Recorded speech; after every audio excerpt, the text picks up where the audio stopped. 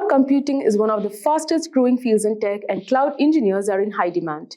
As businesses shift online, the need for cloud experts is soaring, and by 2025, this industry will be even bigger. That means greater salaries, unlimited career growth, and the opportunity to work with cutting-edge technology. Exciting, right? But what exactly is cloud computing? In simple terms, it's like having an on-demand access to powerful computing services, storage, processing, and networking through the internet without needing expensive hardware. This technology helps businesses scale faster, improve efficiency, and stay competitive in the digital world. So in this course, we'll take you from the basics of cloud computing to advanced topics like cloud security, AWS versus Azure, and how to become a cloud engineer. It also gets hands-on project ideas and certification tips to help you stand out in the job market. So if you're ready to build a future-proof career in one of the most in-demand fields of 2025, let's dive in and get started. But before we begin, if you're interested in getting certified in cloud, check out Simplilearn's Cloud Architect Certification Program. Build expertise in AWS, Microsoft Azure, and GCP with our Cloud Architect Certification course. Plus, we have included an exam voucher for any of the Azure course so you can get certified hassle-free. So enroll now. You can find the course link in the description box and pinned comments. Imagine you're the owner of a small software development firm and you want to scale your business up. However, a small team size, the unpredictability of demand, and limited resources are roadblocks for this expansion. That's when you hear about cloud computing. But before investing money into it, you decide to draw up the differences between on-premise and cloud-based computing to make a better decision. When it comes to scalability, you pay more for an on-premise setup and get lesser options too. Once you've scaled up, it is difficult to scale down and often leads to heavy losses in terms of infrastructure and maintenance costs. Cloud computing, on the other hand, allows you to pay only for how much you use, with much easier and faster provisions for scaling up or down. Next, let's talk about server storage. On-premise systems need a lot of space for their servers, notwithstanding the power and maintenance hassles that come with them. On the other hand, cloud computing solutions are offered by cloud service providers who manage and maintain the servers, saving you both money and space. Then we have data security. On-premise systems offer less data security, thanks to a complicated combination of physical and traditional IT security measures, whereas cloud computing systems offer much better security and lets you avoid having to constantly monitor and manage security protocols. In the event that a data loss does occur, the chance for data recovery with on-premise setups are very small. In contrast, cloud computing systems have robust disaster recovery measures in place to ensure faster and easier data recovery. Finally, we have maintenance. On-premises systems also require additional teams for hardware and software maintenance, loading up the costs by a considerable degree. Cloud computing systems, on the other hand, are maintained by the cloud service providers, reducing your costs and resource allocation substantially. So now, thinking that cloud computing is a better option, you decide to take a closer look at what exactly cloud computing is. Cloud computing refers to the delivery of on-demand computing services over the internet on a pay-as-you-go basis. In simpler words, rather than managing files and services on a local storage device, you'll be doing the same over the internet in a cost-efficient manner. Cloud computing has two types of models: deployment model and service model. There are three types of deployment models: public, private, and hybrid cloud. Imagine you're traveling to work. You've got three options to choose from. One, you have buses, which represent public clouds. In this case, the cloud infrastructure is available to the public over the internet. These are owned by cloud service providers. 2. Then you have the option of using your own car. This represents the private cloud. With the private cloud, the cloud infrastructure is exclusively operated by a single organization. This can be managed by the organization or a third party. And finally, you have the option to hail a cab. This represents the hybrid cloud. A hybrid cloud is a combination of the functionalities of both public and private clouds. Next, let's have a look at the service models. There are three major service models available: IaaS, PaaS, and SaaS. Compared to on-premise models, where you'll need to manage and maintain every component, including applications, data, virtualization, and middleware, cloud computing service models are hassle-free. IaaS refers to infrastructure as a service. It is a cloud service model where users get access to basic computing infrastructure. They are commonly used by IT administrators. If your organization requires resources like storage or virtual machines, IaaS is the model for you. You only have to manage the data, runtime, middleware, applications, and the OS, while the rest is handled by the cloud providers. Next, we have PaaS. PaaS, or Platform as a Service, provides cloud platforms and runtime environments for developing, testing, and managing applications.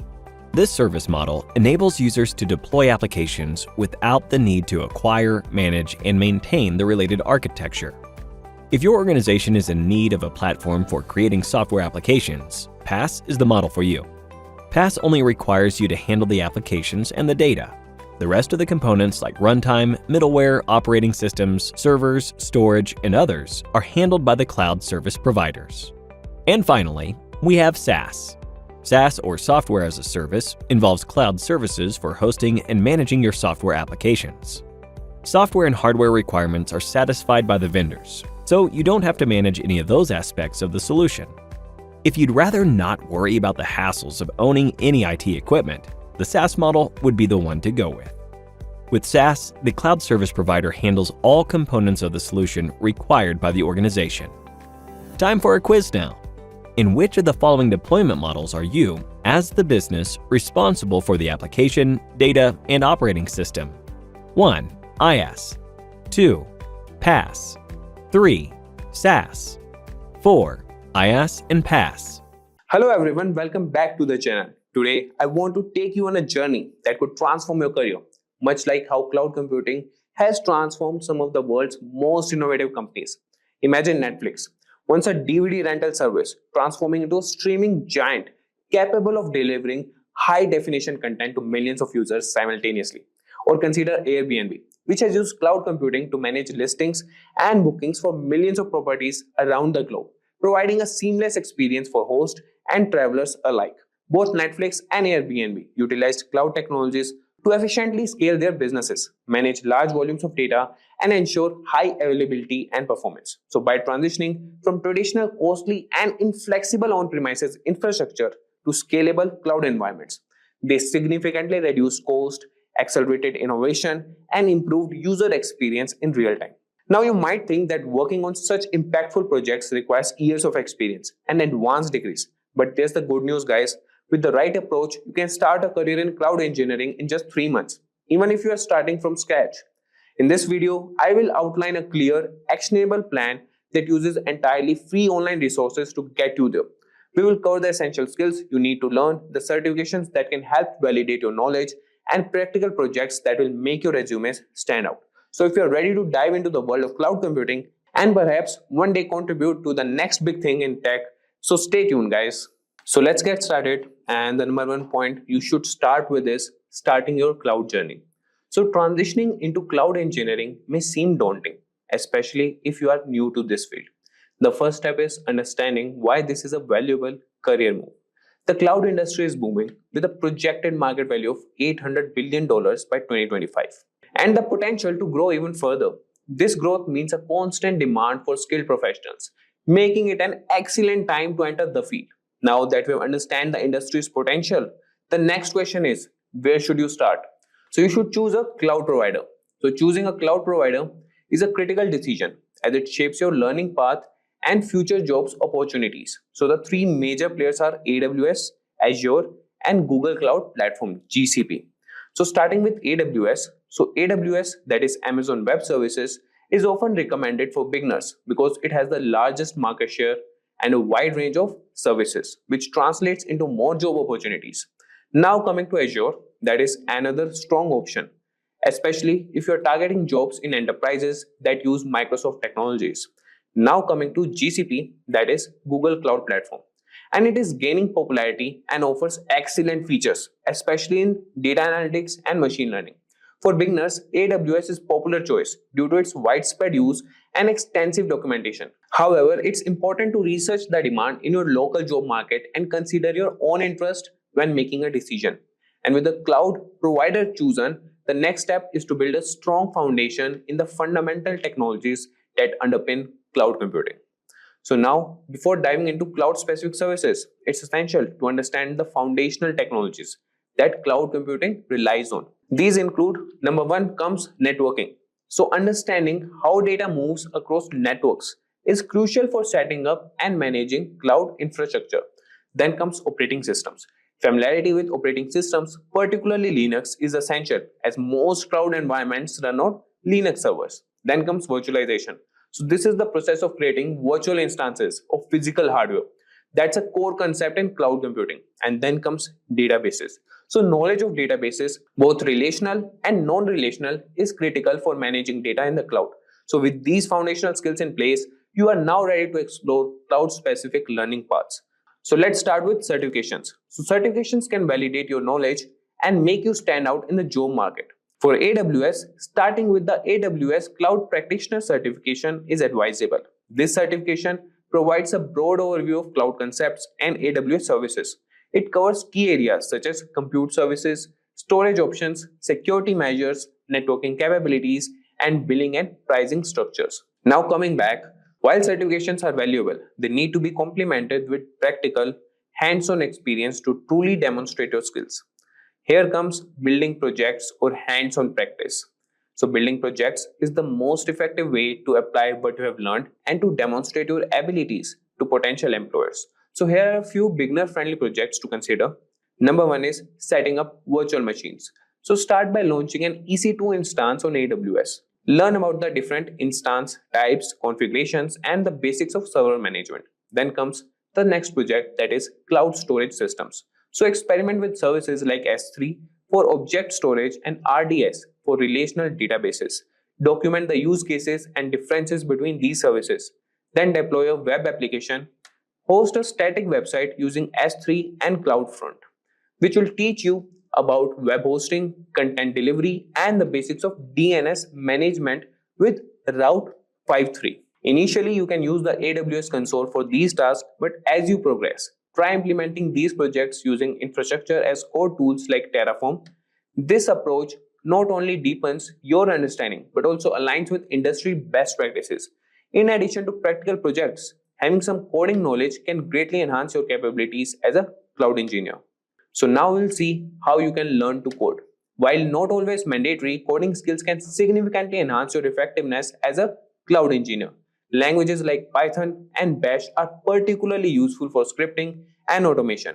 Even a basic understanding can help with tasks such as writing scripts for server automation, managing cloud services or resources programmatically, then implementing infrastructure as code. For those new to coding, check out Simplilearn videos on YouTube, which offers excellent starting points. Coding skills not only make you more versatile, but also open up opportunities to specialize in areas like DevOps or cloud native development. And once you have built your skills and some projects, it's time to start with the job hunting process. That is, building your profile. Creating a strong online presence is crucial when job hunting. Your LinkedIn profile should clearly reflect your new skills, certifications, and projects. So here are some tips. Number one is optimize your LinkedIn profile. That is, include a professional photo, an engaging summary, and detailed description of your projects. Then comes network actively. Connect with professionals in the field, join cloud computing groups, and participate in discussions. And then comes apply strategically. Tailor your resume for each job application, highlighting the skills and projects that align with the job description. Applying for jobs can be a number game, so be persistent. It's also helpful to reach out to recruiters or hiring managers directly to express your interest in the role. As you start to gain experience in your first cloud role, consider specializing in a niche area to advance your career. And then comes specializing and continuous learning. So specializing in a particular area of cloud computing can make you more valuable and increase your earning potential. Possible specializations include DevOps, that is, it focuses on automation, continuous integration, and continuous deployment practices. Then comes serverless computing, work with functions as a service, that is FAS, and other serverless architectures. And then comes security. Specialize in cloud security to protect data and infrastructure. The cloud industry is dynamic with new tools and technologies emerging regularly.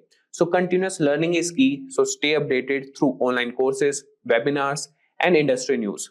Finally, remember that the journey into cloud engineering is continuous and ever evolving. So if we talk about resources, so embarking on a career in cloud engineering is challenging but highly rewarding. Utilize free resources like YouTube tutorials, community forums, and documentation to guide your learning. Before cloud computing existed, if we need any IT servers or application, let's say a basic web server, it does not come easy. Now here is an owner of a business, and I know you would have guessed it already that he's running a successful business by looking at the hot and fresh brewed coffee in his desk and lots of paperwork to review and approve. Now he had a smart, not only smart looking, but a really smart worker in his office called Mark. And on one fine day, he called Mark and said that he would like to do business online. In other words, he would like to take his business online, and for that, he needed his own website as the first thing. And Mark puts all his knowledge together and comes up with this requirement that his boss would need lots of servers, database, and softwares to get his business online, which means a lot of investment. And Mark also adds that his boss will need to invest on acquiring technical expertise to manage the hardware and software that they will be purchasing, and also to monitor the infrastructure. And after hearing all this, his boss was close to dropping his plan to go online. But before he made a decision, he chose to check if there are any alternatives where he don't have to spend a lot of money and don't have to spend acquiring technical expertise. Now that's when Mark opened this discussion with his boss, and he explained his boss about cloud computing, and he explained his boss the same thing that I'm going to explain to you in some time now about what is cloud computing. What is cloud computing? Cloud computing is the use of a network of remote servers hosted on the internet to store, manage, and process data rather than having all that locally and using local server for that. Cloud computing is also storing our data in the internet from anywhere and accessing our data from anywhere throughout the internet. And the companies that offer those services are called cloud providers. Cloud computing is also being able to deploy and manage our applications, services, and network throughout the globe and manage them through the web management or configuration portal. In other words, cloud computing service providers give us the ability to manage our applications and services through a global network or internet. Example of such providers are Amazon Web Services and Microsoft Azure. Now that we have known what cloud computing is, let's talk about the benefits of cloud computing. Now I need to tell you, the cloud benefits is what is driving cloud adoption like anything in the recent days. If you want an IT resource or a service now with cloud, it's available for me almost instantaneously, and it's ready for production almost the same time. Now this reduces the go live date, and the product and the service hit the market almost instantaneously compared to the legacy environment, and because of this, the companies have started to generate revenue almost the next day, if not the same day. Planning and buying the right size hardware has always been a challenge in legacy environment, and if you're not careful when doing this, we might need to live with a hardware that's undersized for the rest of our lives. With cloud, we do not buy any hardware, but we use the hardware and pay for the time we use it. If that hardware does not fit our requirement, release it and start using a better configuration and pay only for the time you use that new and better configuration. In legacy environments, forecasting demand is an full-time job, but with cloud, you can let the monitoring and automation tool to work for you and to rapidly scale up and down the resources based on the need of that hour. Not only that, the resources, services, data can be accessed from anywhere as long as we are connected to the internet. And even there are tools and techniques now available which will let you to work offline and will sync whenever the internet is available. Making sure the data is stored in durable storage and in a secure fashion is the talk of the business, and cloud answers that million-dollar question. With cloud, the data can be stored in a highly durable storage and replicated to multiple regions if you want, and the data that we store is encrypted and secured in a fashion that's beyond what we can imagine in local data centers. Now let's bleed into the discussion about the types of cloud computing. Very lately, there are multiple ways to categorize cloud computing because it's ever growing. Now we have more categories. Out of all these 6 sort of stand out, categorizing cloud based on deployments and categorizing cloud based on services. And again, under deployments, categorizing them based on how they have been implemented. Is it private? Is it public? or is it hybrid? And again, categorizing them based on the service it provides. Is it infrastructure as a service, or is it platform as a service, or is it software as a service? Let's look at them one by one. Let's talk about the different types of cloud based on the deployment models first.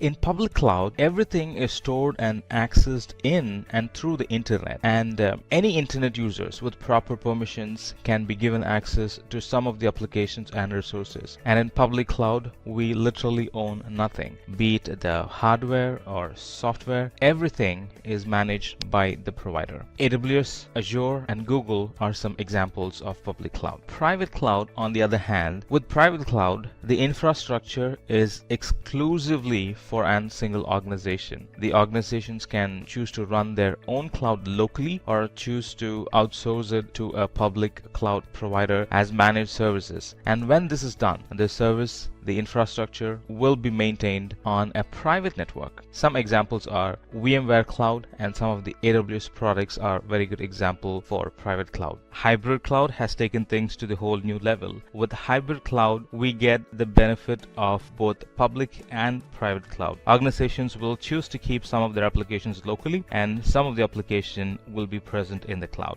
One good example is NASA. It uses hybrid cloud. It uses private cloud to store sensitive data and uses public cloud to store and share data which are not sensitive or confidential. Let's now discuss about cloud based on service model.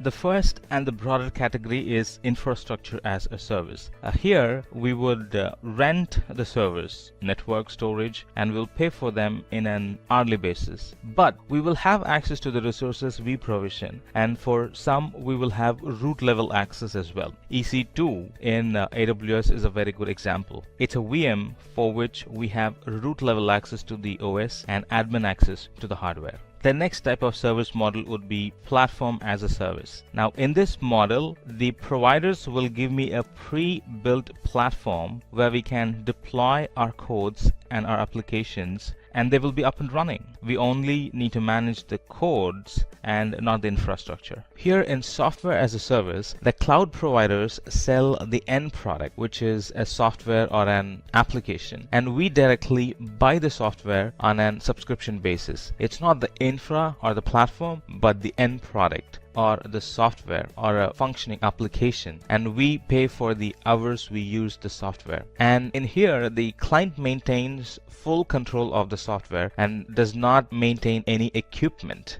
Amazon and Azure also sell products that are software as service. This chart sort of explains the difference between the four models, starting from on-premises to infrastructure as a service to platform as a service to software as a service. This is self-explanatory that the resources managed by us are huge in on-premises, that towards your left as you watch, and it's little less in infrastructure as a service as we move further towards the right, and further reduced in platform as a service, and there's really nothing to manage when it comes to software as a service because we buy the software, not any infrastructure component attached to it. Now let's talk about the life cycle of the cloud computing solution. The very first thing in the life cycle of a solution or a cloud solution is to get a proper understanding of the requirement. I didn't say get the requirement, but said get a proper understanding of the requirement. It is very vital because only then we will be able to properly pick the right service offered by the provider. Getting a sound understanding, the next thing would be to define the hardware.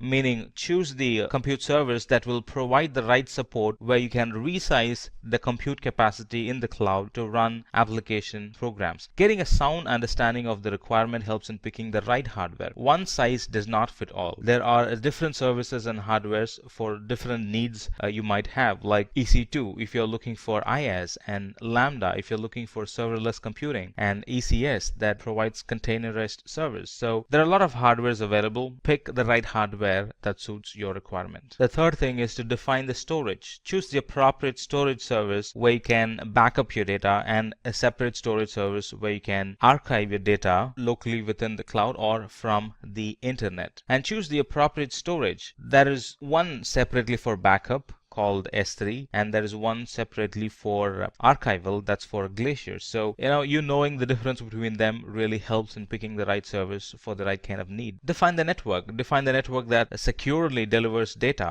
video, and applications. Define and identify the network services properly. For example, VPC for network, Route 53 for DNS, and direct connection for private P2P line from your office to the AWS data center. Set up the right security services, IAM for authentication and authorization, and KMS for data encryption at rest. So there are a variety of security products available. We got to pick the right one that suits our need. And there are a variety of deployment and automation and monitoring tools that you can pick from. For example, CloudWatch is for monitoring, autoscaling is for being elastic, and CloudFormation is define the management process and tools. You can have complete control of your cloud environment if you define the management tools which monitors your AWS resources and or the custom applications running on AWS platform. There are a variety of deployment, automation, and monitoring tools you can pick from, like CloudWatch for monitoring, autoscaling for automation, and CloudFormation for deployment. So knowing them will help you in defining the life cycle of the cloud computing solution properly. And similarly, there are a lot of tools for testing a process like CodeStar and CodeBuild and CodePipeline. These are tools with which you can build, test, and deploy your code quickly. And finally, once everything is said and done, pick the analytics service for analyzing and visualizing the data using the analytics services, where we can start querying the data instantly and get a result. Now, if you want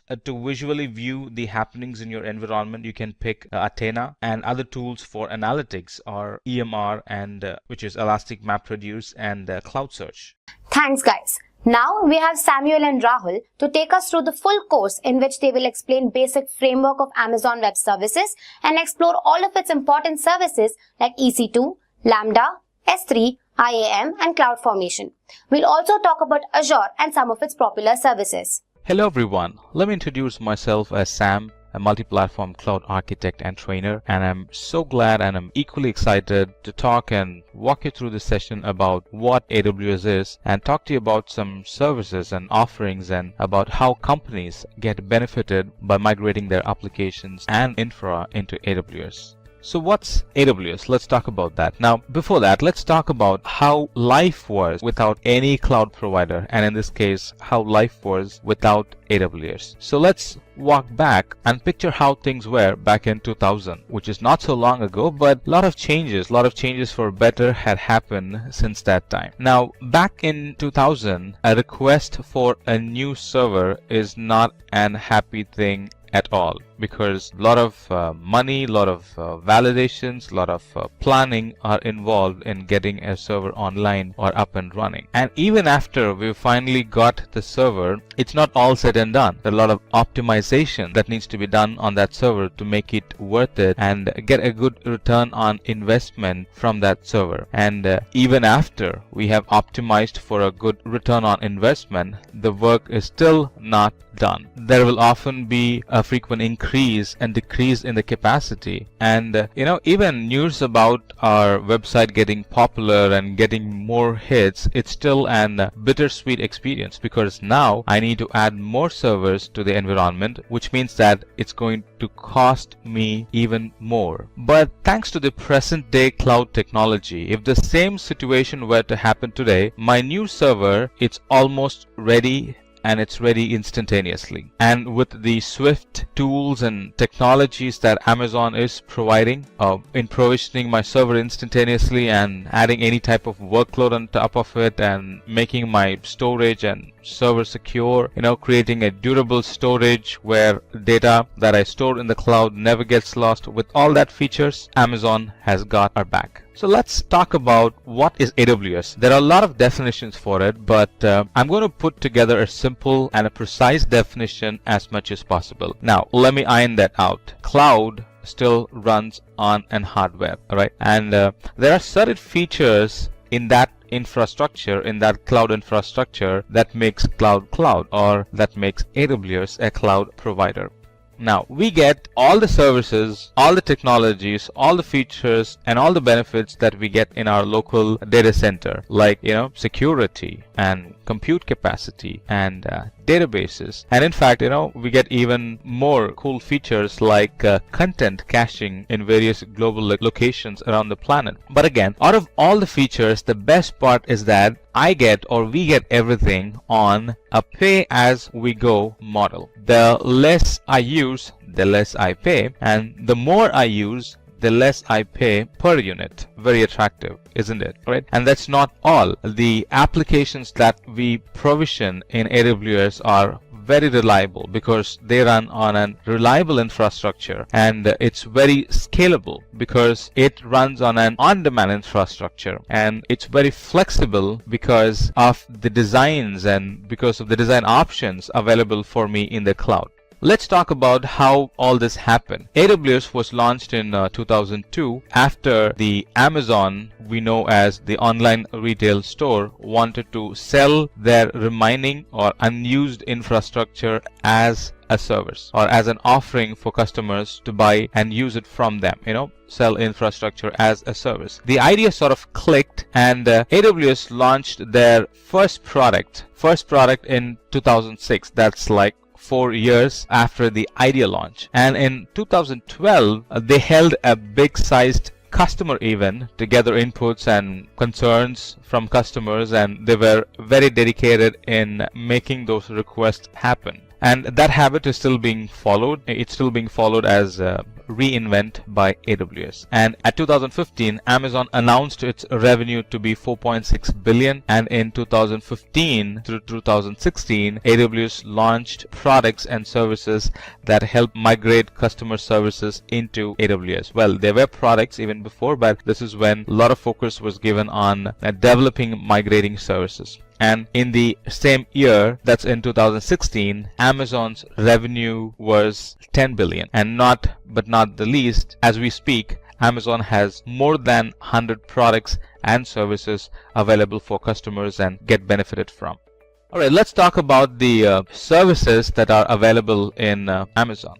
Let's start with this product called S3. Now S3 is a great tool for internet backup, and it's the cheapest storage option in the object storage category. And not only that, the data that we put in S3 is retrievable from the internet. S3 is really cool. And we have other products like migration and data collection and data transfer products, and here we can not only collect data seamlessly but also in a real-time way monitor the data or analyze the data that's being received. That there are cool products like AWS data transfers available that helps achieve that.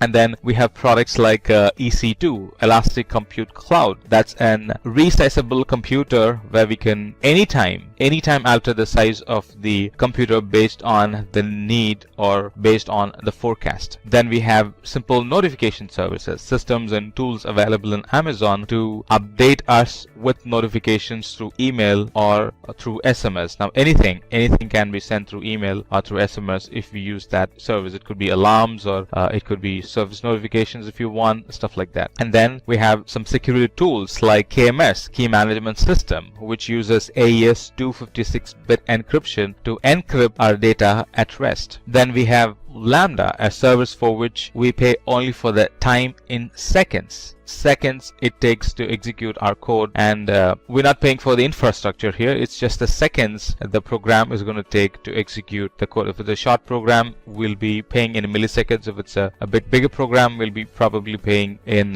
60 seconds or 120 seconds. But that's a lot cheap, lot simple, and lots cost effective as against paying for service on an hourly basis, which a lot of other services are. Well, that's cheap, but using Lambda is a lot cheaper than that. And then we have services like Route 53, a DNS service in the cloud. And now I do not have to maintain an DNS account somewhere else and my cloud environment with AWS. I can get both in the same place.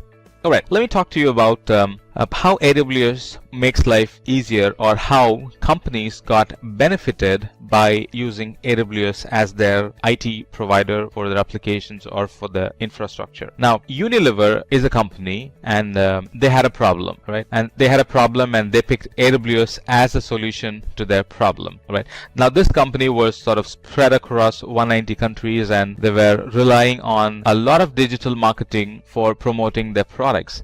And their existing environment, their legacy local environment, proved not to support their changing IT demands, and they could not standardize their old environment. Now, they chose to move part of their applications to AWS because they were not getting what they wanted in their local environment. And since then, rollouts were easy, provisioning new applications became easy, and even provisioning infrastructure became easy, and they were able to do all that in push button scaling. And needless to talk about backups that are safe and backups that can be securely accessed from the cloud as needed. Now, that company is growing along with AWS because of their swift speed in rolling out deployments and being able to access secure backups from various places and generate reports, and in fact useful reports out of it that helps their business. Now, on the same lines, let me also talk to you about Kellogg's and how they got benefited by using Amazon. Now, Kellogg's had a different problem. It's one of its kind. Now, their business model was very dependent on an infra that will help to analyze data really fast, right? Because they were running promotions based on the analyzed data that they get. So they being able to respond to the analyzed data as soon as possible was critical or vital in their environment. And luckily, SAP running on HANA environment is what they needed, and they picked that service in the cloud, and that sort of solved the problem. Now, the company does not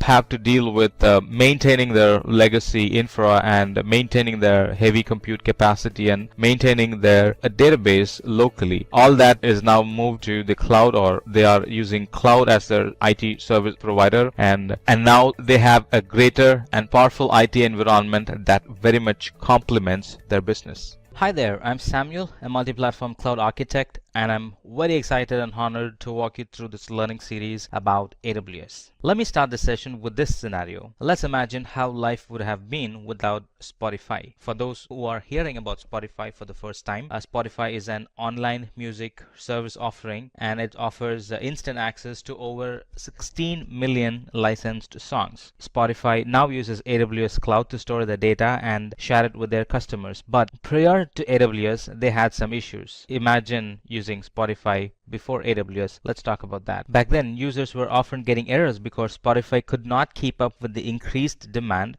for storage every new day. And that led to users getting upset and users canceling the subscription.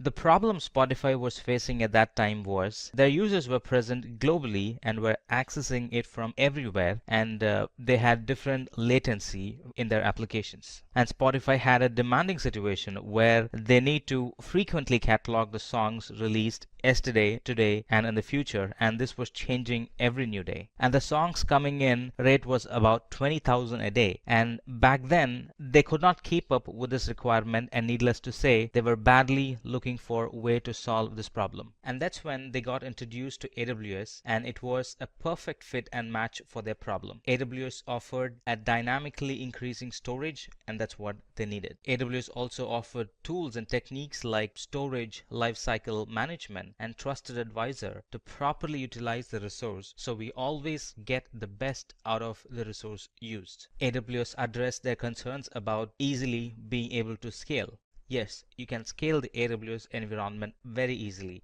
How easily, one might ask? It's just a few button clicks. And AWS solved Spotify's problem. Let's talk about how it can help you with your organization's problem. Let's talk about what is AWS first, and then let's bleed into how AWS became so successful and the different types of services that AWS provides, and what's the future of cloud and AWS in specific. Let's talk about that. And finally, we'll talk about a use case where you will see how easy it is to create a web application integration with AWS. Alright, let's talk about what is AWS. AWS, or Amazon Web Services, is a secure cloud service platform. It is also pay-as-you-go type billing model where there is no upfront or capital cost. We'll talk about how soon the service will be available. Well, the service will be available in a matter of seconds. With AWS, you can also do identity and access management, that is, authenticating and authorizing a user or a program on the fly. And almost all the services are available on demand, and most of them are available instantaneously. And as we speak, Amazon offers 100 plus services, and this list is growing every new week. Now that would make you wonder how AWS became so successful. Of course, it's their customers. Let's talk about the list of well-known companies that has their IT environment in AWS. Adobe uses AWS to provide multi-terabyte operating environments for its customers. By integrating its system with AWS Cloud, Adobe can focus on deploying and operating its own software instead of trying to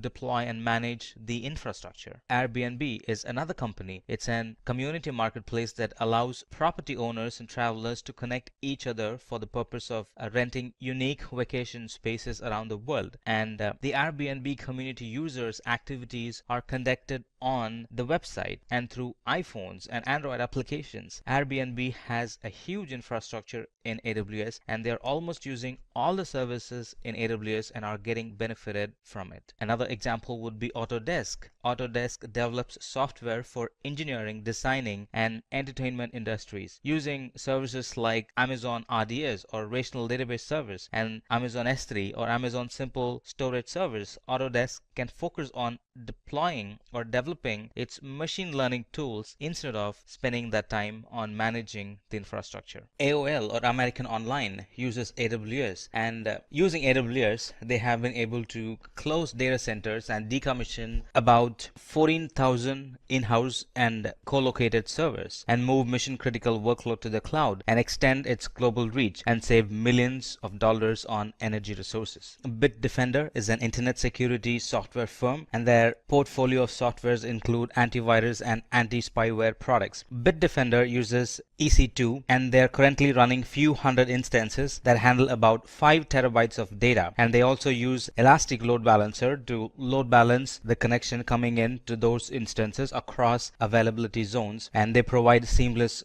global delivery of service because of that. The BMW Group, it uses AWS for its new connected car application that collects sensor data from BMW 7 series cars to give drivers dynamically updated map information. Canon's Office Imaging Products division benefits from faster deployment times, lower cost, and global reach by using AWS to deliver cloud-based services such as mobile print. The Office Imaging Products division uses AWS such as Amazon S3 and Amazon Route 53, Amazon CloudFront, and Amazon IAM for their testing, development, and production services. Comcast, it's the world's largest cable company and the leading provider of internet service in the United States. Comcast uses AWS in a hybrid environment. Out of all the other cloud providers, Comcast chose AWS for its flexibility and scalable hybrid infrastructure. Docker is a company that's helping redefine the way developers build, ship, and run applications. This company focuses on making use of containers for this purpose. And in AWS, the service called the Amazon EC2 Container Service is helping them achieve it. The ESA, or European Space Agency, although much of ESA's work is done by satellites, some of the program's data storage and computing infrastructure is built on Amazon Web Services. ESA chose AWS because of its economical pay-as-you-go system as well as its quick startup time. The Guardian newspaper uses AWS, and it uses a wide range of AWS services including Amazon Kinesis, Amazon Redshift that power an analytic dashboard which editors use to see how stories are trending in real time. Financial Times, FT, is one of the world's largest leading business news organization, and they used Amazon Redshift to perform their analysis. A funny thing happened. Amazon Redshift performed so quickly that some analysts thought it was malfunctioning. They were used to running queries overnight, and they found that the results were indeed correct, just as much faster. By using Amazon Redshift, FT is supporting the same business functions with costs that are 80% lower than what was before. General Electric, GE, is at the moment as we speak migrating more than 9,000 workloads including 300 disparate ERP systems to AWS while reducing its data center footprint from 34 to 4 over the next 3 years. Similarly, Harvard Medical School, HTC, IMDb, McDonald's, NASA, Kellogg's, and a lot more are using the services Amazon provides and are getting benefited from it. And this huge success and customer portfolio is just the tip of the iceberg. And if we think why so many adapt AWS, and if we let AWS answer that question, this is what AWS would say. People are adapting AWS because of the security and durability of the data and end-to-end privacy and encryption of the data and storage. Experience. We can also rely on AWS way of doing things by using the AWS tools and techniques and suggested best practices built upon the years of experience it has gained. Flexibility. There is a greater flexibility in AWS that allows us to select the OS, language, and database. Easy to use. Swiftness in deploying. We can host our applications quickly in AWS, be it a new application or migrating an existing application into AWS. Scalability. The application can be easily scaled up or scaled down depending on the user requirement. Cost saving. We only pay for the compute power, storage, and other resources you use, and that too without any long-term commitments. Now let's talk about the different types of services that AWS provides. The services that we talk about fall in any of the following categories you see, like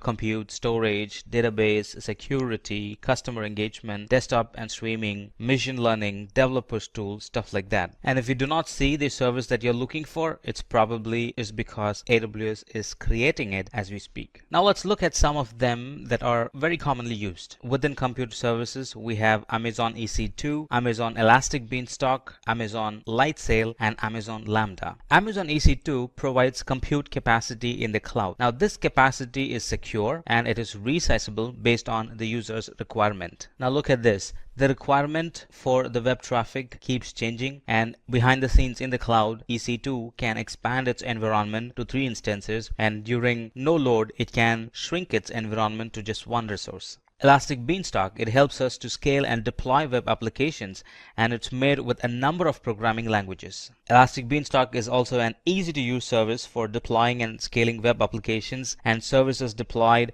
be it in Java, .NET, PHP, Node.js, Python, Ruby, Docker, and a lot other familiar services such as Apache, Passenger, and IIS. We can simply upload our code and Elastic Beanstalk automatically handles the deployment from capacity provisioning to load balancing to auto scaling to application health monitoring. And Amazon Lightsail is a virtual private server which is easy to launch and easy to manage. Amazon Lightsail is the easiest way to get started with AWS for developers who just need a virtual private server. Lightsail includes everything you need to launch your project quickly on a virtual machine, like SSD based storage, a virtual machine, tools for data transfer, DNS management, and a static IP, and that too for a very low and predictable price. AWS Lambda has taken cloud computing services to a whole new level. It allows us to pay only for the compute time, no need for provisioning and managing servers. And AWS Lambda is a compute service that lets us run code without provisioning or managing servers. Lambda executes your code only when needed and scales automatically from few requests per day to thousands per second. You pay only for the compute time you consume. There is no charge when your code is not running. Let's look at some storage services that Amazon provides, like Amazon S3, Amazon Glacier, Amazon EBS, and Amazon Elastic File System. Amazon S3 is an object storage that can store and retrieve data from anywhere. Websites, mobile apps, IoT sensors, and so on can easily use Amazon S3 to store and retrieve data. It's an object storage built to store and retrieve any amount of data from anywhere. With its features like flexibility in managing data and the durability it provides and the security that it provides, Amazon Simple Storage Service or S3 is a storage for the internet. And Glacier is a cloud storage service that's used for archiving data and long-term backups. And this Glacier is an secure secure, durable, and extremely low-cost cloud storage service for data archiving and long-term backups. Amazon EBS, Amazon Elastic Block Store, provides block store volumes for the instances of EC2. And this Elastic Block Store is highly available and a reliable storage volume that can be attached to any running instance that is in the same availability zone. EBS volumes that are attached to the EC2 instances are exposed as storage volumes that persist independently from the lifetime of the instance. And Amazon Elastic File System, or EFS, provides an elastic file storage which can be used with AWS Cloud Service and resources that are on premises. And Amazon Elastic File System, it's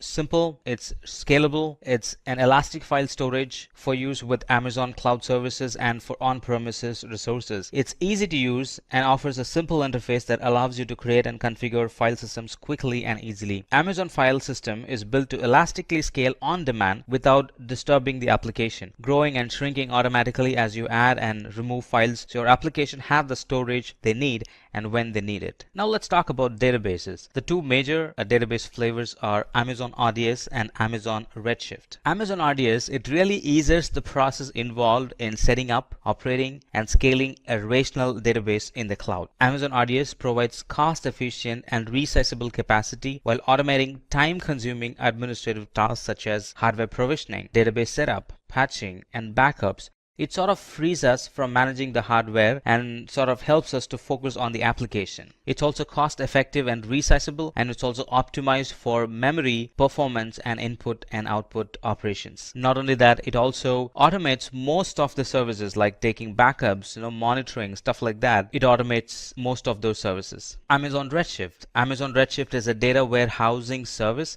that enables users to analyze the data using SQL and other business intelligence tools. Amazon Redshift is an fast and fully managed data warehouse that makes it simple and cost-effective to analyze all your data using standard SQL and your existing business intelligence tools. It also allows you to run complex analytic queries against petabyte of structured data using sophisticated query optimizations. And most of the results, they generally come back in seconds. Alright, let's quickly talk about some more services that AWS offers. There are a lot more services that AWS provides, but we're going to look at some more services that are widely used. AWS Application Discovery Services help enterprise customers plan migration projects by gathering information about their on-premises data centers. Planning a data center migration can involve thousands of workloads. They are often deeply interdependent. Server utilization data and dependency mapping are important early first step in migration process. And this AWS Application Discovery Service collects and presents configuration, usage, and behavior data from your servers to help you better understand your workloads. Route 53, it's a network and content delivery service. It's an highly available and scalable cloud domain name system or DNS service. And Amazon Route 53 is fully compliant with IPv6 as well. Elastic Load Balancing, it's also a network and content delivery service. Elastic Load Balancing automatically distributes incoming application traffic across multiple targets such as Amazon EC2 instance, containers, and IP addresses. It can handle the varying load of your application traffic in a single availability zone and also across availability zones. AWS Auto Scaling, it monitors your application and automatically adjusts the capacity to maintain steady and predictable performance at a lowest possible cost. Using AWS Auto Scaling, it's easy to set up application scaling for multiple resources across multiple services in minutes. Auto scaling can be applied to web services and also for DB services. AWS Identity and Access Management, it enables you to manage access to AWS services and resources securely. Using IAM, you can create and manage AWS users and groups and use permissions to allow and deny their access to AWS resources. And moreover, it's a free service. Now let's talk about the future of AWS. Well, let me tell you something. Cloud is here to stay. Here's what in store for AWS in the future. As years pass by, we're going to have a variety of cloud applications born like IoT, artificial intelligence, business intelligence, serverless computing, and so on. Cloud will also expand into other markets like healthcare, banking, space, automated cars, and so on. As I was mentioning some time back, lot or greater focus will be given to artificial intelligence. And eventually, because of the flexibility and advantage that cloud provides, we're going to see a lot of companies moving into the cloud.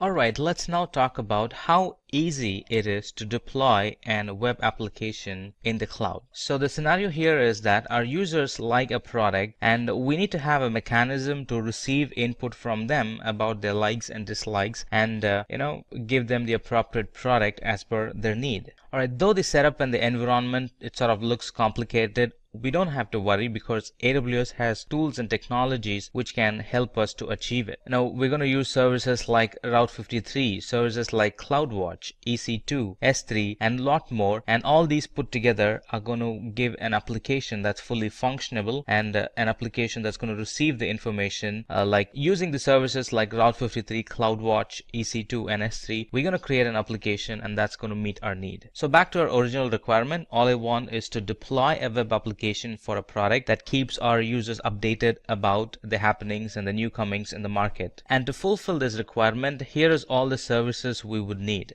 EC2 here is used for provisioning the computational power needed for this application. And EC2 has a vast variety of family and types that we can pick from for the types of workloads and also for the intents of the workloads. We're also going to use S3 for storage, and S3 provides any additional storage requirement for the resources or any additional storage requirement for the web applications. And we're also going to use CloudWatch for monitoring the environment, and CloudWatch monitors the application and the environment, and it provides trigger for scaling in and scaling out the infrastructure. And we're also going to use Route 53 for DNS, and Route 53 helps us to register the domain name for our web application. And with all the tools and technologies together, all of them put together, we're going to make an application, a perfect application that caters our need. Alright, so I'm going to use Elastic Beanstalk for this project, and the name of the application is going to be, as you see, GSG Signup, and the environment name is GSG Signup Environment 1. Let me also pick a name. Right, let me see if this name is available. Yes, that's available. That's the domain name. So let me pick that, and the application that I have is going to run on Node.js. So let me pick that platform and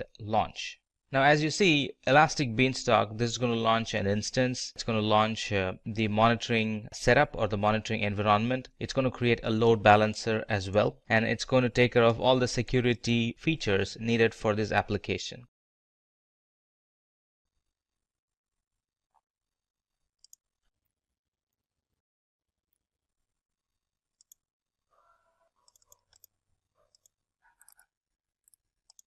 Alright, look at that. I was able to go to that URL, which is what we gave, and it's now having an default page shown up, meaning all the dependencies for the software is installed and it's just waiting for me to upload the code, or in specific the page required. So let's do that. Let me upload the code. I already have the code saved here. That's my code, and that's going to take some time. Alright, it has done its thing. And now if I go to the same URL, look at that, I'm being thrown an advertisement page. Alright, so if I sign up with my name, email, and stuff like that, it's going to receive the information and it's going to send an email to the owner saying that somebody had subscribed to your service. That's the default feature of this app. Look at that. Email to the owner saying that somebody had subscribed to your app and this is their email address, stuff like that. Not only that, it's also going to create an entry in the database. And DynamoDB is the service that this application uses to store data. There's my DynamoDB. And if I go to tables, right, and go to items, I'm going to see that a user with name Samuel and email address so and so has said okay or has shown interest in the preview of my site or product. So this is where, or this is how I collect those information, right? And some more things about the infrastructure itself is it is running behind an load balancer. Look at that. It had created a load balancer. It had also created an auto scaling group. Now that's the feature of Elastic Load Balancer that we have chosen. It has created an auto-scaling group. And now let's put this URL. You see this? It's not a fancy URL, right? It's an Amazon given URL, a dynamic URL. So let's put this URL behind our DNS. Let's do that. So go to services, go to Route 53, go to hosted zone, and there we can find the DNS name, right? So that's a DNS name, all right? Alright, let's create an entry and map that URL to our load balancer, right? And create. Now, technically, if I go to this URL, it should take me to that application. All right, look at that. I went to my custom URL and now that's pointed to my application. Previously, my application was having a random URL and now it's having a custom URL. So what did we learn? We started the session with what is AWS. We looked at features and tools, technologies, products that AWS provides. And we also looked at how AWS became very successful. Again, we looked into the benefits and features of AWS in depth. And we also looked at some of the services that AWS provides in random. And then we picked particular services and we talked about them like EC2, Elastic Beanstalk, Lightsail, Lambda, storage, stuff like that. Then we also looked at the future of AWS, what AWS holds in the store for us. We looked at that. And then finally, we looked at a lab in which we created an application using Elastic Beanstalk, and all that we had to do was a couple of clicks and boom, an application was there available that was connected to the database, and that was connected to the simple notification system, that was connected to CloudWatch, that was connected to storage, stuff like that. What is Azure? What's the big cloud service provider all about? So Azure is a cloud computing platform provided by Microsoft. Now it's basically an online portal through which you can access and manage resources and services. Now, resources and services are nothing but, you can store your data and you can transform the data using services that Microsoft provides. Again, all you need is the internet and being able to connect to the Azure portal. Then you get access to all of their resources and their services. In case you want to know more about how it's different from its rival, which is AWS, I suggest you click on the top right corner and watch the AWS versus Azure video so that you can clearly tell how both these cloud service providers are different from each other. Now, here are some things that you need to know about Azure. It was launched on February 1st, 2010, which is significantly later than when AWS was launched. It's free to start and has a pay-per-use model, which means, like I said before, you need to pay for the services you use through Azure. And one of their most important selling points is that 80% of Fortune 500 companies use Azure services, which means that most of the bigger companies of the world actually recommend using Azure. And then Azure supports a wide variety of programming languages, the C#, Node.js, Java, and so much more. Another very important selling point of Azure is the amount of data centers it has across the world. Now, it's important for a cloud service provider to have many data centers around the world because it means that they can provide their services to a wider audience. Now, Azure has 42, which is more than any cloud service provider has at the moment. It expects to have 12 more in a period of time, which brings its total number of regions it covers to 54. Now, let's talk about Azure services. Now, Azure services have 18 categories and more than 200 services, so we clearly can't go through all of them. It has services that cover compute, AI and machine learning, integration, management tools, identity, DevOps, web, and so much more. You're going to have a hard time trying to find a domain that Azure doesn't cover. And if it doesn't cover it now, you can be certain they're working on it as we speak. So first, let's start with the compute services. First, virtual machine. With this service, what you're getting to do is to create a virtual machine of Linux or Windows operating system. It's easily configurable. You can add RAM, you can decrease RAM, you can add storage, remove it. All of it is possible in a matter of seconds. Now let's talk about the second service, cloud service. Now with this, you can create an application within the cloud, and all of the work after you deploy it, deploying the application that is taken care of by Azure, which includes, provisioning the application, load balancing, ensuring that the application is in good health, and all of the other things are handled by Azure. Next up, let's talk about Service Fabric. Now with Service Fabric, the process of developing a microservice is greatly simplified. So you might be wondering, what exactly is a microservice? Now a microservice is basically an application that consists of smaller applications coupled together. Next up, functions. Now with functions, you can create applications in any programming language that you want. Another very important part is that you don't have to worry about any hardware components. You don't have to worry what RAM you require or how much storage you require. All of that is taken care of by Azure. All you need is to provide the code to Azure and it'll execute it, and you don't have to worry about anything else. Now let's talk about some networking services. First up, we have Azure CDN, or the Content Delivery Network. Now the Azure CDN service is basically for delivering web content to users. Now, this content is of high bandwidth and can be transferred or can be delivered to any person across the world.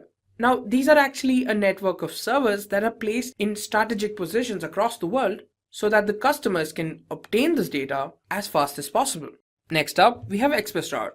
Now, with this, you can actually connect your on-premise network onto the Microsoft Cloud or any of the services that you want through a private connection. So the only communication that happens is between your on-premise network and the service that you want. Then you have Virtual Network. Now, with Virtual Network, you can have any of the Azure services communicate with each other in a secure manner, in a private manner. Next, we have Azure DNS. So Azure DNS is a hosting service which allows you to host their DNS or domain name system domains in Azure. So you can host your application using Azure DNS. Now for the storage services. First up, we have disk storage. With disk storage, you're given a cost-effective option of choosing HDD or solid-state drives to go along with your virtual machines based on your requirements. Then you have blob storage. Now, this is actually optimized to ensure that they can store massive amounts of unstructured data, which can include text data or even binary data. Next, you have file storage, which is a managed file storage and can be accessible via the SMB protocol or the server message block protocol. And finally, you have queue storage. Now, with queue storage, you can provide durable message queuing for an extremely large workload. And the most important part is that this can be accessed from anywhere in the world. Now, let's talk about how Azure can be used. Firstly, for application development. It could be any application, mostly web applications. Then you can test the application, see how well it works. You can host the application on the internet. You can create virtual machines like I mentioned before. With the service, you can create these virtual machines of any size or RAM that you want. You can integrate and sync features. You can collect and store matrices. For example, how the data works, how the current data is, how you can improve upon it. All of that is possible with these services. And you have virtual hard drives, which is an extension of the virtual machines where these services are able to provide you a large amount of storage where data can be stored. Talk about Azure in great length and breadth. And if you're looking for a video that talks and walks you through all the services in Azure, then this could be one of the best video you could find in the internet. And without any further delay, let's get started. Everybody likes stories, so let's get started with a story. In a city not so far away, a CEO had plans to expand his company globally and called one of his IT personnel for an IT opinion. And this guy has been in the company for a long time and is very seasoned with the company's infra. And he nicely answered the questions with what he foresaw. And he said, I have a good news and a bad news for us to go global. And he starts with the good news. He said, Sir, we're well on our way to become one of the world's largest shipping company. And the bad news is, however, our data centers have almost run out of space, and setting up new ones around the world would be too expensive and very time consuming. Now the IT personnel, let's call him Mike, now he explains the situation from how he saw it. But the CEO had done some homework about how he was going to do it, and he answered Mike saying, don't worry about that, Mike. I've come up with a solution for a problem and it's called Microsoft Azure. Well, Mike is an hard-working and honest IT professional working for that company, but he did not spend time on learning the latest technologies. And he asked this question very honestly, oh, how does it solve a problem? And the CEO begins to explain Azure to Mike, and he starts with what is cloud computing, and then he goes on and talks about Azure and the services offered by Azure and why Azure is better than the other cloud providers, and what are the great companies that uses Azure and how they got benefited out of it. And then he winds it all up with the use cases of Azure. So he begins his explanation saying Microsoft Azure is known as the cloud service provider, and it works on the basis of cloud computing. Now, Microsoft Azure is formerly known as Windows Azure, and it's Microsoft's public cloud computing platform. It also provides a range of cloud services, including some of them are compute, analytics, storage, and networking. We can always pick and choose from these services to develop and scale our applications, or even plan on running existing applications in the public cloud. Microsoft Azure is both a platform as a service and infrastructure as a service. Let's now fade their conversation out and let's talk about what is cloud computing, Azure, services offered by Azure, how is Azure leading when compared to other cloud service providers, and what are the companies that are using Azure. Let's talk about that. In simple terms, cloud computing is being able to access compute services like servers, storage, database, networking, software analytics, intelligence, and a lot more over the internet, which is the cloud, with the flexibility of the resources that we use. Like anytime I want a resource, I can use one and it becomes available immediately. And anytime if I want to retire an resource, I can simply retire a resource and not pay for it. And we also typically pay only for the services that we use, and this helps greatly with our operating cost to run our infrastructure more efficiently and scale our environment up or down depending on the business needs and changes. And all the servers and storages and databases and networking, all that are accessed through the network of remote systems or remote computers hosted in the internet, typically in the provider's data center, which is Azure in this case. Now, we don't use any physical server or an on-premises server here. Well, we still use physical servers and VMs, hosted on a hardware or a physical server, but they're all in the provider's environment and none of them sit on premises or in our data center. We only access them remotely. It looks and feels the same, except for the fact that they are in a remote location. We access them remotely, do all the work remotely, and when we're done, we can shut it down and not pay for them. So some of the use cases of cloud computing are creating applications and services. The other use cases are storing or using cloud for storage alone. If there is one thing that ever grows in our organization, is the storage. Every new day there is a new storage requirement, and it's very dynamic. It's very hard to predict, and if we go out and buy a big storage capacity upfront, until we use the storage capacity fully, the empty storages, we're wasting money on them. So instead, I can go for a storage which scales dynamically, that's in the cloud. Put storage or put data in the cloud and pay only for what you're storing. And for the next month, if you have deleted or flushed out some files or data, pay less for it. So it's a very dynamic storage in the cloud, and a lot of companies are getting benefited from storing data in the cloud because of its dynamic in nature and the cost that comes along with it, the cheap cost that comes along with it. And also they give a lot of the providers like Azure, they give data replication for free. They promise an SLA along with the data we store in the cloud. So there's an SLA attached to it. And they also provide data recoveries as well. If in case something goes wrong with the physical disk where our data is stored, Azure automatically makes our data available from the redundant or other places where it had stored our data because of the SLA they wanted to keep. The other use case for Azure is hosting websites and running blogs using the compute service. Be it storing music and letting your users stream the music, Azure is a good place to store music and stream the music with the benefit of CDN, Content Delivery Network, which allows us to stream video or audio files with great speed. With Azure, our audio or video application works seamlessly because they are provided to the client with very low latency, and that improves the customer experience for our application. Azure Compute Service is a good place for delivering software on demand. There are a lot of softwares, embedded softwares that we can buy using Azure, and everything on a pay-as-you-go service model.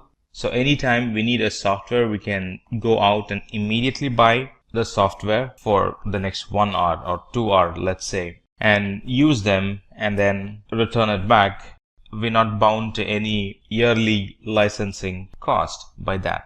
Azure Computing Services has analytics available for us with which we can analyze, get a good visualization of what's going on in a network, be it logs, be it the performance, be it the metrics. Instead of looking at logs and searching logs and trying to do manual things over the heaps and heaps of logs that we have saved, Azure Analytics Services helps us to get a good visual of what's going on in the network. Where have we dropped? Where have we increased? Or what's causing? What's the major driver? What is the top 10 errors that we get in the server, in the application? Stuff like that. Those can be easily gathered from the Azure Analytic Services. Now, cloud is really a very cool term for the internet. A good analogy would be looking back anytime we look at a diagram. When we do not know how things are transferred, we simply draw a cloud, right? For example, a mail gets sent from a person in one country to a person in the other country. There are a lot of things happening in between from the time you hit the send button and the time the other person hits the read button, right? And the simple and the easiest way of putting it in a picture is simply draw a cloud, and on the one end, one person will be sending the email, and on the other end, the other person will be reading the email. So a cloud is a really cool term for the internet. Now that's some basics about cloud computing. Now that we've understood about cloud computing in general, let's talk about Microsoft Azure as a cloud service. Now, Microsoft Azure is a set of cloud services to build, manage, and deploy applications on a network with the help of Microsoft Azure's frameworks. Now, Microsoft Azure is a computing service created by Microsoft basically for building, testing, deploying, and managing applications and services through a global network of Microsoft managed data centers. Now, Microsoft Azure provides SaaS, which is software as a service, and PaaS, which is platform as a service, and IaaS, infrastructure as a service, and they support many different programming languages, tools, and framework. And those tools and framework include both Microsoft specific and third-party software. Now let me pick and talk about a specific service. For example, management. Azure Automation provides a way for us to automate the manual, long running and frequently repeated tasks that are commonly performed tasks both in cloud and enterprise environment. It saves us a lot of time and increases the reliability, and it kind of gives a good administrative control and even schedules the task automatically to be performed on a regular basis. To give you a quick history of Microsoft Azure, it was launched on 1st February 2010, and it was awarded, or it was called an industry leader for infrastructure and platform as a service by Gartner. Now, Gartner is the world's leading research and advisory company. This Microsoft Azure supports a number of programming languages like C#, Java, and Python. All these cool services we get to use and pay only for how much we use. For example, if we use for an hour, we only get to pay for an hour, even the costliest system available. If we use them for an hour, we only pay for that particular hour, and then we're done. No more billing on the resource that we have used.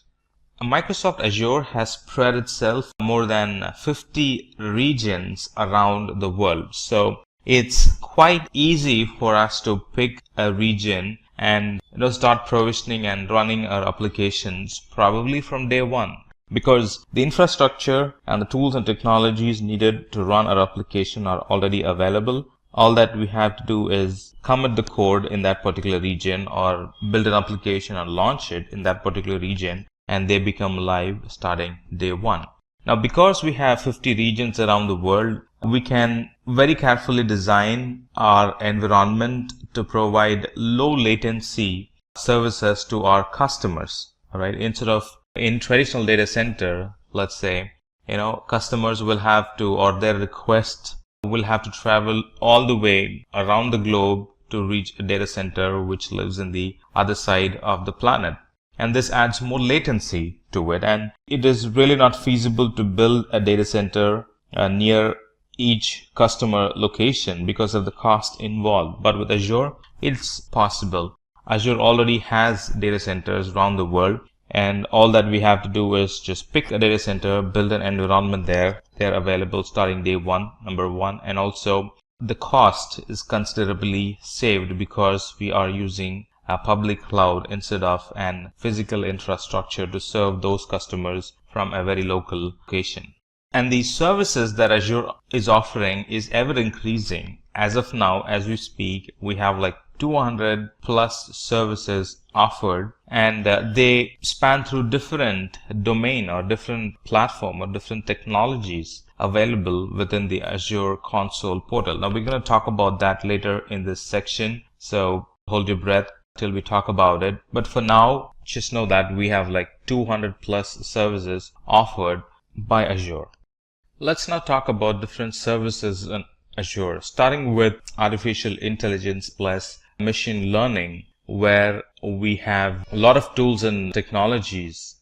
So the wide variety of services available in Azure includes artificial intelligence plus machine learning plus analytic services to get to give us a good visual of how the data or how the application is performing, or the type of the category of data stored, and to read from the logs. And variety of compute services, different VMs with different size and different operating systems, different containers available, different type of databases available, a lot of developer tools that are available for us, and identity service to manage our users in the Azure cloud. And those users can be integrated or federated with, let's say, Google, Facebook, LinkedIn. So there are some external federation services. They can be used to integrate with our identity system. IoT services, IoT tools and technologies available, and management tools to manage the users. Creating identity is one, and then managing them on top of it is a totally different thing. And we have tools, technologies to manage the users. Cool services for data migration. Data migration is now made simple. Tools and technologies available for mobile application development. And I can plan my own network in the cloud with the networking services. I can implement my own security, both Azure provided and third-party security services on Azure cloud. That's now possible. And a lot of storage options available in the cloud. So these are just a glimpse of the big list of services available in Azure cloud. So that was a glimpse of what's available in the cloud. Let's talk about the services in specific. Let's take compute for example. Whenever we're building a new application or deploying existing ones, the Azure Compute Service provides the infrastructure we need to run and maintain our application. We can easily tap in the capacity that Azure Cloud Service has, and we can scale our compute requirement on demand.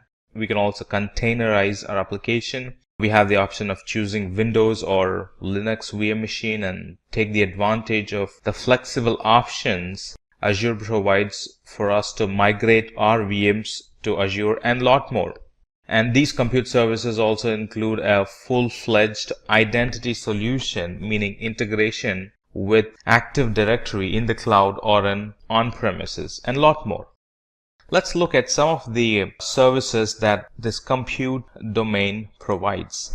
Some of the services the compute domain provides are virtual machines. And this Azure Virtual Machines gives us the ability to develop and manage a virtual computer environment or a virtualized environment inside Azure's cloud environment, that too in a virtual private network. Now we will talk about virtual private network at a later point, but as of now, just know that there are a lot of services available in Azure Compute Service that we can get benefited from. we can always choose from a very wide range of compute options.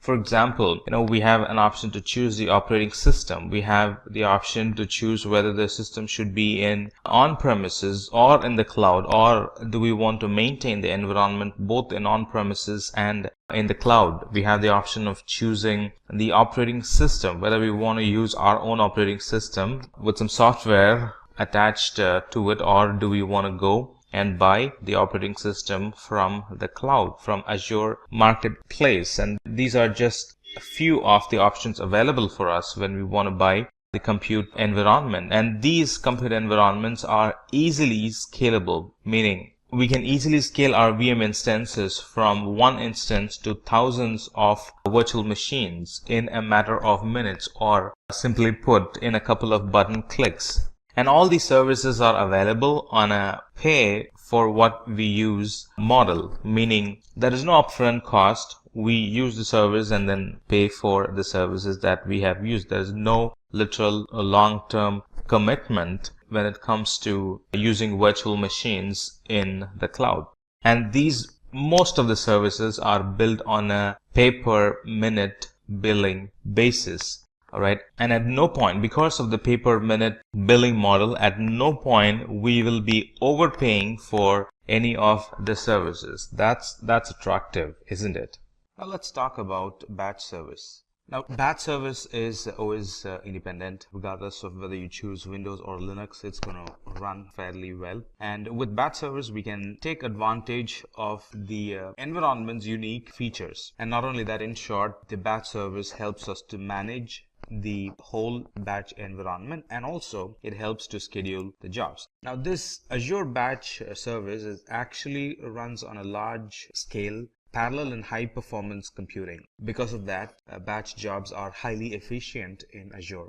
And when we run batch services, this Azure batch creates a pool of computer nodes and installs the needed applications that we want to run, and then it schedules jobs to those individual nodes in those pools. As a customer, there is no need for us to install a cluster, or there is no need for us to install a software that actually schedules the jobs, or even to manage or even to scale those infrastructure or the software, because everything is managed by Azure. And this batch service is a platform as a service. There is no additional charge for using this batch service, except for, the only charges that we'll be paying is for the virtual machines that the service uses, and the storage that we will be using, of course, and the networking services that we will be using for this batch service. Let's summarize. This batch service, we have a choice of operating system that we can pick and use, and it scales by itself. Now, the alternative for the batch would be queues, but in queues, we'll have to pre-provision and pay for the infrastructure even if we're not using it. But with a batch, we only pay for what we use. And this batch service helps us to manage the application, manage the scheduling as a whole, as if they are just one thing. As next thing in the compute domain, let's talk about this Fabric service. Now, this Fabric service is actually a distributed system platform that helps us to package, deploy, and manage a scalable and a very reliable microservice and containers. And what does it help? This Azure Fabric service helps us, or it helps the developers and administrators, so they can avoid the complex infrastructure problems, and they can focus only on implementing workloads or taking care of their development, taking care of their application instead of spending time on infrastructure. So what's Service Fabric? Service Fabric, it provides runtime capabilities and life cycle management to applications that are composed of microservices, no infrastructure management at all. And with Service Fabric, we can easily scale the application to tens or hundreds or even to thousands of machines. Here, machines represent containers. As next thing in compute domain, let's talk about virtual machine scale set. Now, this virtual machine scale set, it lets us to create a group of identical load balanced VMs. I just want to mention it again. It helps us to manage a group identical and load balanced VMs. The number of instances or the number of VM instances in a scale set can increase or decrease in response to the demand or in response to a schedule that we define.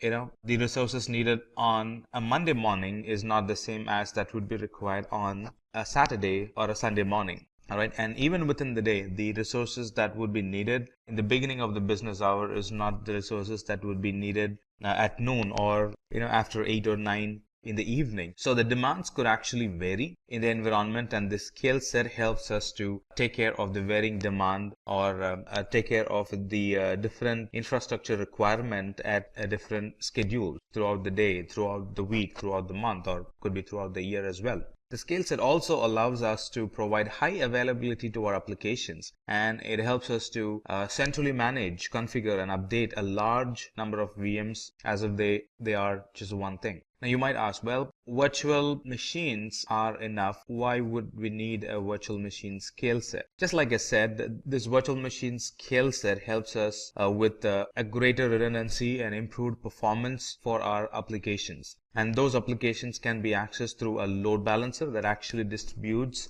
the requests to the application instances. So in a nutshell, this virtual machine scale set, it helps us to create a large number of identical virtual machines, number one. And with scale set, we can increase or decrease the virtual machines. With virtual machine scale set, we can centrally manage and configure and update a big group of VMs. And it's a great use case when it comes to big data or container workloads. As next thing in compute domain, let's talk about cloud services. Now this Azure Cloud Service is actually a platform as a service, and it's very friendly. In fact, it is designed for applications that support scalability or an application that requires scalability or reliability, and on top of it, you want them to be very inexpensive to operate. So Azure Cloud Service provides all these. So where would this cloud service run? Well, it runs on a VM, but it's a platform as a service. VMs are infrastructure as a service, and when we run applications on VM through cloud service, it becomes platform as a service. So here is how you got to be thinking. With infrastructure as a service like VMs, we first create and configure the environment, and then we run applications on top of it. Let's look at the responsibility. The responsibility for us in VM is that we manage everything end to end, like deploying new patches, picking the versions of the operating system, and making sure they are intact and all that stuff. It's all managed by us. But on the contrary, with platform as a service, it's as if the environment is already ready. All that you have to do is deploy your application in it and manage the platform. Manage the platform not as an administrator, because all the administration is taken care by Azure, like deploying new versions of the operating system. It's all handled by the Azure. So we deploy the application and we manage the application. That's it. Infrastructure management is handled by Azure. So what does cloud service provide? This cloud service provides a platform where we can write the application code, and we don't have to worry about hardware. Simply hand over the code and cloud service takes care of it. So no worry on the hardware at all. So responsibilities like patching, what do we do if something crashes? How do I update the infrastructure? How do I manage the maintenance or the downtime in the underlying infrastructure? All that is handled by Azure. It also provides a good testing environment for us. We can simply run the code, test it before it's actually released to the production. I want to expand a bit on these testing applications. So this Azure Cloud Service, it actually gives us a staging environment for testing a new release without it affecting the existing release, which actually reduces the customer downtime. So we can run the application, test it, and anytime that's ready for production, all that's needed for us to do to move it to production is simply to swap the staging environment into the production environment, and the old production environment will now become the new staging environment, where we can add more to it and then swap it back at a later point. So it kind of gives us a swappable environment for testing our applications. And not only that, it gives us health monitoring alerts. It helps us to monitor the health and availability of our application. And there is a dashboard we can benefit from when we use Azure Cloud Services, and that shows the key statistics all in one place. And we can also set up real-time alerts to warn when a service availability or a certain metrics that we are concerned about degrades. As next thing in compute domain, let's talk about functions. Now, functions are serverless computing. Now, many times if you heard about Azure being serverless, a lot of time they are referencing, or the person who's talking to you is referencing to serverless computing or Azure Functions, which is a serverless computing service hosted on Microsoft Azure. The main motive of a function is to accelerate and simplify application development. Functions helps us to run code on demand without we need to pre-provision or manage any Azure infrastructure. So Azure Functions are script or a piece of code that gets run in response to an event that you want to handle. So in short, we can just write a code that you need for a problem at hand without actually worrying about the whole application or the infrastructure that will be running that code. And the best of all the best is when we use functions, we only pay for the time that our code runs. So what does functions provide, or what does Azure Functions provide? Azure Functions allow users to build applications using serverless simple functions with a programming language of our choice. So the current programming languages that are supported is C#, F#, Node.js, Java, and PHP. So here we really don't have to worry about provisioning or maintaining servers. If a code requires more resource, yes, Azure Functions handles or it provides the additional resources needed by the code. And the best part is we only pay for the amount of time the functions are running, not the resources, but the amount of time the function is running. As next thing, and moving to the new domain, let's talk about the container domain in Azure.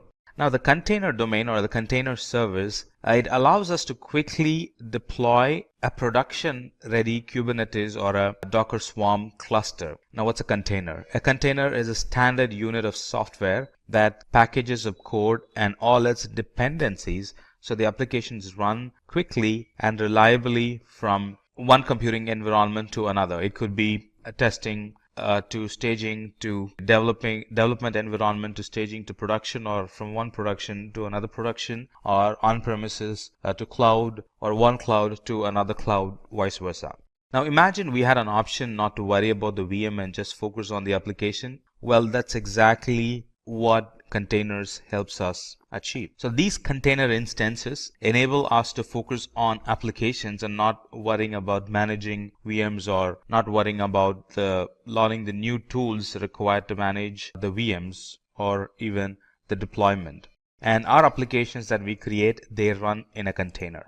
And running in a container is what helps us to achieve all these, not being able to manage or not needing to manage the virtual machines. So these containers, they can be deployed into the cloud using a single command if you're using a command line interface, and a couple of button clicks if we are using the Azure portal.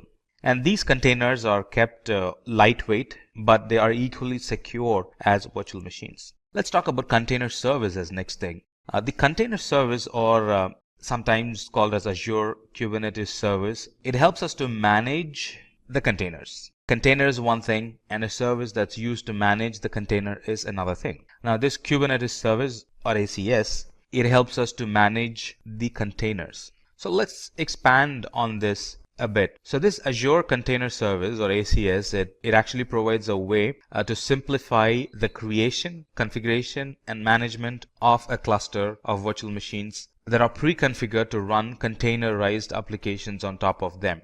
Deploying these containers might take like 15 to 20 minutes, or deploying the virtual machines that run containers in it might take 15 to 20 minutes. And once they are provisioned, we can actually manage them by using simple SSH tunnel into them. And this ACS, when it runs applications from Docker images. What does that mean?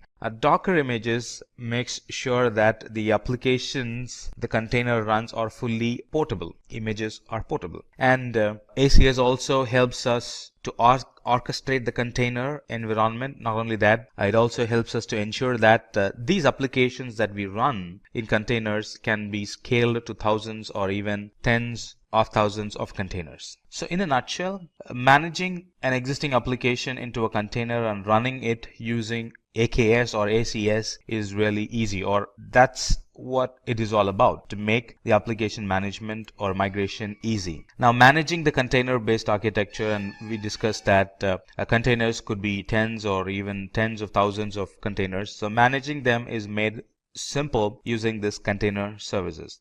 And even training of model using a large data set in a complex and resource intensive environment, this AKS helps us to simplify that environment. All right, as next thing in container domain, let's talk about container registry. We spoke about registry a little bit when we spoke about Docker images. So container registry is a single place where we can store our images, which are Docker images. When we use containers, it's Docker images that we use for our image purposes. So these container images are a central registry that can be used to ease container development by easing the storage and management of container images. So there we can store all kind of images like Docker Swarm, or the images used in Docker Swarm are in Kubernetes. Everything can be stored in container registry in Azure. Now, anytime we store a container image, it provides us an option for geo replication. What that means is that we can efficiently manage a single registry replicated across multiple regions. Now, these geo replication, it actually enables us to manage global deployments, assuming we are having an environment that requires a global deployment.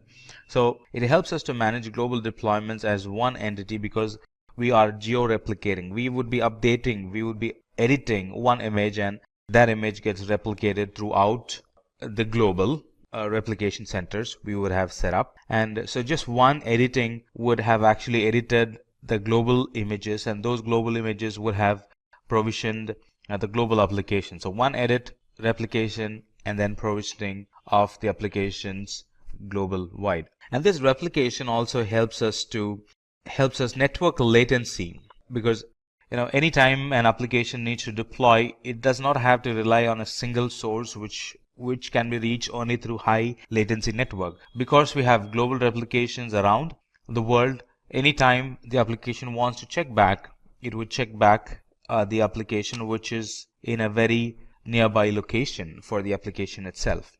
Global replication means that we are managing it as a single entity that's being replicated across the multiple regions in the globe.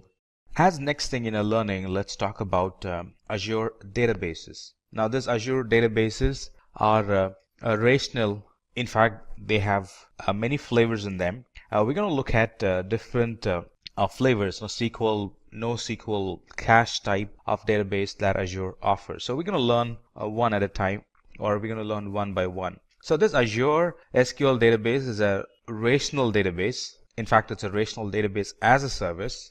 It's managed by Azure. We don't get to do a lot of management in it. So it's a relational database as a service based on Microsoft SQL Server database engine. And this database is a high performance database. It is very reliable, and it's very secure as well. And this high reliability, high performance, and for this high security, we really don't have to do anything. It comes along with it, and it's managed by Azure.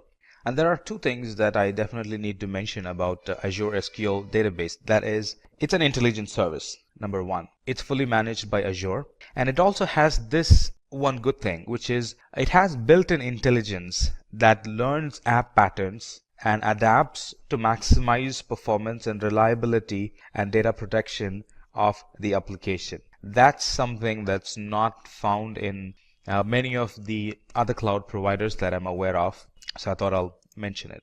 So it uses built-in intelligence to learn about the user's database patterns and helps improve performance and protection. And migration or importing data is very easy when it comes to Azure SQL database. So it can be readily or immediately used for analytic reporting and intelligent applications in Azure. As next thing, let's talk about Azure Cosmos DB. Now, Azure Cosmos DB is a database service that is for NoSQL type, and it's created to provide low latency and an application that scales dynamically or that scales rapidly. Now, this Azure Cosmos DB is a globally distributed service, and it's a multi-model database. This can be provisioned in a click of a button. That's all we got to do if we need to provision an Azure Cosmos DB in the Azure. It helps with scaling the database. We can elastically and independently scale throughput and storage across this database and in any of the Azure geographic regions. It provides a good throughput, it provides good latency, it provides good availability, and it provides, or Azure promises, a comprehensive SLA that no other database can offer. That's the best part about Cosmos DB. So this Cosmos DB was built with global distribution in mind, and it's built with the horizontal scale in mind. And all this we can use by only paying for what we have used. And remember, the difference between Azure Cosmos DB and the SQL database is that Azure Cosmos DB supports NoSQL, whereas SQL doesn't. Alright, few other things about Azure Cosmos DB is it allows users to use key value, graph, column, family, and document data. It also gives users a number of API options like SQL, JavaScript, MongoDB, and few others that you might want to check in the document at the time of reading. And the best part here is that all that we mentioned, we get to use only by paying for the amount of storage and throughput that are required. And the storage and the throughput can be elastically scaled based on the requirement of that R. Alright, let's talk about Redis Cache. Discussion about Azure Database won't be complete without we talking about Redis Cache. Now, Redis Cache is a secure data cache. It's also sometimes called as messaging broker that provides high throughput and low latency access to data for the applications. Now, Redis Cache is based on a popular open source caching product, which is Redis, sometimes called as Redis Cache. Now, what's the use case? It's typically used to cache to improve the performance and scalability of a system that rely heavily on backend data stores. Now, performance when we use Redis Cache is improved by temporarily copying the frequently accessed data to a fast storage located very close to the application. Now, with Redis Cache, this fast storage is located in memory with Redis Cache instead of being loaded from the actual disk in the database itself. Now, this Redis Cache can also be used as an in-memory data structure store. Not only that, it can be used as a distributed non-relational database and a message broker. So there are a variety of use cases for this Redis Cache. And by using Redis Cache, the application performance is improved by taking advantage of the low latency and the high throughput performance that this Redis Cache engine provides. So to summarize, this Redis Cache, when we use Redis Cache, data is stored in the memory instead of the disk to ensure that there is high throughput and low latency when the application needs to read the data. It provides various levels of scaling without any downtime or interference. Now, this Redis Cache is actually backed by Redis server, and it supports string, hashes, linked list, and various other data structures. Now let's talk about security and identity services. Now, identity management in specific is a process of authenticating first and then authorizing using security principles. Now, not only that, identity management involves controlling information about those principal identities.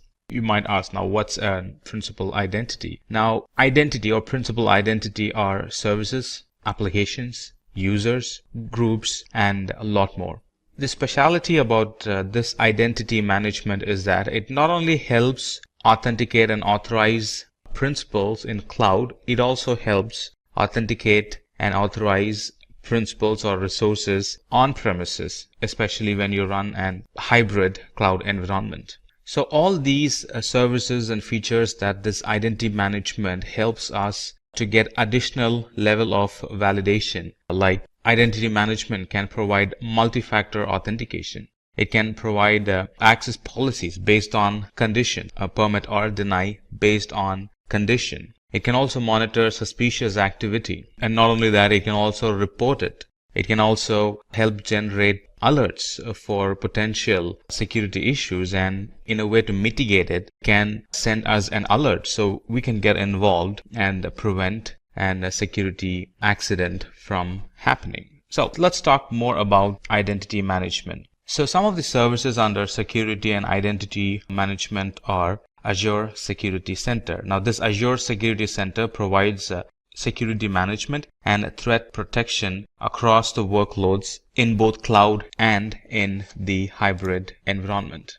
It helps control user access and application control to stop any malicious activity if present. It helps us to find and fix vulnerabilities before they can be even exploited. It integrates very well with analytic methods that helps us to identify, or it gives us the intelligence to identify or detect attacks and prevent them before it can actually happen. And it also works seamlessly with hybrid environments. So you don't have to have one policy for on-premises and one policy for the cloud. It's now a unified service, both for on-premises and the cloud. The next service in security and identity would be Key Vault. Now, a Key Vault is a service or a feature that helps safeguard the cryptographic keys and any other secrets used by the cloud applications and the services. In other words, this Azure Key Vault is a tool for securely storing and accessing the secrets of the environment, the secret keys. Now, a secret is anything that you really want to have a very tight control access, like the certificates, like the passwords, stuff like that. Now, if I tell you what Key Vault actually solves, that would actually explain what Key Vault is. Now, Key Vault is used in secrets management. It's helped in securely storing the tokens, the passwords, the certificates. It helps in key management. It really helps in creating and controlling the encryption keys that we would use to encrypt data. It helps in certificate management. Talking about certification management, it helps us to easily provision, manage, and deploy public and private SSL, TLS certificates in Azure, and a lot more. So in a nutshell, this Key Vault, it provides users the ability to provision new vaults and keys in just a matter of minutes. All that in a single command, or all that in a couple of button clicks. It also helps users to centrally manage their keys, secrets, and policies. Next in the list, let's talk about Azure Active Directory. Now, Azure Active Directory, it helps us to create intelligent-driven access policies to limit resource usage and manage user identities. What does that mean? Now, this Azure Active Directory is a cloud-based Active Directory and identity management service. Now, Azure Active Directory combines, it's actually a combination of the core directory services plus application access management plus identity protection. And one good thing about this Azure, in fact, there are a lot of good things, but especially when you're running hybrid environments, you might wonder, well, how this Azure Active Directory is going to behave. Now, this Azure Active Directory is built to work on-premises and cloud environment as well. Not only that, it also works seamlessly with mobile applications as well. So in a nutshell, this Azure Active Directory, it acts as an central point of identity and access management for our cloud environment. It also provides good security solutions that protect against unauthorized access of our app and the data. Now that we've discussed about security and identity, let's talk about the management tools that Azure has to offer. Azure provides built-in management and account governance tools that helps administrators and developers, that helps them to keep their resources secure and very compliant. And again, it helps both in on-premises and in the cloud environment. And these management tools help us to monitor the infrastructure, monitor the applications. It also helps in provisioning and configuring resources. It also helps in updating apps. It helps in analyzing threats, taking backup of the resources, build disaster recoveries. It also helps in applying policies and conditions to automate our environment. We use Azure management tools, and it's also used in cost control methods. So this Azure management plays a wide role across the Azure services.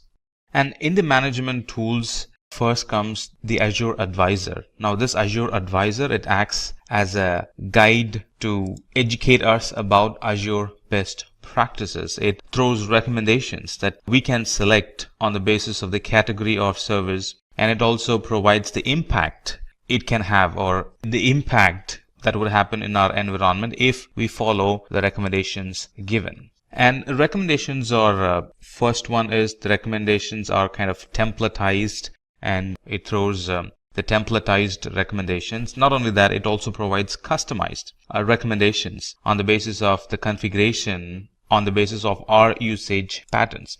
And these recommendations are not hard. It's not like something that it recommends and then just leaves us hanging there.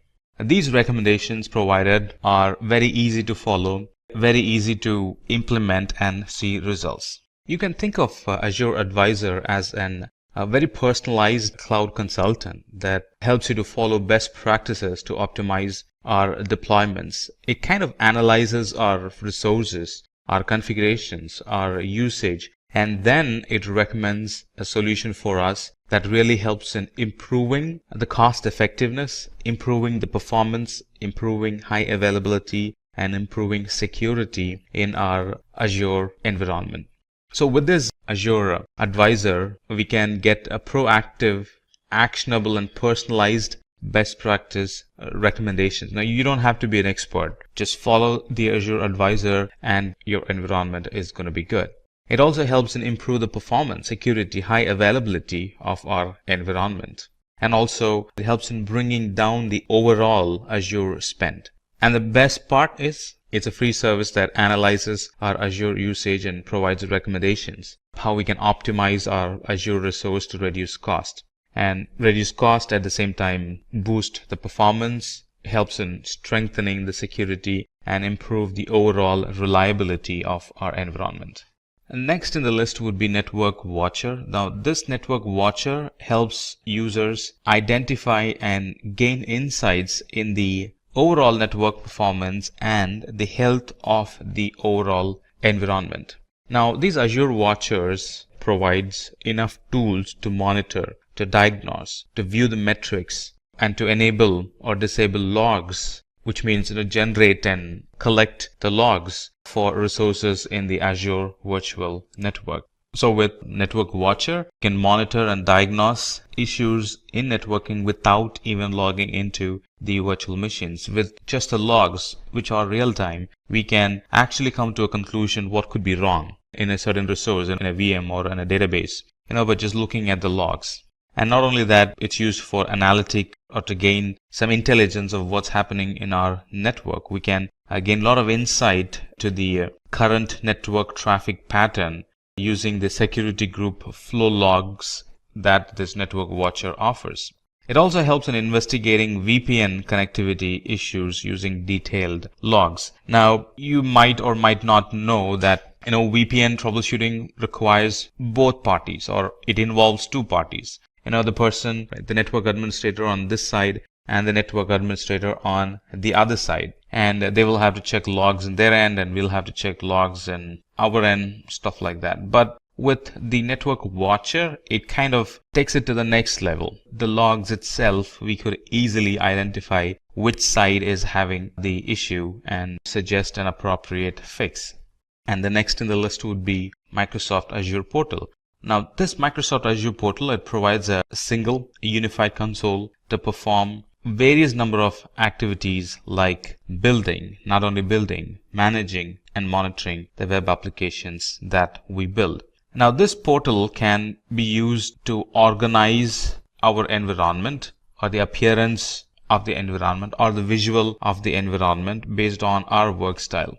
And using Azure Portal, users can control who gets to manage or access the resources, all from the Azure Portal. And this Azure Portal gives a very good visibility on the spends that happen on each resource, right? And if we can customize it, we can also identify spends based on team, spends based on days, spends based on department, stuff like that. So it kind of gives us a good visual of where the money is spending, or where is the bill consumed within the Azure environment.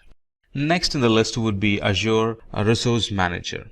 Now, Azure Resource Manager enables us to manage the usage of the application resources. Now, we use Resource Manager to deploy, monitor, and manage solution resources as a group, as if it's one single entity. Now, the infrastructure of our application is typically made of various components, which includes virtual machine, storage, virtual network, web app, database servers, some other third-party services that we might use in our environment. And they are by nature separate services. But with Azure Resource Manager, we don't see them as different components or different entities. Instead, we see them as related services in a group that supports an application. Now we kind of get the relation between them instead of letting them spread. Azure Resource Manager identifies the relation between them and helps us to visually see them all as one or single entity.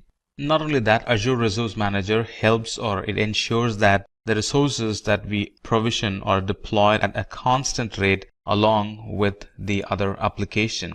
It also helps users to visually see their resources and how they are connected, and that helps in managing the resources a lot better. Resource group also is used to control who can access the resources within the user's organization. Kind of gives you the fine-grained control over who gets to access and who does not get access. And the last one in the management tools would be automation. And this automation gives us the ability to automate, configure, and install upgrades across hybrid environments.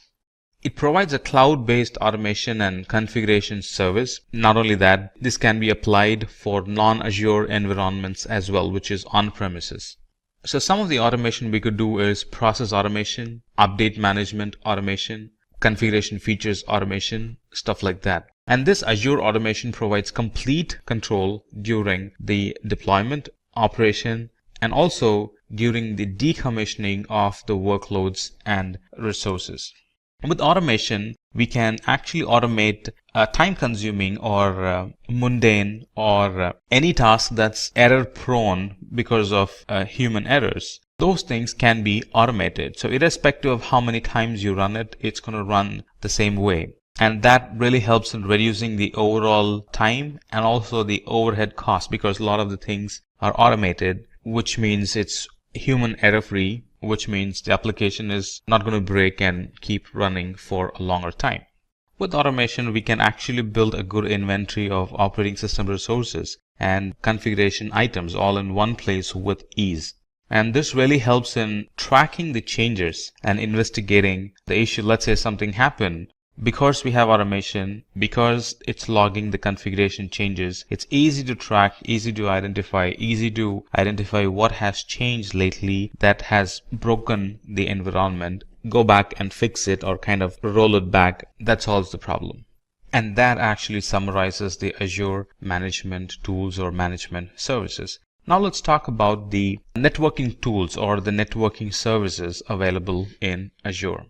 There are a variety of services, especially networking services, that Azure offers, and I'm sure it's going to be an interesting one. Let's begin our discussion with Content Delivery Network. Now, the Content Delivery Network, in short CDN, it allows us to perform secure and a very reliable content delivery. Not only that, it also helps in accelerating the delivery time, or in other words, reducing the delivery time, also called as load times. It also helps in saving bandwidth and increases in responsiveness to the application. Let's expand on this. The Content Delivery Network is actually a distributed network of servers that can efficiently deliver web content to users. Now, CDNs, we're going to use the word CDN here. CDNs store cached content on global edge servers, also called as POPs, point of presence locations, that are very close to the end users, so the latency is minimized. It's like taking a copy of the data or taking a multiple copy of the data and storing it in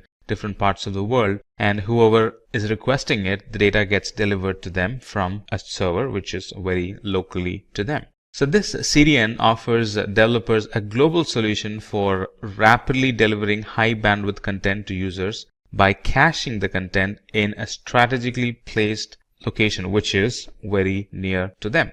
So these content delivery networks, it really helps in handling That's one advantage you get for content delivery network. That's we can handle spikes and heavy loads very efficiently. And we can also run analytic against the logs that gets generated in content delivery network, which helps in gaining good insight on the workflow and what would be the future business need for that application. And this, just like a lot of other services, this is on a pay as you go type. So you use the resource first and then you only pay for what you have used.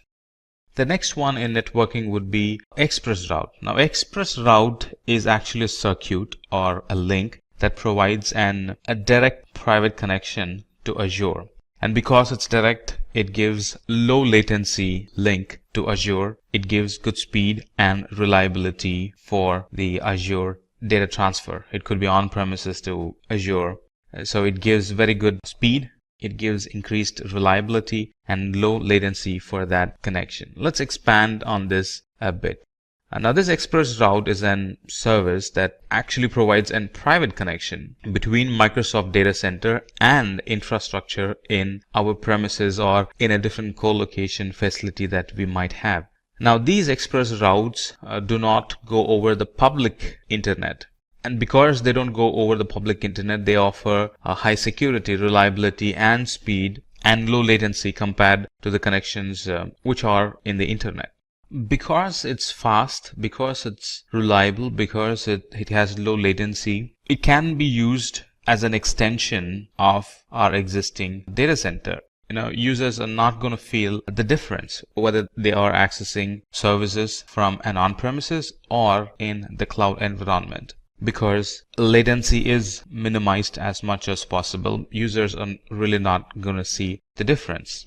And because it's a private line and not a public internet line, it can be used to build hybrid applications without compromising privacy or the performance. Now these virtual private cloud, these ExpressRoutes can be used for taking backups. If assume a backup going through the internet, that would be a nightmare.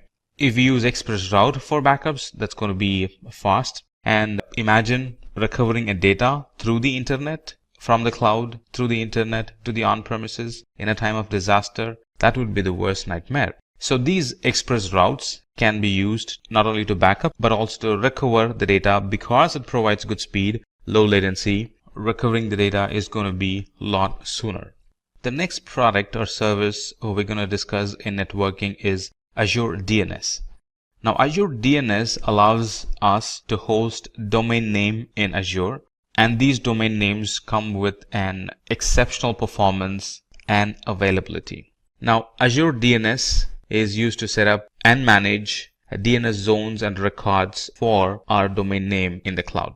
Now this Azure DNS is a service for DNS, just like the name says, and it provides name resolution by using Azure's infrastructure. And by using this domain, we can actually manage the DNS ourselves through the Azure portal with the same credential. Imagine having a DNS provider which does not even belong in our IT. Imagine that environment. We would have a separate portal to manage the DNS environment. Now those are gone. And now we can actually manage the DNS in the very same Azure portal where we use the rest of the other services. And this Azure DNS very much integrates with other DNS service providers. It uses a global network of name servers to provide fast response to DNS queries. And these domains are having additional availability compared to the other domain service providers' availability promises. These are going to have more availability than the rest because most of the servers are maintained by Microsoft, and it helps resolve sooner. It helps resyncing. Let's say a server fails, it kind of helps resyncing with the rest of the servers. So all the Microsoft's environment, all the Microsoft's global network of name servers kind of ensures that our domain names are resolved properly, not only properly, but also are available most of the time. Right, next in the list in networking services is virtual network. I'm sure this is going to be very interesting and I'm sure you're going to like it. So this networking or virtual networking in Azure, it actually allows us to set up our own private cloud in the public cloud. It gives us an isolated and highly secure environment for our application. Let's expand on this. So this Azure Virtual Network helps us to provision Azure virtual machines, and it helps us to securely communicate with other on-premises and internet networks. It also helps in controlling the traffic that flows through or flows in and out of this virtual network to other virtual networks and to the internet. Now this Azure virtual network, sometimes called as VNet, is actually a representation of our own network in the cloud. It's actually a logical isolation of the Azure cloud dedicated to our subscription. All our environments are provisioned in a VNet that is separate from another customer's VNets. That way we have that logical separation there. So this virtual network can also be used to provision VPNs in the cloud, so we can connect the cloud and the on-premises infrastructure and a lot more, especially in an environment where we have hybrid environment. Surely we will be using virtual network because that's going to require a VPN for secure data transfer in and out of the cloud and in and out of the on-premises environment.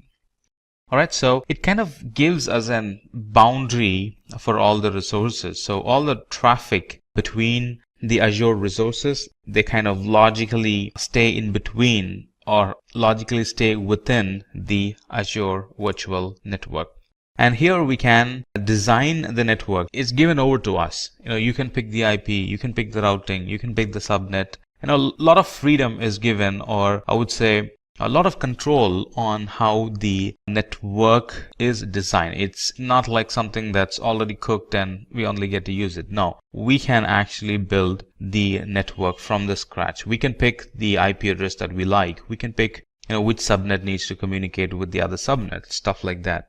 And like I said, if you are using hybrid environment, you definitely would be requiring a virtual network because it helps connect the on-premises and the cloud in a secure fashion using VPN. The last product we're going to discuss in networking is a load balancer. This load balancer actually provides application a good availability and a good network performance. So how does it work? It actually works by load balancing the traffic to and from the virtual machine and the cloud resources. Not only that, it also load balances between cloud and cross-premises virtual networks. With Azure Load Balancer, we can actually scale our application and create high availability for our services, which means our application will be available most of the time. If any of the server goes dead, the server does not get traffic. What happens if the server gets traffic? User is going to experience downtime. What happens if the server does not get traffic? User won't experience any downtime. The connection is shifted to an healthy service, so the user experiences uptime all the time. So this load balancer supports inbound and outbound scenarios, and it provides low latency. It gives high throughput of the data transfer, and we can actually scale up the flow of the TCP and UDP connections from hundreds to thousands to even millions because we have a load balancer now in between the user and the application. So how does it operate? This load balancer actually receives the traffic and it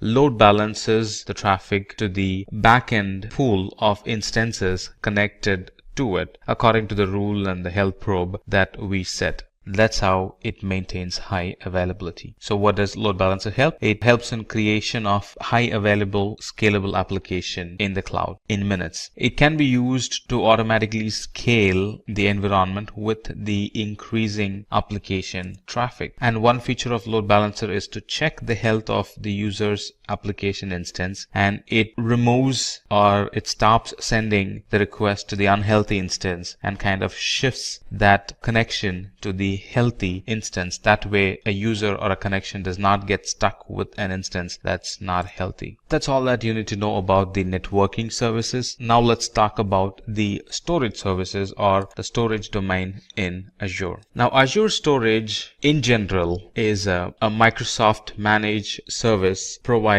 cloud storage, which basically is highly available, secure, durable, scalable, and redundant because it's all managed by Azure. We don't don't get to manage a lot of it. And these Azure storages are a group of storage services. They cater different needs. And the storage products include Azure Blobs, which is actually an object storage. It includes Azure Data Lake. It includes Azure Files. As you see, it includes Azure Queues. It includes Azure Tables and a lot more. But let's start our discussion with Azure Store Simple. Azure Store Simple is an hybrid cloud storage solution that actually lowers the cost of storage to nearly 60% of how much you would be actually spending without using it. So Azure Simple Storage or Store Simple is an integrated storage solution that manages the storage task between on-premises and the cloud storage. What I really like about Azure is that it's built around a hybrid environment in mind. There are a lot of other cloud providers that are there where running an hybrid environment is a big challenge. It has some compatibility. You won't be able to find an hybrid or a on-premises and cloud solution for your need, stuff like that. But with Azure, especially when it comes to storage, a lot of the things that we're going to see, it clearly is designed with hybrid environment in mind. All right, so let's come back and talk about Store Simple. So Store Simple is a very efficient, cost-effective, and a very easily manageable SAN, storage area networking solution in the cloud. I thought I'll throw in this information. The reason why it got Store Simple is really because it uses Store Simple 8000 series devices which are used in Azure Data Center. And this Store Simple or Simple Storage, it comes along with storage tiering to manage the stored data across the various storage media. So the very current data is actually stored in on-premises on solid-state drives, and data that is used less frequently is stored in HDDs or hard disk drives. And the data that requires archived or that needs to be archived, very old data, let's say less frequently used data, candidate for archive, they are actually pushed to the cloud. So you see how this storage tiering automatically happens in Store Simple. And another cool feature of Store Simple is that it enables us to create an on-demand and scheduled backups of data and then store the data locally or in the cloud. And these backups are actually taken in the form of incremental snapshot, which means that they can be created and restored quickly. It's not a complete backup, it's an incremental backup.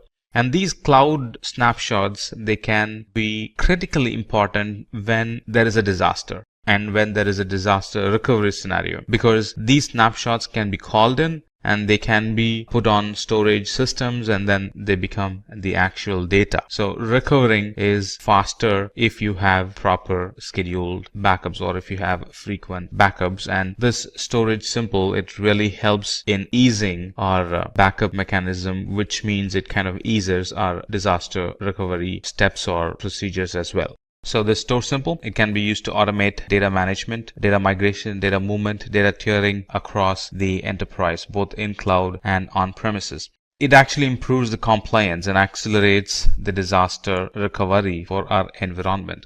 And if there is one thing that's increasing every new day in our environment, that would be storage. And this Store Simple addresses that need, and we really don't have to pre-plan or think in deep for having a proper storage, because now we have a simple storage available in the cloud, and moreover it's on a pay-as-you-go type. So not much pre-planning on storage is needed. Yes, there will be a need, but not as much as I would without the cloud or without the simple storage. And the next service under storage that we would like to discuss is the Data Lake Store. This Data Lake Store or storage, it's a cost-effective solution for big data analytics in specific. So let's expand this. So this Data Lake Storage is an enterprise-wide repository for big data analytic workload. Now that's the major service that's dependent on this Data Lake Store. And this Data Lake enables us to capture data of any size, of any type, and of any ingestion speed, and it kind of collects them in one single space or in one single place for operational efficiency. Operational efficiency and for analytic purpose. Hadoop in Azure is very dependent on this Data Lake Storage. And this Data Lake Store is designed with performance for analytics in mind. So anytime you think of, or anytime you're using analytic in the cloud, or anytime you're using Hadoop in the cloud in Azure, we are definitely using, or we will be to the most part, or the normal procedure, or the right storage to pick would be data lake store in Azure. It's designed with security in mind. So anytime we use Azure storage, we can be rest assured that we are using storage from within a data center which has, or which was built with security in mind. So this data store also uses Azure Blob storage behind the scenes for global scale, durability, and for performance. Let's talk about blob storage. Now, blob storage provides large amount of storage and scalability. Now, this blob storage is the object storage solution for Azure Cloud. Let's expand a bit on blob storage. Azure Blob Storage is Microsoft offering for object storage. Now, this blob storage is optimized for storing massive amount of unstructured data, which could be text or binary data. It's designed and it's optimized for rapid reads. If I explain to you on what scenarios we would be using blob storage, that might help you get a good understanding of what blob storage is. So it's designed, as of now it's being used in many IT environments to serve images or documents directly to the browser. It helps in storing files for distributed access. A lot of fetchers can fetch data from Azure Blob Storage. And it's currently helping users stream video and audio. It's currently being used for writing log files. It's currently being used to store data as backup and restore at a later point in times of disaster recovery. It also is used as an archiving storage in a lot of cloud IT environments. It's widely used in storing analytic data, not only storing but also running analytic query against the data stored in it. So that's a wide use case for blob storage. Not only that, in addition to all that we mentioned, it also supports versioning. So anytime somebody updates and data, a new version gets created, which means at any point I can roll back as and when needed.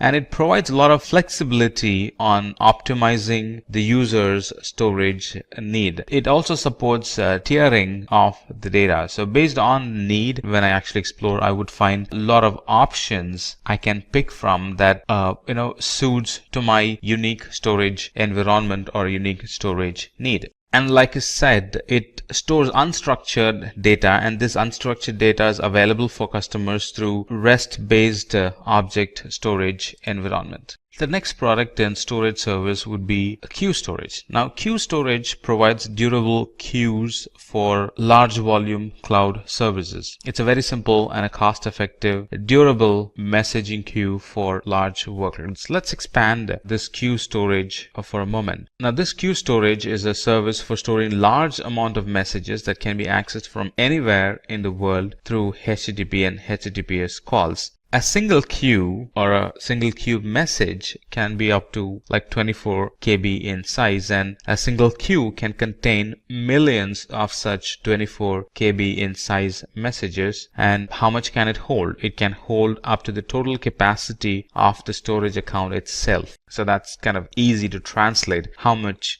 would it hold? And this Azure Queue Storage, it provides an messaging solution between applications and components in the cloud. What does it help? It helps in designing an application for scale. It helps in decoupling the application, so it's not very dependent, or sometimes it's not at all dependent on the other application, because now we have a queue in between which kind of translates, or which kind of connects, or which kind of decouples both the environment. Now we have a queue in between, both the environment can scale up or scale down independently. The next in the storage service would be file storage. Let's talk about file storage. Now, these Azure files provide secure, simple, and managed cloud file shares. Now, with file share in the cloud, it actually extends the user server's on-premises performance and capacity. And a lot of familiar tools for the cloud file share management can be used along with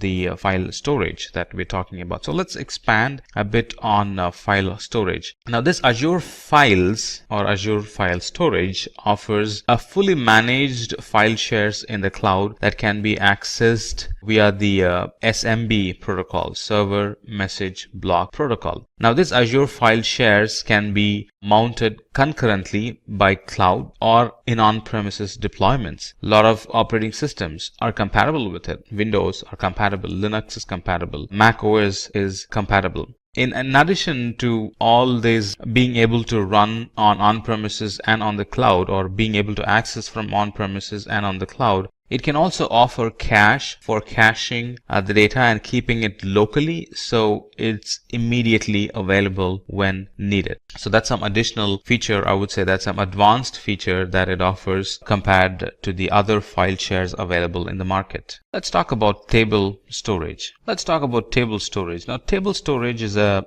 NoSQL key value pair storage for quick deployments with large semi-structured data sets. The difference between one important thing to note with table storage is that it has a flexible data schema, and also it's highly available. Let's expand a bit on table storage. So anytime you want to pick a schema-less, a NoSQL type table storage is the one we'll end up picking. It provides an key pair attribute storage with a schema-less design. This table storage is very fast and very cost effective for many of the applications, and for the same amount of data, it's a lot cheaper when you compare it with the traditional SQL data or data storage. So some of the things that we can store in the table storage are, of course, they're going to be flexible data sheets, such as user data for web application, address, books, device information, and other types of metadata for our service requirements. And it can have any number of tables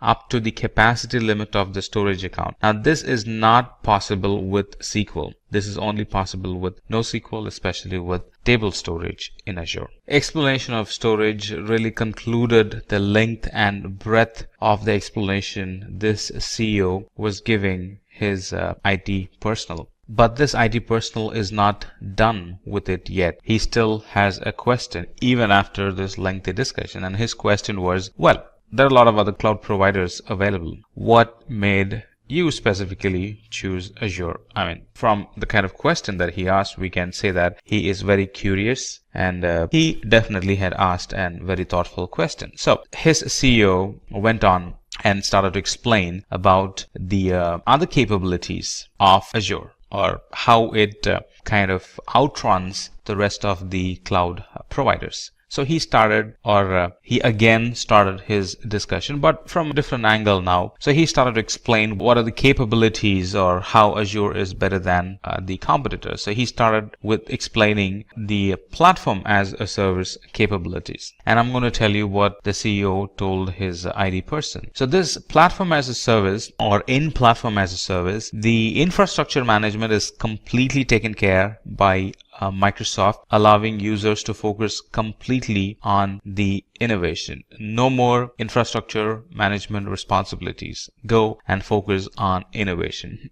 That's a fancy way of saying it. When we buy platform as a service, that's what we get. We can contribute our time on innovation and not just maintaining the infrastructure. And Azure especially is .NET friendly. Azure supports the .NET programming language, and it has, or it is built or designed, or it is optimized to work with old and new applications deployed using .NET programming framework. So if your application is .NET, most of the time you would end up picking Azure. I mean, if you try to compare, most of the time you would end up picking Azure as your cloud service provider. And the security offerings that Azure offers is it's designed based on the security development lifecycle, which is an industry-leading assurance process. When we buy services from Azure, it assures that the environment is designed based on security development lifecycle.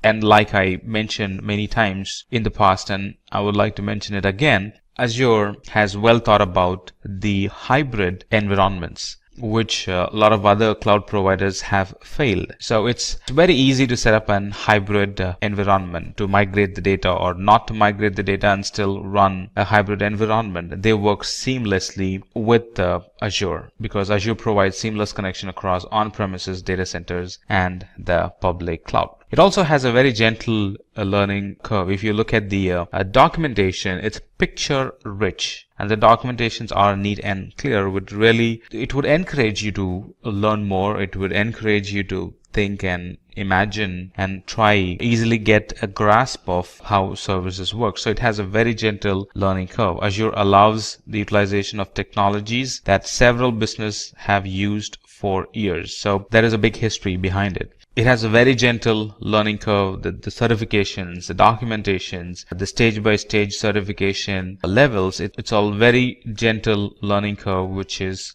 generally missing in other cloud service providers. Now, this would really impress the CTOs or people working in finance and budgeting. If an organization is already using Microsoft software, they can definitely go and avail or be bold and ask for a discount that can reduce the overall Azure spending. In other words, overall pricing of the Azure. So that's what helped, or they are the information that helped the CEO pick Azure as his cloud service provider. And then the CEO goes on and talks about the different companies that are currently using Azure, and they are definitely using Azure for a reason, like Pixar, Boeing, Samsung, EasyJet, Xerox, BMW, 3M. They are major multinational, multi-billion companies. They rely, run, operate their IT in Azure. And this CEO has a thought that his IT person is still not very convinced unless and until he shows him a visual of how easy things are in Azure. So he goes on and explains about a practical application of Azure,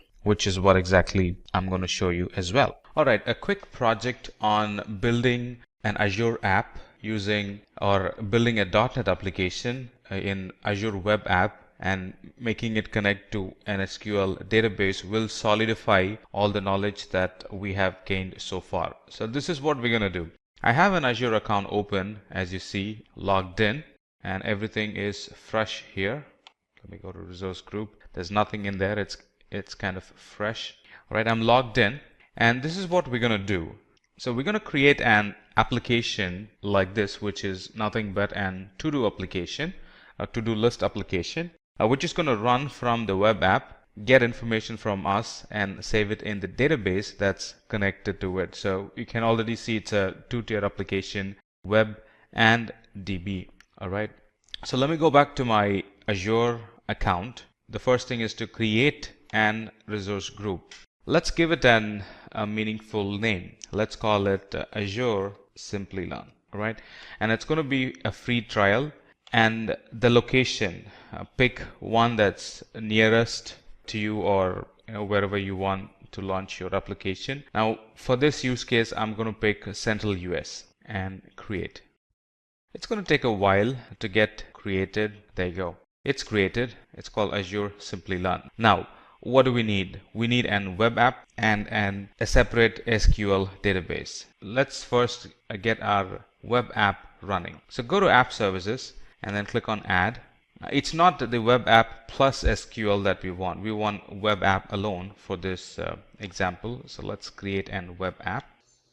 Give it a quick name. Let's call it Azure Simplilearn. The subscription is free trial, and I'm going to use my existing resource group, a resource group that we created some time back. It's going to run out of Windows, and we're going to publish the code. All set, we can create it. All right, while this is running, let me create my database. Right, SQL database, create a database, give it a name. Let's call it Azure Simplilearn DB. Put it in our existing resource group that we created. It's going to be a blank database, all right, and it's going to require some settings like the name of the server and the admin login, the password that goes along, and in which location this is going to be created. The server name is going to be Azure Simplilearn DB. That's the server name, and the admin login can be, what can be the admin login name? Let's see. So let's call it Simplilearn. That's my admin login name, and let me pick a password. Click on create. So what have we done so far? We have created an web app, and we have created a database in the resource group that we have created. So if I go to resource group, it's going to take some time before things show up. So if I go to my resource group, I only have one resource group as of now, Azure Simplilearn, and there I have a bunch of resources being created. It's still being created. Right. In the meantime, I have my application right here that's running out of or that's in Visual Studio as of now. Right. So once the infrastructure is set and ready in the Azure console, we're going to go back to Visual Studio, feed these inputs in the Visual Studio, so the code knows what the database is, the credentials to log into the database, stuff like that. So we're going to feed those information in Visual Studio. By that, we're actually feeding it into the application, and then we're going to run it from there. Deploying this application takes quite a while. We really got to be patient. Right, now we have all the resources that we need for the application to run. Here's my database, and here's my app service. There's one more thing we need to do, that is create an firewall exception rule. So one more thing needed is to create an firewall exception rule, right? So the application is going to run from my local desktop, and it's going to connect to the database, right? So let's add an exception rule by simply adding the client IP. It's going to pick my IP, the IP of the laptop I'm using as of now, and it's going to create an exception to access the database. So that's done. Now we can go back to our Visual Studio. I already have a couple of apps running, or a couple of configurations pushed from Visual Studio. I'm going to clean that up. If you're doing it for the first time, you may not need to do this. Alright, so let's start from the scratch. This is very similar to how you would be doing in your environment. Alright, so we're going to select an existing Azure app service. Now before that, I have logged in. As you can see, I have logged in with my credentials. So it's going to pull few things automatically from my Azure account. So in this case, I'm going to use an existing Azure app. So select existing and then click on publish.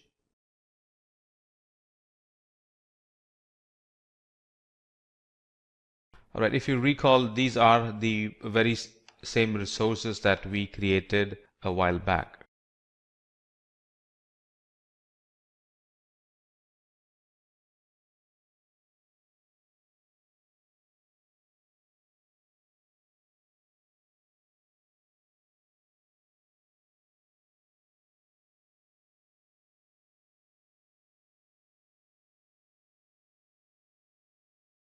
Right, we have clicked on save, and it's running, kind of validating the code, and it's going to come up with an URL. Now initially the URL is not going to work because we haven't mapped the application to the database. So that would be the next thing.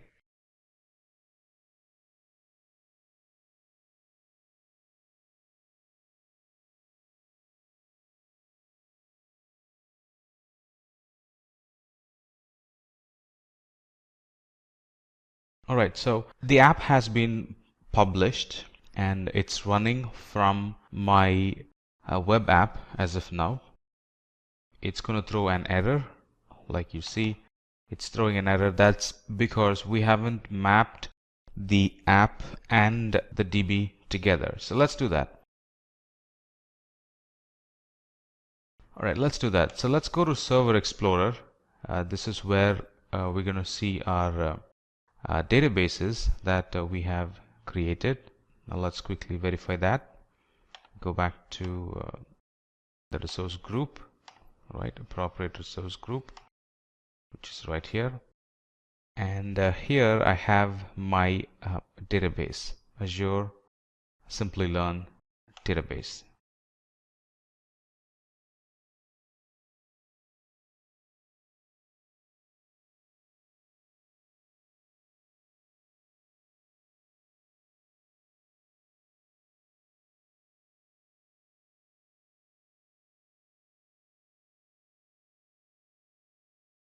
Right, it has some issues connecting to my database. Give me a quick moment. Let's fix it.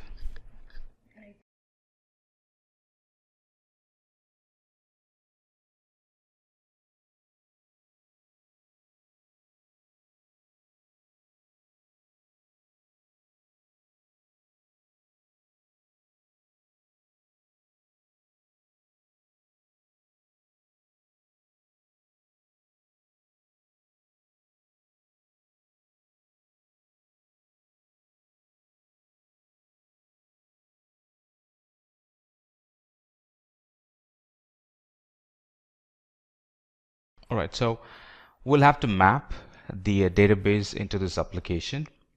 All right, so let's go to the Solution Explorer, click on Publish, and a page like this gets shown. And from here, we can go to Configure. Here is our web app, all right, with all its credentials. Let's validate the connection, number 1. All right, and then click on Next. This is my DB connection string, right, which the app is going to use to connect to my DB. Now, if you recall, our DB was Azure Simplilearn DB, and that's not being shown here. So let's fix that. Right, so let's fix that. Click on Configure, and here let's put our DB servers URL. Now before that, let's change this to SQL Server. All right, and then in here put the DB's URL. So go back to Azure. Here is my DB or server's name. Put that here. Right, the username to connect to the server, that's right here. Put that in, and the password to connect to the server, let's put that in. All right, it's trying to connect to our Azure portal or the Azure infrastructure, and here is my database. If you recall, it's Azure SLDB. That's the name of the database. Let's test the connection. Connection is good. Click on OK. So now it's showing up correctly. Azure Simplilearn DB, that's the name of the database that we created. Now it's configured.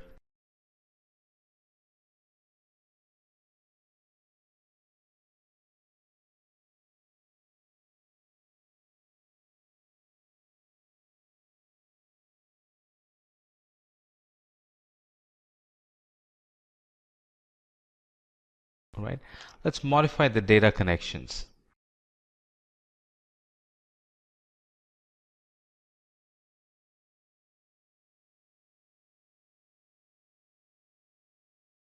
Right, let's map it to the appropriate database again. All right, so our name of the database is Azure Simplilearn DB, and then it's going to be SQL Server. That's the data source. The username is Simplilearn, and the password is what we have given in the beginning. All right, let's validate the connection. It's good. Click OK. Now we're all set and ready to publish our application again. Now the application knows how to connect to the database. We have educated it with the correct connection strings, the DNS name, the username, and the password for the application to connect to the database. So Visual Studio is building this project, and once it is up and running, we'll be prompted with an URL to connect, and anytime we put or we give inputs to the URL, that's going to receive the input and save it in the database.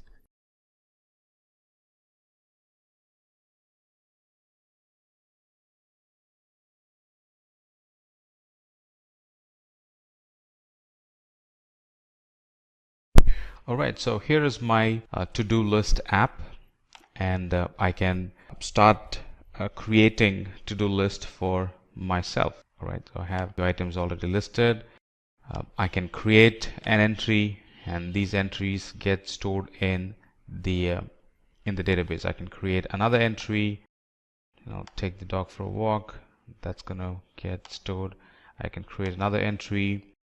Book tickets for a scientific exhibition, and that's going to receive and put that in the database. And that concludes our session. So through this session we saw how I can use Azure services to create a web app and connect that to the DB instance, and how those two services, which are decoupled by default, which are separate by default, how I can use the connection strings to make connection between the app server and the database and be able to create an working app.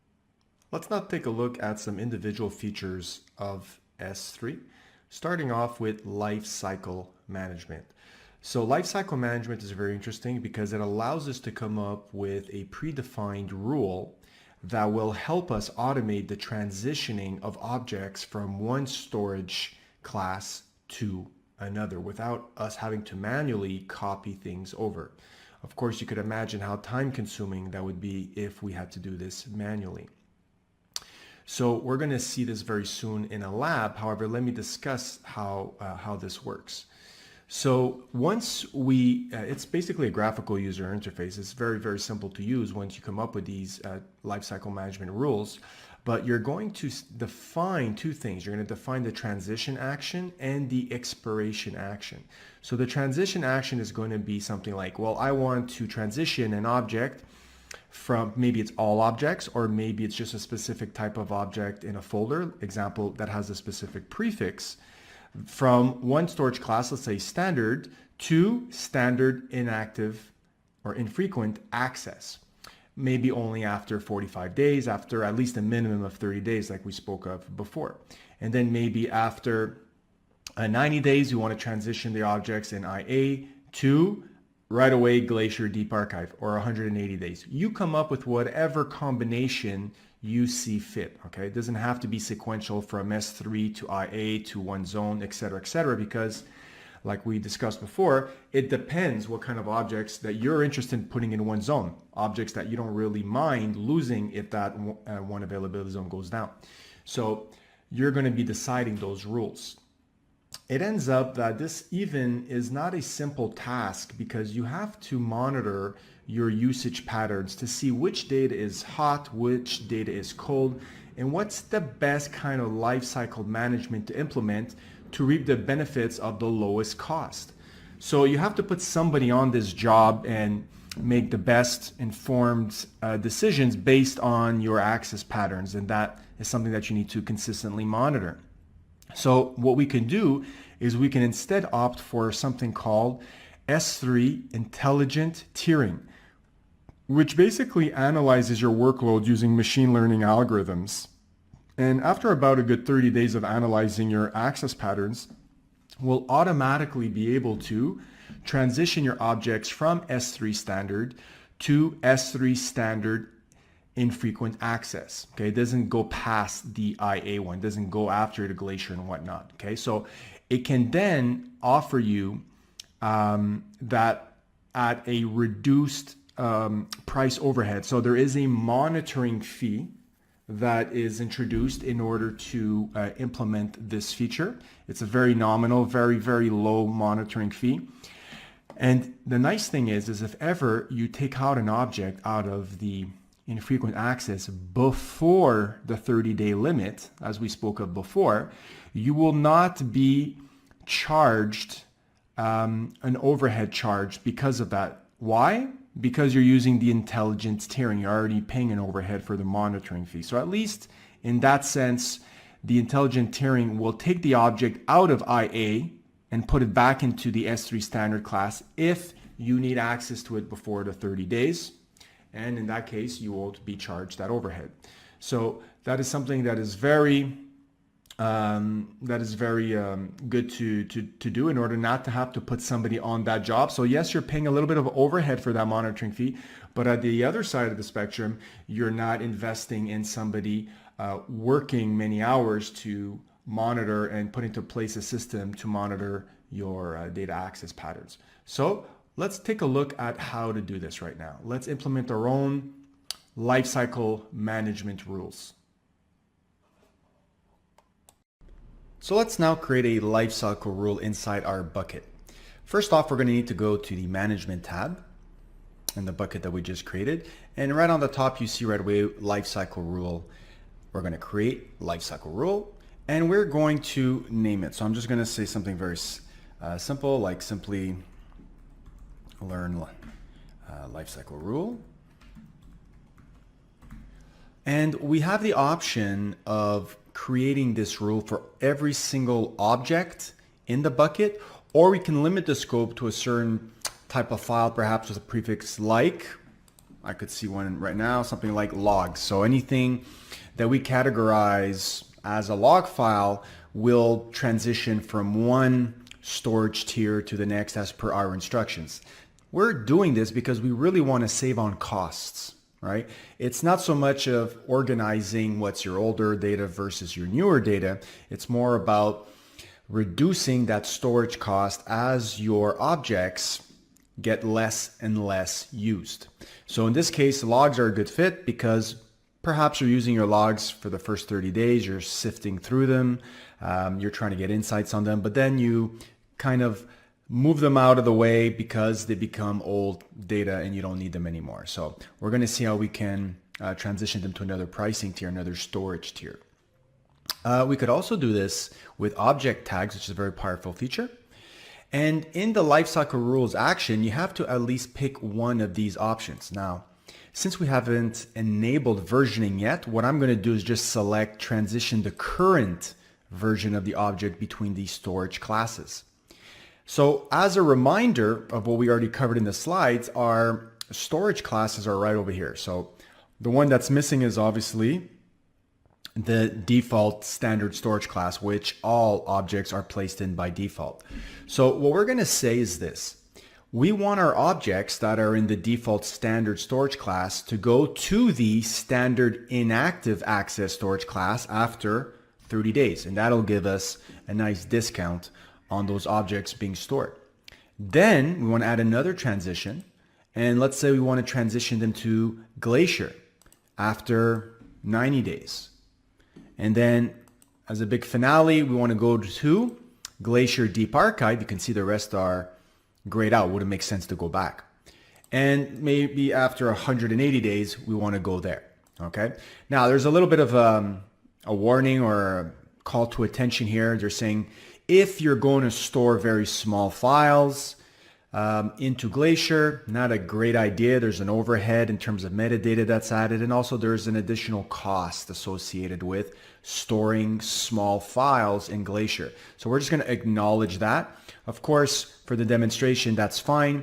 In real life, you don't want to store very big tar files or zip files that had, one or more log files in there. Okay, that would bypass that surcharge that you would get.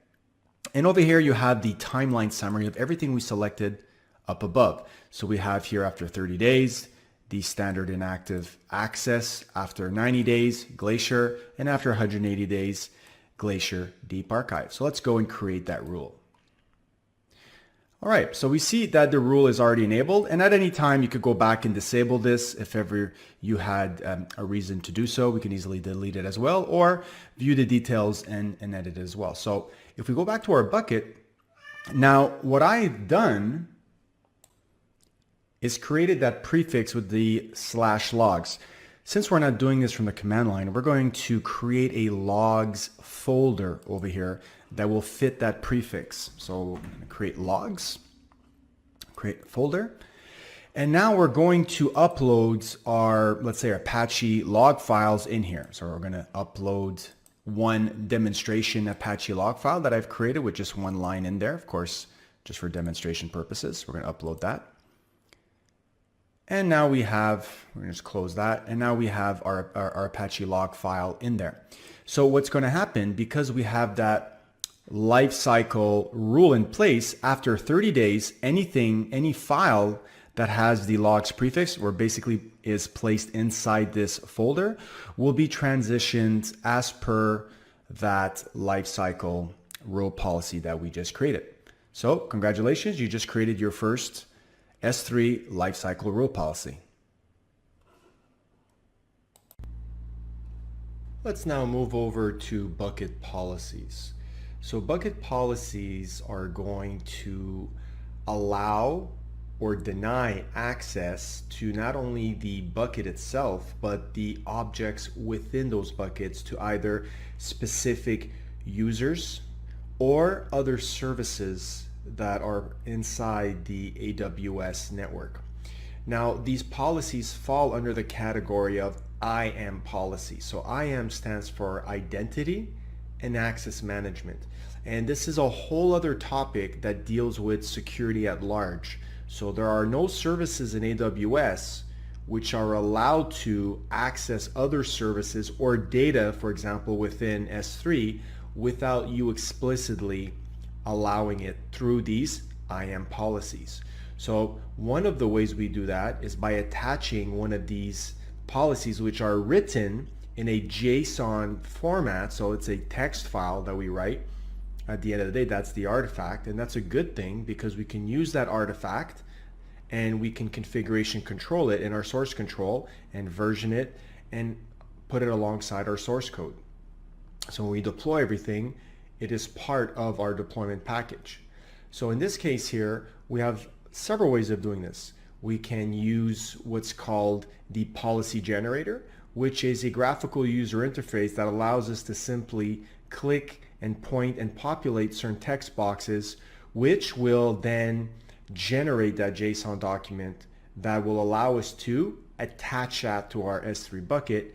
And that will determine, like I said, which users or services have access to whatever API actions are available for that resource. So we might say we want certain users to be able just to list the contents of this bucket, not necessarily be able to delete or upload new objects into that bucket. So you can get very fine-grained permissions based on the kind of actions you want to allow on this resource.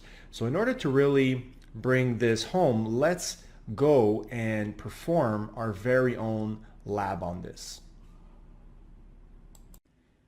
Let's now see how to create an S3 bucket policy. Going back to our bucket, we're now going to go into permissions. So the whole point of coming up with a bucket policy is that we want to control who or what, the what being other services, have access to our bucket and our objects within our bucket. So there are several ways we can go about doing this. Let's edit a bucket policy. One, we can go and look at a whole bunch of pre-canned examples, which is a good thing to do. Two, we could actually go in here and code the JSON document ourselves, which is much more difficult, of course. So what we're going to do is we're going to look at a policy generator, which is really a form-based graphical user interface that allows us to generate, through the answers that we're going to give here, the JSON document for us. First question is, we got to select the policy type. Of course, we're dealing with S3, so it makes sense for us to create an S3 bucket policy. The two options available to us are allowing or denying access to our S3 bucket. Now, in this case here, we could get really fine-grained and specify certain kinds of services or certain kinds of users. But for the demonstration, we're just going to select star, which means anything or anybody can access this S3 bucket. All right. Now, depending on also the actions that we're going to allow. So in this case here, we can get very fine-grained, and we have all these checkboxes that we can check off to give access to certain kind of API action. So we can say we want to give access to, just deleting the bucket, which obviously is something very powerful.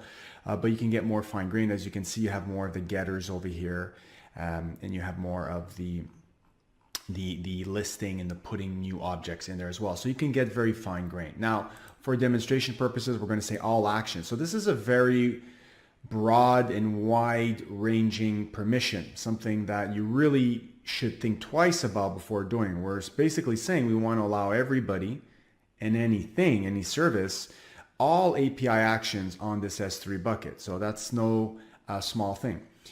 We need to specify the Amazon resource name, the ARN of that bucket specifically. So what we're going to do is go back to our bucket, and you can see here the bucket ARN. Okay, so we're just going to copy this, paste it in this policy generator, and just say add statement. You can see here kind of a resume of what we just did, and we're going to say generate policy. And this is where it creates for us, and make this a little bit bigger for us, it creates that JSON document. So we're going to take this, we're going to copy it, and we're going to paste it into the generator. Okay. Now, of course, we could flip this and change this to a deny, right?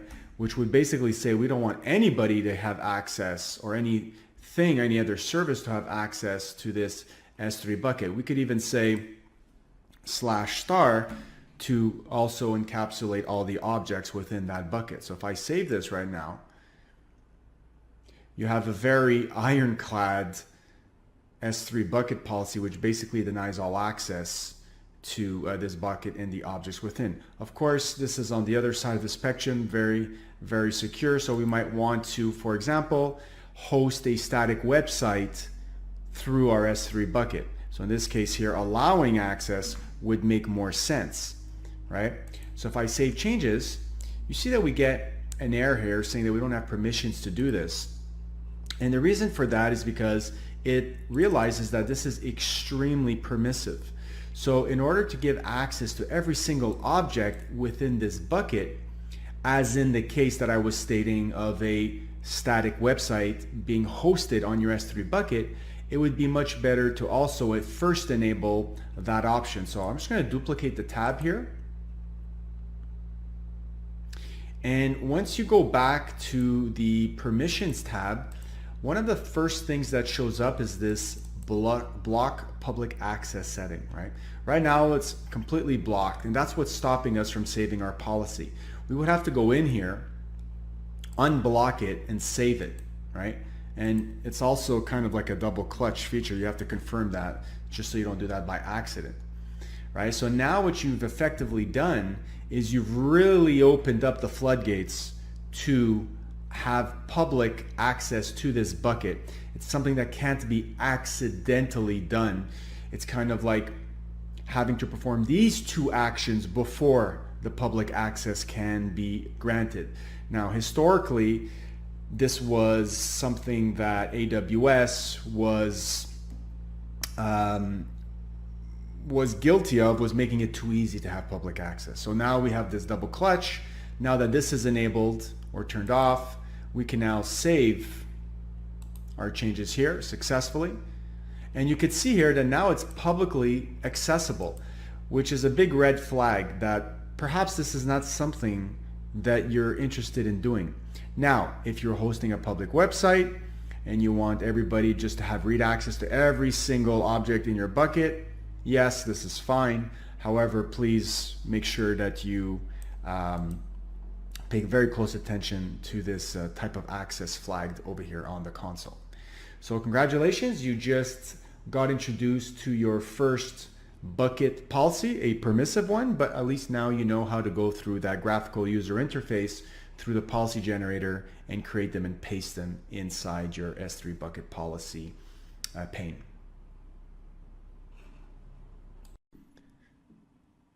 So let's continue on with data encryption.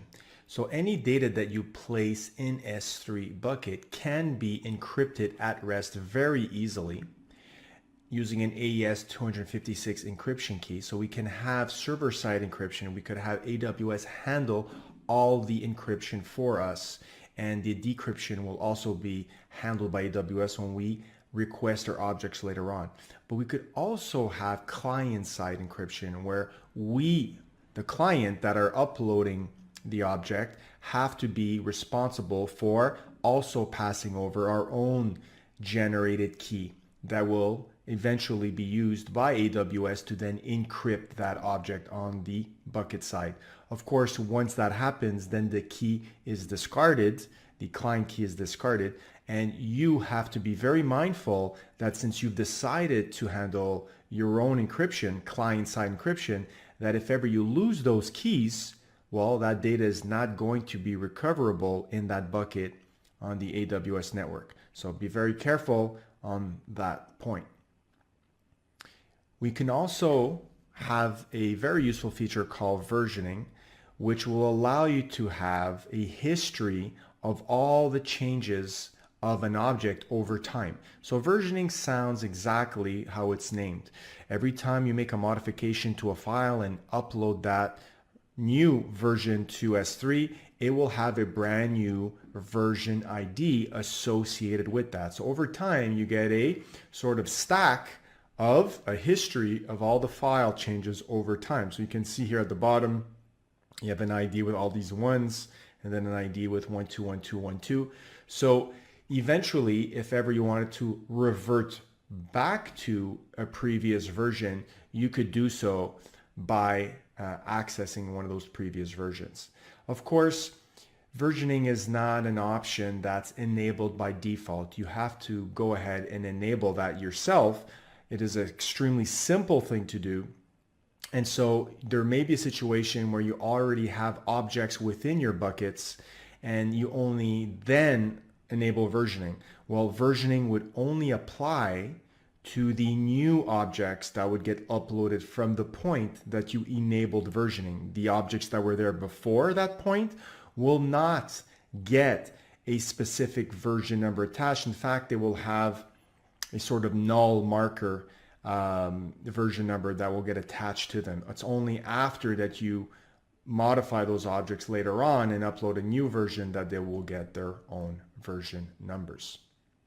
So right now, what we're going to be doing is a lab on actual versioning. So let's go ahead and do that right now. In this lab, we're going to see how to enable versioning in our buckets. Enable versioning is very easy. We're simply going to click on our bucket, go into properties, and there is going to be a bucket versioning section. We're going to click on edit and enable it. Once that's done, any new objects that are uploaded to that S3 bucket will now benefit from being tracked by a version number. So if you upload objects with the same file name after that, they'll each have a different version number. So you'll have version tracking, a history of the changes for that object. Let's actually go there and upload a new file. I'll upload one called index.html. So we're going to simulate a situation where we've decided we're going to use an S3 bucket as the source of our static website to deploy one. And in this index.html file, if you take a look right now, let's take a look at what's in there. You can see that we have welcome to my website and we're at version 2. Okay, so if I click on this file right now and I go to versions, I can clearly see that there's some version activity that's happening here. Okay, we have here at 1456, which is the latest one is on the top, the current version, we have a specific version ID. And then we have a sort of history of what's going on here. Now, I purposely enabled versioning before and then try to delete versioning or disable versioning. But here's the thing with versioning. You cannot disable it fully once it's enabled. You can only suspend it.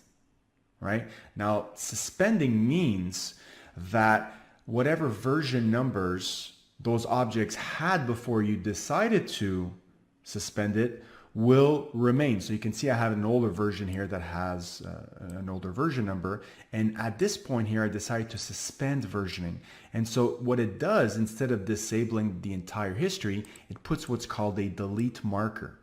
Okay? You could always roll back to that version if you want. Now, in the demonstration, when we started it together, I enabled it again. So you can see this is actually the brand new version number as we did it together, but you don't lose the history of previous versioning if ever you had suspended it before. So that's something to keep in mind, right? And it'll come up in the exam where they'll ask you, can you actually disable versioning once it's enabled? And the answer is no, you can only suspend it and your history is still maintained. Now, we have that version there, and let's say I come to this file and I want to upgrade this, I don't know, I say version 3, right? And now what's going to happen is if I click on this version, just as the current one with version 2, and I open this, we should see version 2, which is fine. That's expected. If we go back to our bucket and upload that new version file that has version 3 in there, the one I just modified, we should now see in that index.html file a brand new version that was created under the versions tab. And there you go, 1458, just 2 minutes after. You can see here we have a brand new version ID, right? And if I open this one, you can see version 3. So now you have a way to enable versioning very easily in your buckets. And you also have seen what happens when you want to suspend versioning, what happens to the history of those versions files before. Just to actually go back here to the properties where we enabled versioning in the first place, if I want to go back in here and disable it, like I said, you can't disable, you can only suspend. And that's where that delete marker gets placed, but all your previous versions retain their version ID. So don't forget that, because that will definitely be a question on your exam if you're interested in taking the certification exam. So congratulations, you just learned how to enable versioning. Let's move on to cross-region replication, or CRR as it is known. There will be many times when you find yourself with objects in a bucket and you want to share those objects with another bucket. Now that other bucket could be within the same account, could be within another account within the same region, or could be within a separate account in a different region. So there's varying levels of degree there. The good thing is all of those combinations are available. So CRR, if we're talking about cross-region replication, is really about replicating objects across regions. Something that is not enabled by default, because that will incur a replication charge because it's syncing objects across regions. Of course, you are spanning a very wide area network in that case, so there is a surcharge for that. Now, doing so is quite simple to do, but one of the things that we have to be mindful of is to give permissions for the source bucket, which has the originals, to allow for this copying of objects to the destination bucket. So if we're doing this across regions, of course, we would have to come up with IAM policies, and we would also have to exchange credentials in terms of IAM user credentials, in terms of account IDs and the such. We're going to be doing a demonstration in the same account, in the same region, but largely this would be the same steps if we were going to go cross region. So this is something you might find yourself doing if you want to share data with other entities in your company. Maybe you're a multinational and you want to have all your log files copied over to another bucket in another region for another team to analyze, to extract business insights from. Or it might just be that you want to aggregate data in a separate data lake in an S3 bucket in another region, or in like I said, it could be even in the same region or in the same account. So it's all about organizing, moving data around across objects, across these boundaries. And let's actually go through a demonstration and see how we can do CRR. Let's now see how we can perform cross-region replication. We're going to take all the new objects that are going to be uploaded in the Simplilearn S3 demo bucket, and we're going to replicate them into a destination bucket. So what we're first going to do is create a new bucket, okay? And we'll just tack on the number 2 here. And this will be our destination bucket where all those objects will be replicated to. We're going to demonstrate this within the same account, but it's the exact same steps when doing this across regions. One of the requirements when performing cross-region replication is to enable versioning. So if you don't do this, you can do it at a later time, but it is necessary to enable it at some point in time before coming up with a cross-region replication rule. All right, so let me create that bucket. And now after the bucket is created, I want to go to the source bucket and I want to configure under the management tab here a replication rule. So I'm going to create a replication rule, call it Simplilearn rep rule. And I'm going to enable this right off the bat. The source bucket, of course, is the Simplilearn S3 demo. We could apply this to all objects in the bucket or perform a filter once again. Let's keep it simple this time and apply to all objects in the bucket. Of course, caveat here, this will only now apply to any new objects that are uploaded into this source bucket and not the ones that are already pre-existing there. Okay. Now, in terms of a destination bucket, we want to select the one we just created. So we can choose a bucket in this account, or if we really want to go cross region or another account in another region, we could specify this and put in the account ID and the bucket name in that other account. So we're going to stay in the same account. We're going to browse and select the newly created bucket. And we're also going to need permissions for the source bucket to dump those objects into the destination bucket. So we can either create the role ahead of time or we can ask this user interface to create a new role for us. So we'll opt for that and we'll skip these additional features over here that we're not going to talk about in this demonstration. We're just going to save this. So that will create our replication rule that is automatically enabled for us right now. So let's take a look at the overview here. You can see it's been enabled. Just to double check, the destination bucket is the demo 2. We're talking about the same region. And again, here we could opt for additional parameters like different storage classes in the destination bucket that object is going to be deposited in, et cetera, et cetera. For now, we just created a simple rule. Now, if we go back to the original source bucket, which we're in right now, and we upload a new file, which will be a transactions file in a CSV format, once this is uploaded, that cross-region replication rule will kick in and will eventually, right, it's not immediate, but will eventually copy the file inside the demo 2 bucket. Now I know it's not there already, so what I'm going to do is pause the video and come back in 2 minutes, and when I click on this, the file should be in there. Okay, so let's now double check and make sure that object has been replicated. And there it is, been replicated as per our rule. So congratulations, you just learned how to perform your first same account S3 bucket region replication rule. Let's now take a look at transfer acceleration. So transfer acceleration is all about giving your end users the best possible experience when they're accessing information in your bucket. So you want to give them the lowest latency possible. You can imagine if you were serving a website and you wanted people to have the lowest latency possible. Of course, that's something that's very desirable.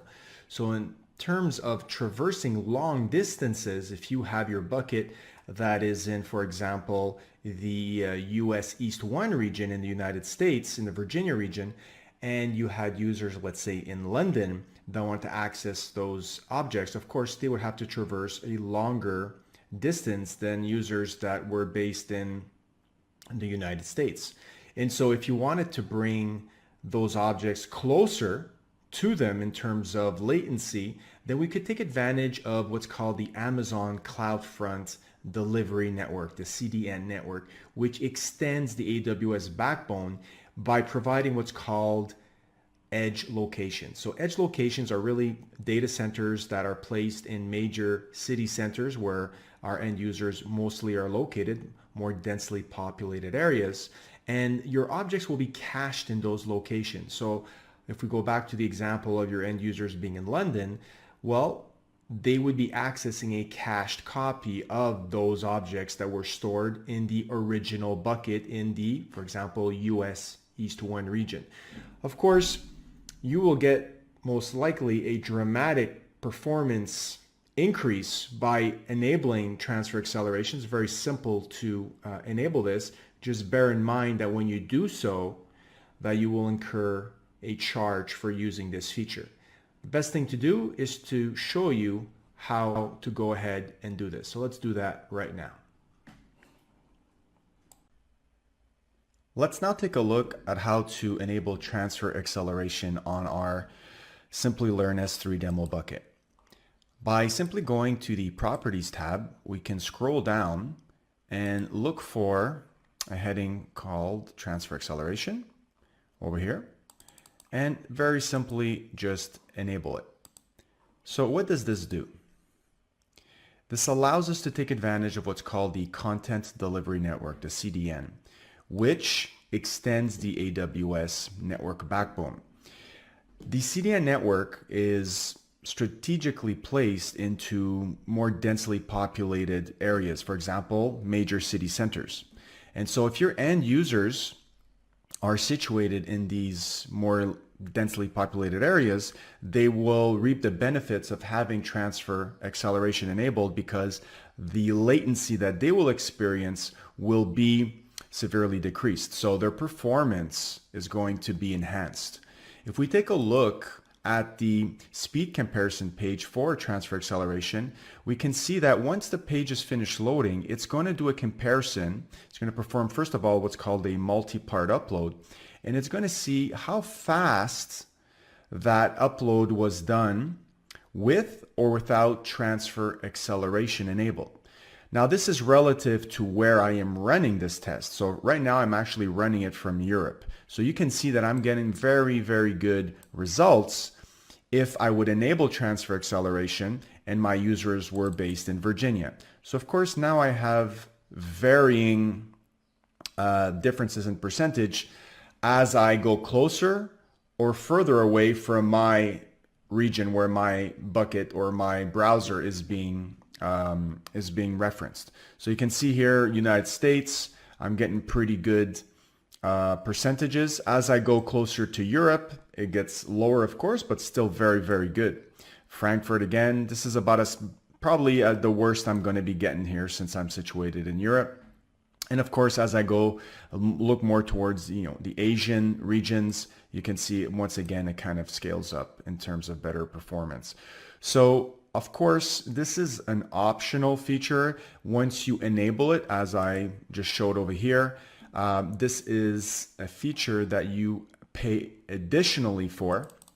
So bear that in mind. Make sure that you take a look at the pricing page in order to figure out how much this is going to cost you. So that is it. Congratulations. You just learned how to simply enable transfer acceleration to lower the latency from the end user's point of view. We're now ready to wrap things up in our conclusion and go over at a very high level what we just spoke about. So we talked about what S3 is, which is a core service, one of the original services published by AWS in order for us to have unlimited object storage in a secure, scalable, and durable fashion. We took a look at other aspects of S3 in terms of the benefits. We mainly focused on the cost savings that we can attain in S3 by looking at different storage classes. Now, of course, S3 is industry recognized as one of the cheapest object storage services out there that has the most features available. We saw what goes into the object storage in terms of creating first our buckets, which are our containers, high-level containers in order for us to store our objects in. Again, objects are really an abstraction of the type of data that are in there, as well as the metadata associated with those objects. We took a look at the different storage tiers, the default being the standard, all the way till the cheapest one, which is the Glacier, which are meant for long-term archived objects. For example, log files that you may hold on to for a couple of years, may not need to access routinely, and will have the cheapest pricing option by far. So we have many pricing tiers, and if you want to transition from one tier to the next, you would implement a lifecycle policy or use the intelligent tiering option that can do much of this for you. We took a look at some very interesting features, starting from the lifecycle management policies that we just talked about, all the way to versioning, cross-region replication, and transfer acceleration. So with this conclusion, you are now ready to at least start working with S3. Hello everybody, my name is Kent, and today we're going to be covering AWS Identity and Access Management, also known as IAM, tutorial by Simplilearn. So these are the topics which we'll be covering today. We'll be defining what AWS security is, the different types of security in AWS, what exactly is identity and access management, the benefits of identity and access management, how IAM works, its components, its features, and at the end, we're going to do a great demo on IAM with multi-factor authentication and users and groups. So without any further ado, let's get started. So let's get started with what is AWS security. Your organization may span many regions or many accounts, and you may encompass hundreds, if not thousands, of different types of resources that need to be secured. And therefore, you're going to need a way to secure all that sensitive data in a consistent way across all those accounts in your organization while meeting any compliancy and confidentiality standards that have to be met. So for example, if you're dealing with healthcare data or credit card information or personal identification information like addresses, this is something that needs to be thought out across your organization. So of course we have individual services in AWS, which we will explore in this video. However, in order to govern the whole process at an organizational level, we have AWS Security Hub. Now, AWS Security Hub is known as a CSPM, which stands for a Cloud Security Posture Management Tool. So what does that really mean? Well, it's going to encompass, like I said, all these tools underneath the hood in order to bring a streamlined way for you to organize and adhere to these standards across your organization. It'll identify any misconfiguration issues and compliance risks by continuously monitoring your cloud infrastructure for the gaps in your security policy enforcements. Now, why is that important? Well, these misconfigurations can lead to unwanted data breaches and also data leakages. So in order to govern this at a very high level, like I said, we need to incorporate AWS Security Hub that will automate and manage all these underlying services for us in order to perhaps take automated action. We call that remediary actions. And you can approve these actions manually, or you can automate those actions as you see fit across your organization. So let's delve a little bit deeper into what is AWS security, and then we'll start looking individually at some of these services. And so our organization has special needs across different projects and environments. So of course, the production, development, test environments, all are going to have their own unique needs. However, it doesn't matter which project or which business unit we're talking about and what are their storage backups needs. They should all be implemented in a concise, standardized way across your organization to meet that compliancy we were just talking about.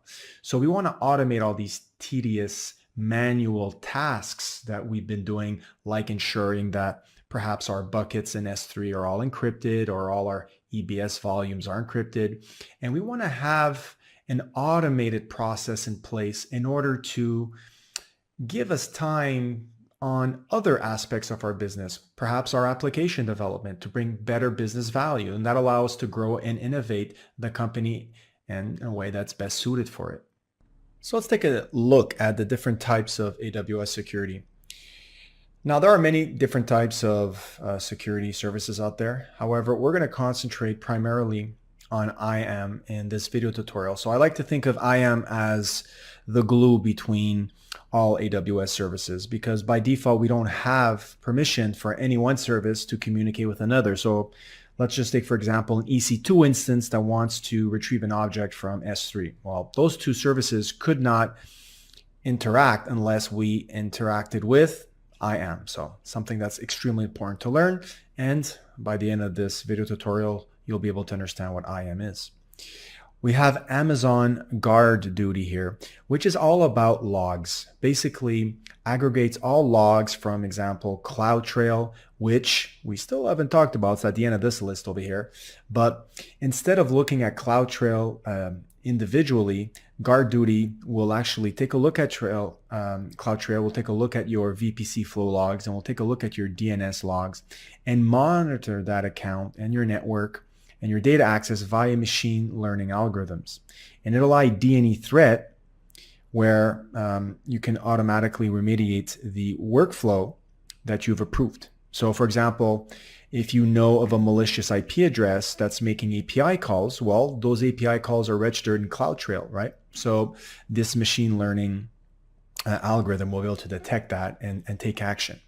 So this is really governed at a higher level than you having to individually inspect all your DNS logs, flow logs, and CloudTrails individually and take action through some scripting fashion that you've come up with. So Guard Duty manages all that. We have Amazon Macy, which once again uses machine learning, but also uses pattern matching. Pattern matching can be used with matching kind of libraries that are already in place, or you can come up with your own pattern matching, and that's used to discover and protect your sensitive data. So for example, if you had healthcare data, also known as HIPAA compliancy, or credit card data that's lying around, well, Macy will discover it and will protect it. So as your data grows across your organization, that might be harder and harder to do in your own way. So Macy really facilitates discovering and protecting that, so you can concentrate on other things. AWS Config is something that kind of works in tandem with all the other services. It's able to continuously monitor your resources configurations and ensure that they match your desired configuration. So for example, maybe you state that your S3 buckets should be encrypted by default, all of them. Or you want to make sure that your IAM user access keys are rotated. And if they're not, then take remediary action. So a lot of these automated remediary actions, right, are basically executed via AWS Config. So you'll see the AWS Config actually used by other services underneath the hood. And then you have CloudTrail.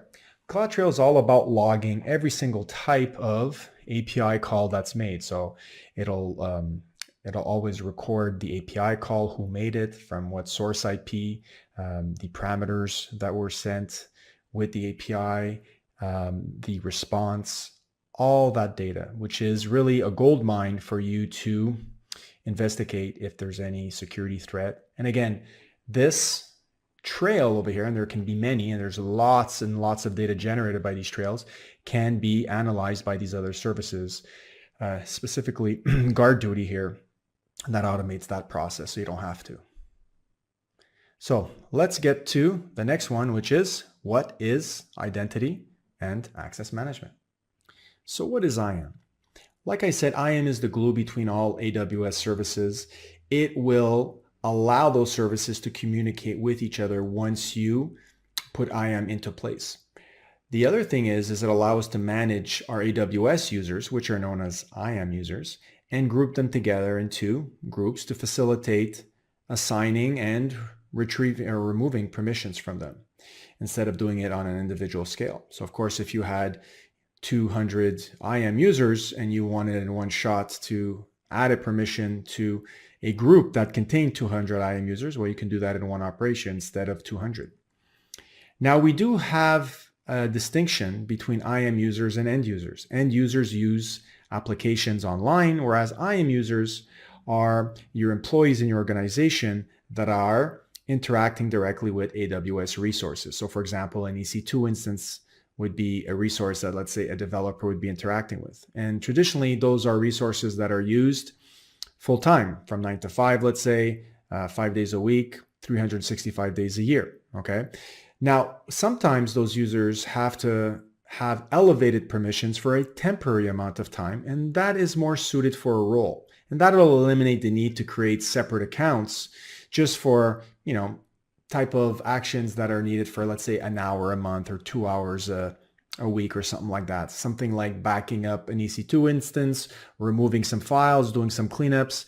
Traditionally, you don't have those permissions as a developer, but you can be given temporary permissions to assume this role. So it's kind of like putting a hat on your head and pretending you're somebody that you're usually not for a temporary amount of time. Once you take off the hat, you go back to being your old, boring IAM user self, which doesn't have access to performing backups or cleanups and stuff like that. So the roles interact with a service called a secure token service, which gives us specific keys, specifically an access key, a secret key, much like a username and password. And then we have a token key, which only gives you access to this role, this elevated permission, for 1 to 12 hours. So we'll talk more about roles as we go on through this video tutorial, but it's important that you at least remember at this point, even if you don't know all the details, that roles have to do with temporary permissions, elevated permissions. So what are the benefits of IAM? Well, across our organization, we're going to have many accounts, and like I said, hundreds if not thousands of resources. So scalability is going to be an issue if we don't have a very high level visibility and control over the entire security process. And once we have a tool like, for example, Security Hub, which we saw on the first slide, we can continuously monitor and maintain a standard across our organization. So very, very important to have that visibility. And we do when we integrate with AWS security. Now, we also need to eliminate the human factor, right? So we don't want to manually put out fires every single time. Of course, there will be times when something new occurs that we've never seen before that will be needed. However, once an occurrence happens and reoccurs, we can obviously come up with a plan to remediate the action. So once we automate, we can definitely reduce the time to fix that reoccurring error, or it could be a new error that we don't have to interact with because we're using machine learning algorithm services like I was talking about, like GuardDuty or Macy. And we can really reduce the risk of security intrusions and data leakage and such by using IAM to facilitate this. Of course, you may have many compliance needs. You may be dealing with applications that use healthcare data or credit card information for payments, or you might be dealing with a government agency, let's say in the US, that has certain compliancy requirements that needs assurances that if their data is stored on the cloud, that you're still following the same compliance controls that you were, let's say, on premise. So we have a very, very long list of compliance requirements that each AWS service adheres to. And you can go on the AWS documentation online and you could figure out if, for example, DynamoDB is compliant with HIPAA compliancy. And it is. And so you can be sure that you can use that. So AWS itself has to constantly maintain these compliancy controls in place, and they themselves have to pass all these certifications, and that gets passed on to us. So much less work for us to implement these compliance controls. We can just inherit them by using AWS's security model by IAM. And last but not least, we can build the highest standards for privacy and data security. Now, having all this on our own on-premise data center poses security challenges, especially physical security challenges. You have to physically secure the data center. You might have security personnel that you need to hire, 24/7 camera surveillance, et cetera, et cetera. So just by migrating to the cloud, we can take advantage of AWS's global infrastructure. They're very, very good at building data centers. That's part of their business, and securing them. So of course we have a shared security model in place. However, you can rest assured that at least as the lowest common denominator, physical security has been put into place for us. Again, as other services are used, more managed services or more higher end services used in AWS, more and more of that security model will be AWS's responsibility and less yours. We will always have a certain type of responsibility for our applications, but we can again use these high-level services to ensure that our ability to encrypt the data at rest and in transit are always maintained by coming up with specific rules that need to be adhered to. And if those rules are not adhered to, then we have remediary actions that take place in order to maintain, again, that cross-account or organizational-wide security control. Okay, so lots of benefits of using IAM. And let's now take a look at exactly how IAM works and delve deeper into authentication and authorization. So there are certain terms here that we need to know about. One of them is principal. Now, principal is nothing more than an entity that is trying to interact with an AWS service, for example, an EC2 instance or an S3 bucket. Now, that could be a user, an IAM user. It could be even a service, or it could be a role. So we're going to take a look how principals need to be specified inside IAM policies. Authentication. So authentication is exactly how it sounds. Who are you? Could be something as simple as username and password, or it could involve an email address. Example, if you're the root user of the account when you're creating the account for the very first time. Other normal users will not need to log in with their user email. It'll only be the root user that needs that. You could also have developer type access, which needs access, let's say, via command line interface or a software development kit, also known as an SDK. Now, for those kind of access points, we're going to need access keys and secret keys, or public-private keys. Let's say if you want to even authenticate and log in through SSH to an EC2 instance. So there are many different types of authentication that we could set up when creating IAM users based on what kind of access they need. Do they just need access to the console? Do they need access to just services in terms of as a programmatic need? So those are different types of authentication. And then we have the actual request. Now we could make a request in AWS through various ways. We're going to be exploring that via the console, the AWS console. However, every button you click, every drop-down list you select, that invokes an API call behind the scenes. So everything goes behind a centralized, well-documented API. Every service has an API. So if you're dealing with Lambda, let's say, well, Lambda has an API. If you're dealing with EC2, EC2 has an API. Now you could interact with that API, like I said, via the console indirectly. You could use a command line interface. You can use an SDK for your favorite programming language like Python. So all of them get funneled through, all your requests get funneled through an API.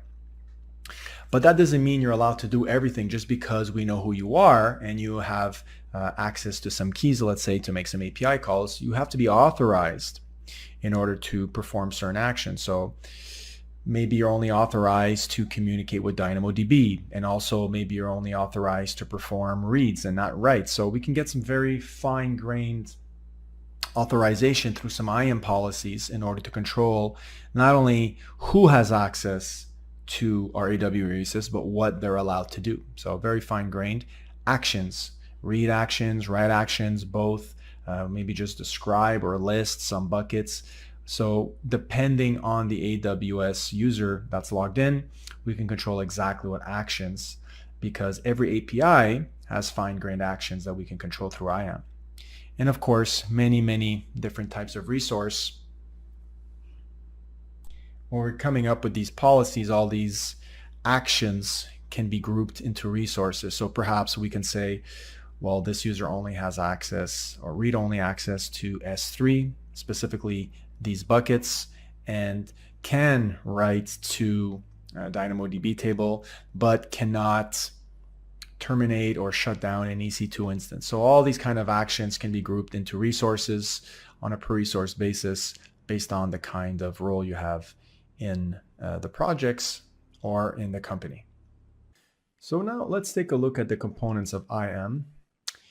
We've already seen that we can create IAM users and that how they are different than your normal end users. Now those entities represent a person that's working for an organization that can interact with AWS services. And some of those permissions that we assign through what's called identity-based policies to such a user will have permissions, for example, that are always necessary every time that they're logged in. So perhaps this user Tom always needs access to the following services over here, for example, an RDS instance or an S3 bucket, etc., etc. And sometimes they will need temporary access to other services, for example, DynamoDB. So in those cases, there would be a combination of normal IAM policies assigned to the user and certain assume role calls done at runtime in order to acquire this temporary credential, elevated permission. There is also the root user, which is different than your typical super user administrator access. There are some things that a root user can do that an administrator access cannot.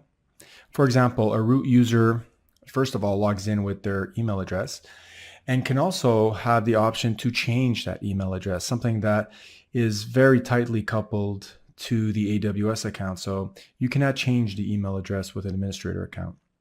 The other thing a root user can do is they can change the support contract. They can also view billing information or taxes information, VAT information, for example. So the best thing to do, the best practice is that once you've created your AWS account, you are obviously the root user. The best thing to do is to enable multi-factor authentication, store away those keys in a secure location, and your first administrative task should be to create an administrator super user, from which that point on you will log in as only an administrative user, and you will create other type of administrative users, and those administrative users will create other IAM users. So never log into your AWS account as a root user unless you need to access that specific functionality that I said that is over and above a super user administrator account. So here we have a set of IAM users, and we could assign to them directly IAM policies, which give them access to certain services. However, the best practice is to create groups, which is just a collection of IAM users. And suppose we have a developer group and a group of security administrators. Of course, we could assign different types of policies to that group, and every user that is assigned to the developer group will inherit those IAM permissions. Makes it much easier to manage your IAM users this way. And for the fact that also you can have users that can be assigned to groups, as you can see here, but what's not shown here that is possible as well is you could have a user that is part of two groups at the same time. The thing that you cannot have, though, is the notion of subgroup. So I can't extend this group and create a smaller group of developers out of this big group here. So we don't have hierarchical groups, but we do allow users to partake in different groups at the same time. So they will inherit those permissions, those IAM policy permissions from, for example, if user A was part of developers and user A was part of security, they would inherit these two policy statements over here. Now, there is another type of IAM policy, and that is called a resource-based policy. So resource-based policies are not attached directly to, for example, users, but they're attached more to resources like an S3 bucket, for example. And so when you have such a case, a user group can't be designated as a principal to a group. That's just one of the restrictions. However, there are other ways to get around that. As I said, when you think of an IAM role, I want you to think that these are temporary credentials that are acquired at runtime and are only good for a specific amount of time. Now, an IAM role is really made up of two components. We have what's called a trust policy. So who do you trust to assume this role? Who do you trust to even make an API call to assume the role? After that, we have an IAM policy. Once you've been trusted to assume the role and you get those temporary tokens, what are you allowed to do? Maybe you're allowed to have read-write access to the DynamoDB. So here we have no long-term credentials that are connected to role. You do not assign a role to a user. The user or service will assume the role via API call via the secure token service, STS. And with those temporary credentials, we'll then be able to access, for example, an EC2 instance if the IAM policy attached to the IAM role says that you can do so. So your users and your applications perhaps running on an EC2 instance and the AWS services themselves don't normally have access to the AWS resources, but through assuming a role, they can dynamically attain those permissions at runtime.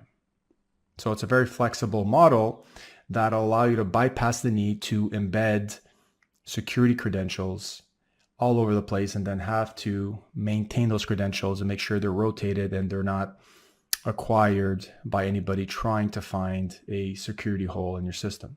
So from a maintenance point of view, they're really an excellent tool to use in your toolbox, your security toolbox.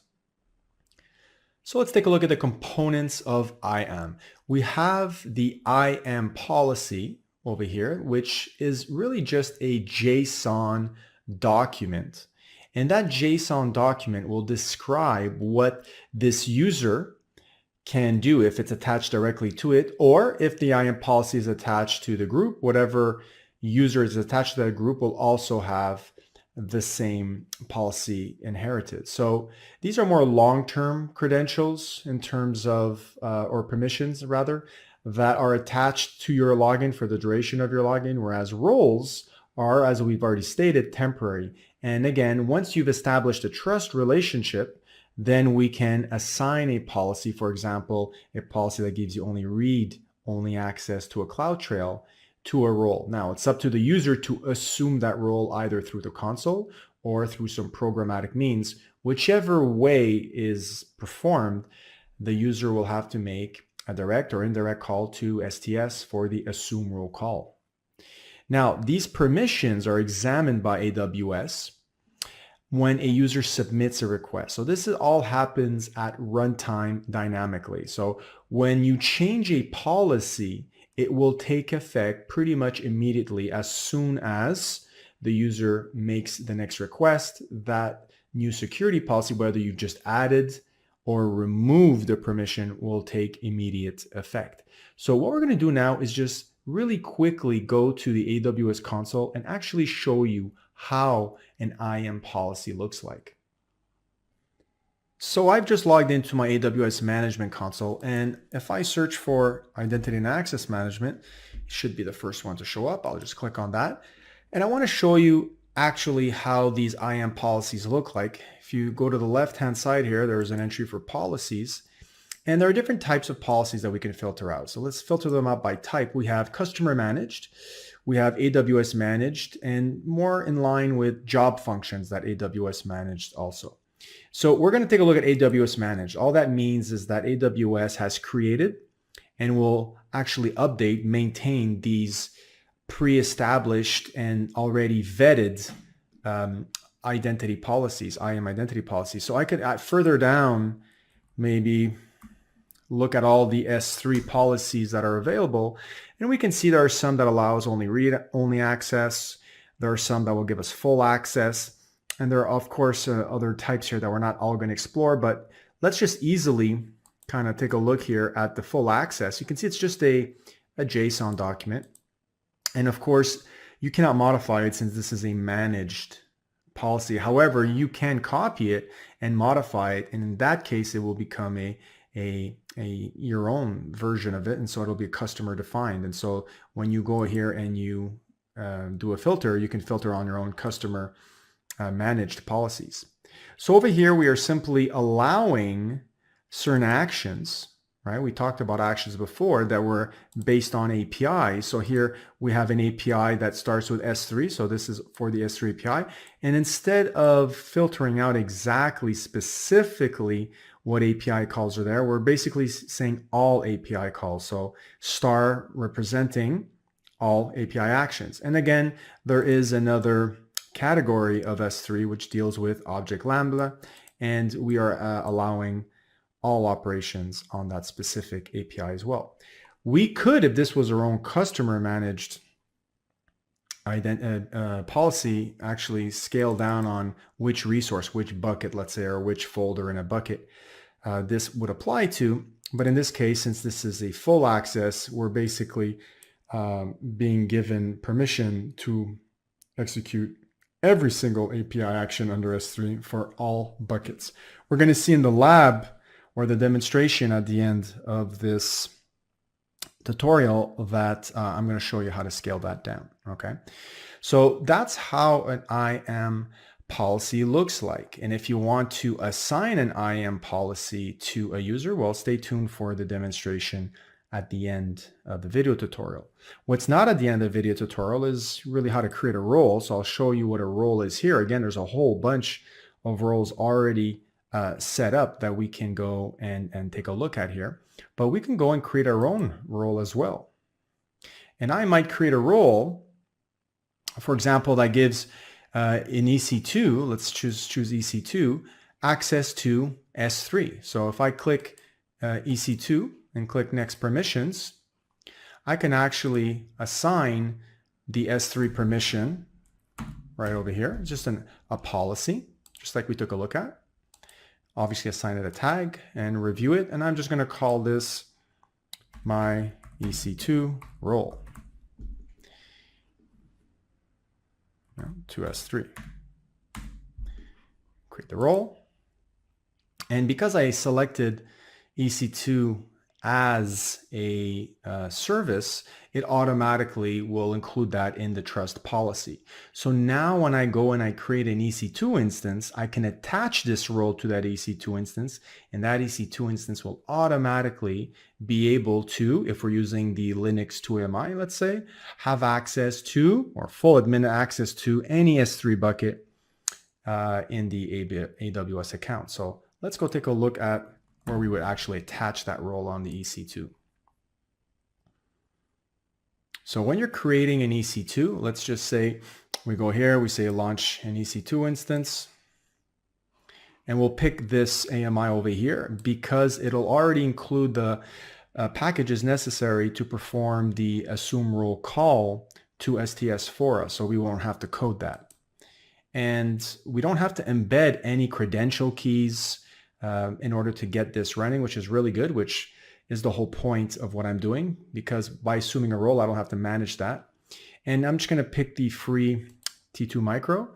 And it is here, once you pick whatever you need, whatever VPC and whatnot, that you come to the IAM role and you select the role to be assumed dynamically. Now I have a whole bunch of them here, but this is the one that I had created here, my EC2 role to S3. And if I go and I launch this EC2 instance, and then I had an application, let's say, that needed to contact S3, or even if I went on the command line of the EC2 instance, I would be able now to communicate with the S3 service, because they being AWS, would actually use this role to perform an assume role call to get those temporary STS tokens for me, which will then allow me to access my IAM policy, which gives me full access to S3, and off I go. So this is a great way, like I said, to avoid having to administrate any embedded keys in this EC2 instance. And I could take this role away at any time as well. So there you have it, a little demonstration on how to create a role, how to attach it to an EC2 instance, and also how managed and customer managed policies look like in IAM. Of course, there is also the fact that we have multiple accounts, and so we could assign a policy that will also allow a user in another account access to our account. So cross-account access is something that's very very well needed and also is a feature of IAM. So when you need to share access to resources from one account to another in your organization, we are in need of an IAM policy to facilitate that. So also roles can come into play here for that. By also assigning granular permissions, we can make sure that we implement the concept or the best practice of the least privilege access. And also we have secure access to AWS resources, because by default, again, we have the principle of least privilege, and no service can communicate with another until we enable it via IAM. So very, very secure out of the box. Of course, if you want to add an additional layer of authentication, of security, we have multi-factor authentication rather, and that'll allow you to ensure through a hardware device, perhaps let's say a hardware token device or your cell phone that has some software that generates a code, that will allow it to identify you are actually the person that is typing the username and password, and not somebody who's actually stolen your username and password. So at the end of this video tutorial, we will show you, or I will show you how to enable that. And of course, identity federation is a big thing where your users may have been defined outside of AWS. You may have thousands of users that you've already defined, let's say in an Active Directory or in an LDAP environment on-prem, and you don't want to recreate all those users again in AWS as IAM users. So we can tie in, we can link the users, your user database that's on-prem, or even users that have been your user account that's been defined, let's say on a social site like Facebook or Twitter or Google, and tie that into your AWS account. And there is an exchange of information, there is a setup to do, but at the end of the day, it is either a role in combination with an IAM policy that will allow to map what you're allowed to do once you've been authenticated by an external system. So this has to do with perhaps, like I said, LDAP or Active Directory, and you can tie that in with AWS SSO. There are many different services here that can be leveraged to facilitate what we call identity federation. And of course, IAM itself is free. So it's not a service per API request. AWS is very concerned to put security first, and so IAM is free. It's just the services that you use. For example, if you're securing an EC2, of course, that EC2 instance falls under the current pricing plan. So of course, compliance, like I mentioned, is extremely important, making sure that it's business as usual in the cloud. And so, for example, if you were using the payment card industry data security standard to make sure that you're storing and processing and transmitting credit card information appropriately in order to do your business, well, you can be assured that the services you use in AWS are PCI DSS compliance. And there's many, many other types of compliance that AWS adheres to as well. So password policies, of course, are important. By default, we do have a password policy in place, but when you go to the IAM console, you're free to update that password policy, make it more restrictive based on whatever policy you have at your company. So many features. And so I think we're ready now to go into a full demonstration, and I will show you how to incorporate IAM users, groups, and also multi-factor authentication. So get ready, let's do it. I'm going to demonstrate now how to attach an S3 bucket policy via IAM. I've already created a bucket called Simplilearn S3 IAM demo. And what we're going to do is we're going to attach a bucket policy right over here. We're going to have to edit it, of course. And the basis of the demonstration will be to allow a user that has MFA, so multi-factor authentication, set up to have access to the contents of a folder within this bucket. So of course, now I have to create a folder. Just simply call it folder 1. Create that folder.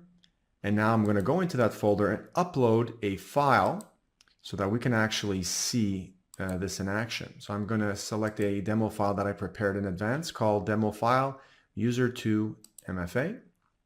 I'm going to upload that. All right, and now what's going to happen is eventually when I create our two IAM users, one will have access to view the contents of this file, which should look like something very simple. If I open this up within the console, you'll be able to see, well, it's pretty small right now. I'll make this a little bit bigger, of course. It says this is a demo file which user2-MFA should only be able to have access to. So what's left to do now is to create two users, one called user1 and one called user2-MFA, and that's what we're going to do right now. Let's head over to IAM, Identity and Access Management. And on the left-hand side here, we're going to click on Users. You can see here I don't have much going on. I just got an administrator user, so I want to create two new users. We'll start with one at a time, so one called User1. Now, by default, we have the principle of least privilege, which means this user is not allowed to do anything unless we give them access to either the console right over here, which I will do right now, and also if they were a kind of programmatic user that needed access to specific keys in order to interact with the APIs via the command line interface or the software development kit, for example, if you were a Java developer. So in this case, that is not what I want. So I'm just going to assign console access, and I'm also going to create a default password for this user, but I will not allow them to reset it on the first login, just for demonstration purposes. Now over here, we have the chance to add the user straight to a group, but I'll only do that later on at the end of the demonstration. For now, I want to show you how to attach to this user an IAM policy, which will give them access to specific services. So if I type in S3 full access here, this is an administrative access to an S3 bucket. If you take a look at the JSON document attached or representing that IAM policy, you can see that it is allowing all API actions across S3, star, and also object lambda across all buckets. And I say all buckets because the star represents all buckets. So it is a very broad permission, so be very careful when you're actually assigning this to one of your users and make sure that they deserve to have such a permission. So I'm not going to assign any tags here, but I'm just going to review what I've done. You can see here I've just attached an S3 full access permission to this one user, and I'm going to create that user now. Of course, now's the time for me to download the CSV file, which will contain those credentials. If I don't do it now, I will not have a second chance to do this. And also to send an email to this user in order for them to have a link to the console and also some instructions. I'm not going to bother with that. I'm just going to say close. And now I have my user one. You can see here that it says none for multi-factor authentication. So I have not set anything up right now for them. And that's what I want to do for this second user that I want to create, called user2-MFA, or MFA rather. All right, so now I want to do the same exact thing as before. I'm going to assign a custom password. And I'm going to go through the same steps as we saw before. I'm going to attach an existing managed policy that AWS has already vetted for us. Review, create. Now, right now, they're exactly the same. So I have to go back to user 2 and set up multi-factor authentication. And to do that, you have to go in the Security Credentials tab. And you'll see here, assigned MFA device. We have not assigned any yet, so we're going to manage that right now.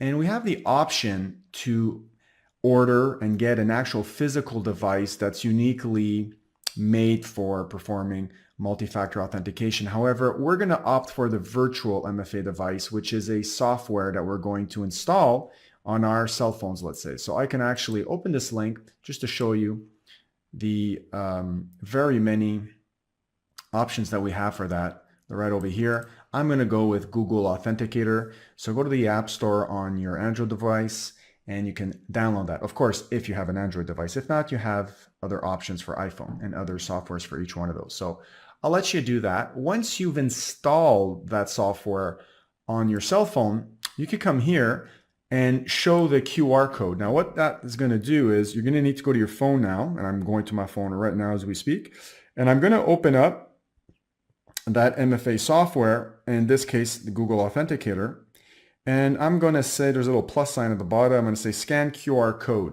I'm going to point my phone to this square code here, this QR code, and it's going to pick it up. I'm going to say add account. There's a little button there, add account, and it's going to give me a code. So I'm going to enter that code right now.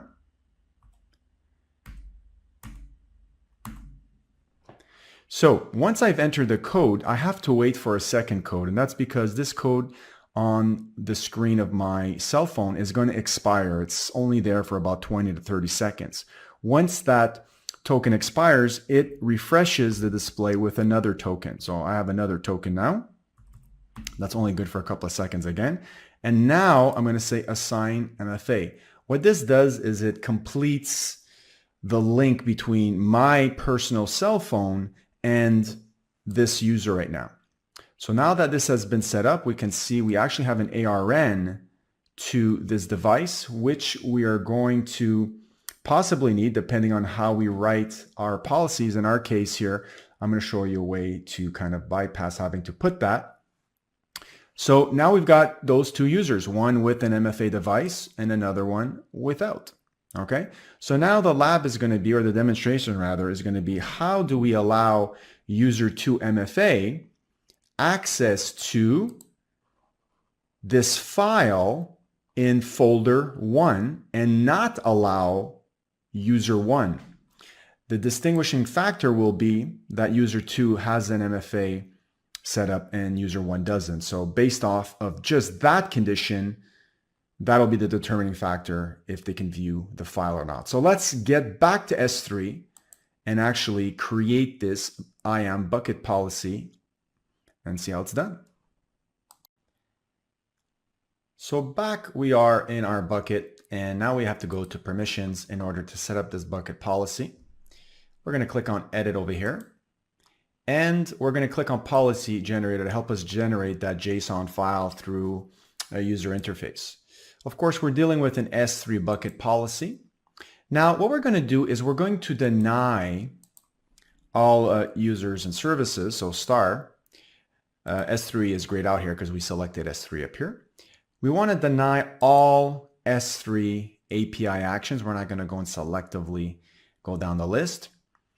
The specific bucket and the folder. So in this case here, we're missing the Amazon resource name. So we have to go back here and we have to copy the ARN of our bucket, right? So we're going to copy that, come back, Control V, and we're going to, of course, have to specify the folder as well. So I'm going to just do slash folder 1, and then I'm also going to do slash star for all the objects in that folder. Okay, so here's the MFA condition that I want to add though, because we cannot assign the MFA condition up here. We have to say add conditions. Very powerful feature here. That's optional, but very powerful.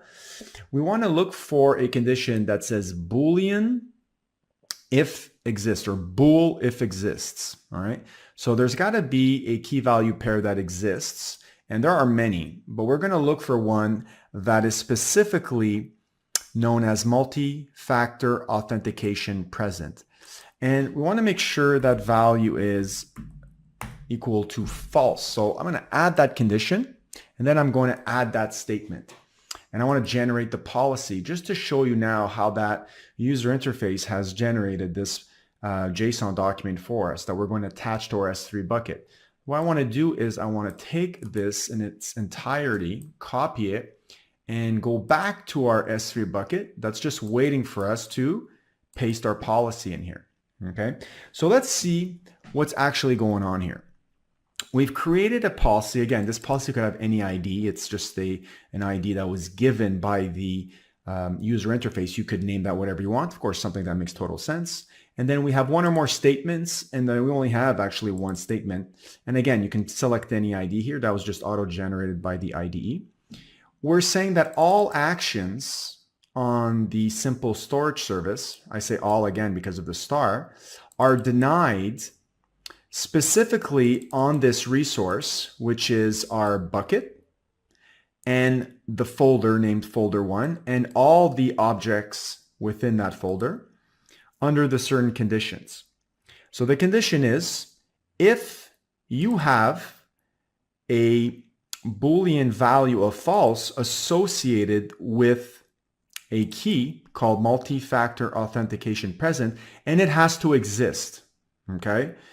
Then if that value is equal to false, you don't have access to the objects in this folder, which means that if you do have MFA set up, you will be allowed access to the contents of this folder. So if we assign this and apply this to all principals, which would encompass user1 and user2-MFA, then, let me just apply this, that would mean that user1 would not be able to see the contents of our object inside folder 1, and user2-MFA would. So let's go take a look and log into, let's log out first, and then when we're going to log back in, we're going to log in as the individual user1 and user2-MFA and prove this is actually the case. So I am now logging back in as user1 that we created moments ago. And of course, if I, for example, go see a service like EC2, we don't have access to EC2. We've just given ourselves access to S3. So this makes total sense. We're just going to go see what we have access to, which is S3. Should be able to list and describe all the buckets there because we've been given pretty much administrative access. Now, if we go here to our created bucket and go inside folder 1 and want to actually open up this document, we can see now that that's not happening, okay? And that's because of that condition that is checking if we actually have a value of true for that MFA key that we specified, okay? So this is expected and this is exactly what we wanted. Now what we're going to do is we're going to log out once again, and we're going to do the same thing, but with user2-MFA. Let me log back in.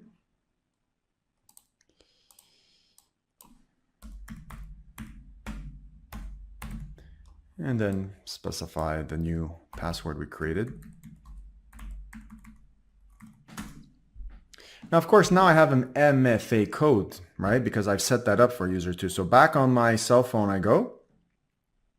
I am opening up the Google Authenticator application, and I have in front of me a new Amazon Web Services code that is only good for, like I said, maybe 20 seconds. So it's a little nerve-wracking. If you're not good under pressure, you're going to choke.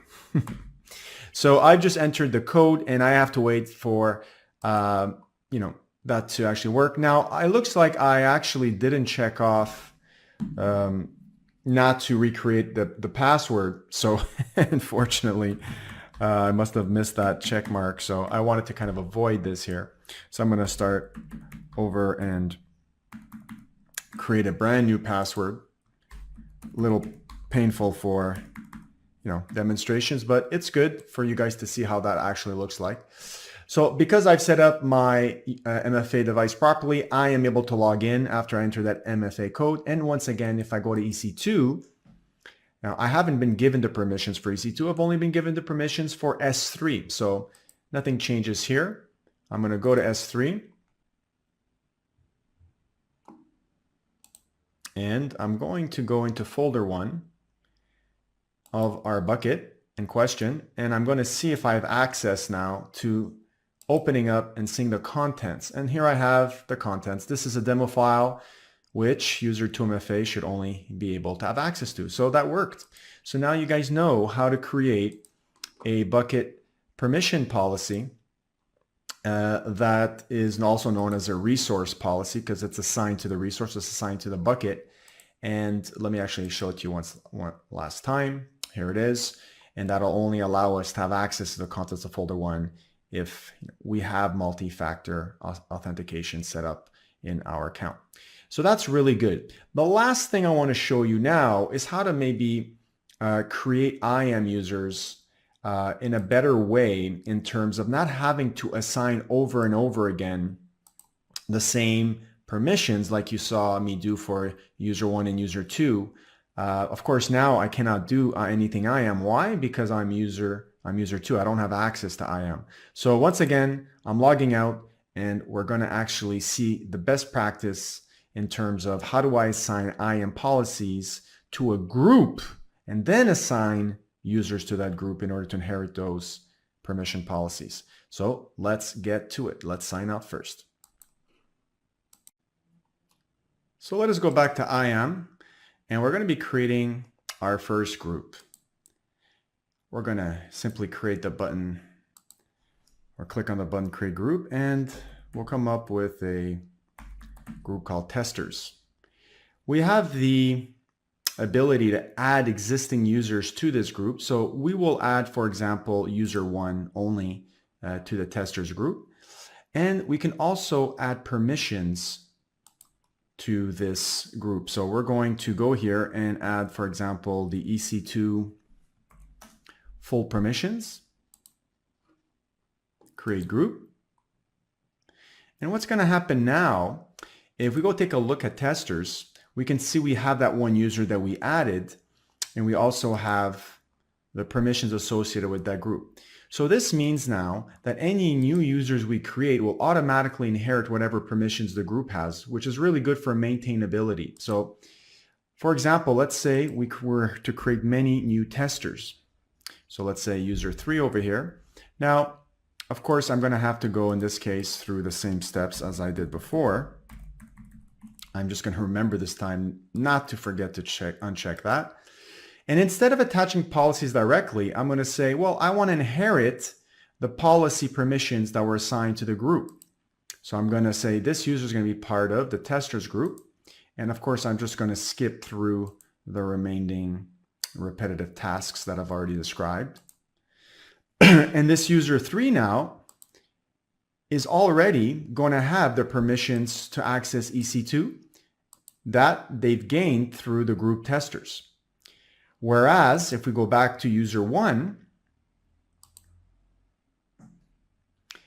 this user also has the permissions from the group, but has a unique permission added to itself. So in this case, you do have the option of doing that. You have the option of adding a permission over and above that is assigned to the group to yourself directly. So this is really good, adding permissions to groups when you have, of course, lots of users in your company, or in your organization. And instead of going to them and adding permissions after permission, you can centrally access this in one, or manage this in one place. So for example, if I go back to my roles, groups rather, in my testers, and let's say I forgot to add a permission to all the users in this group. So let's say there was 20 users attached to this group. Okay, I'm not going to bore you with creating 20 users. we have 2 now. That's good enough to show the demonstration. And let's say now I need to add another permission, right? So in this case here, I'm going to add a permission, for example, let's say based on DynamoDB, right? So I'm going to get full access to DynamoDB. I'm going to add that permission. And what's going to happen now is if I go back to my users, for example, user 3, I'm going to see that user 3 automatically has inherited that permission, and so has user 1. All right, show 2 more, and there they are. So in this case, it really allows for you to easily manage a lot of users in that group, because you can simply go to one place, which is the group, and add and remove policies as you see fit, and the whole team will inherit that. So it saves you lots of work, and that is the best practice. So there you have it, guys. you have learned in this demonstration how to create users, how to create groups, how to add users to groups and manage their policies in terms of best practice. And you've also learned how to attach to an S3 bucket a policy that allows you to permit access based off of if a user has multi-factor authentication set up. And we showed you how to actually set that up when creating an IAM user. So again, permissions tab is where this all happens. Hope you enjoyed that, put that to good use, and I'll see you in the next demonstration. So I hope you enjoyed that demonstration. We're just going to wrap things up in a summary and kind of see what was looked at throughout the tutorial. We first started with what is AWS security. We took a look at how important it was across our organization to maintain best practice and also standardize that practice across the accounts organization. We took a look at the topmost services in which we concentrated then after on IAM. And we took a look at what IAM was in terms of IAM users, groups, long-term credentials that are applied as IAM policies, and then the concept of a role. We took a look at the benefits of IAM and the actual terminology used with working with IAM. Of course, principal being an entity that is either a user or a service itself that can gain access to an AWS resources. And we actually saw the different types of authentication and what we can do to implement authorization via IAM policies and also through the use of roles. So we took a look how to organize our users into groups and what actually goes into acquiring a role through a demonstration. We took a look at how to actually create a role and attach that role to an EC2 instance. And then we took a look at the high-level features of IAM, which allowed us to either grant access to another IAM user from another group, implement multi-factor authentication like we just did in the demonstration, or ensure ourselves that we are following all the compliancy standards that have been adhered to by whatever project we're working on, and that AWS is there to support us. So here we're going to talk about Amazon ECS, a service that's used to manage Docker containers. So without any further ado, let's get started. In this session, we would like to talk about some basics about AWS, and then we're going to immediately dive into why Amazon ECS and what is Amazon ECS in general, and then it uses a service called Docker, so we're going to understand what Docker is.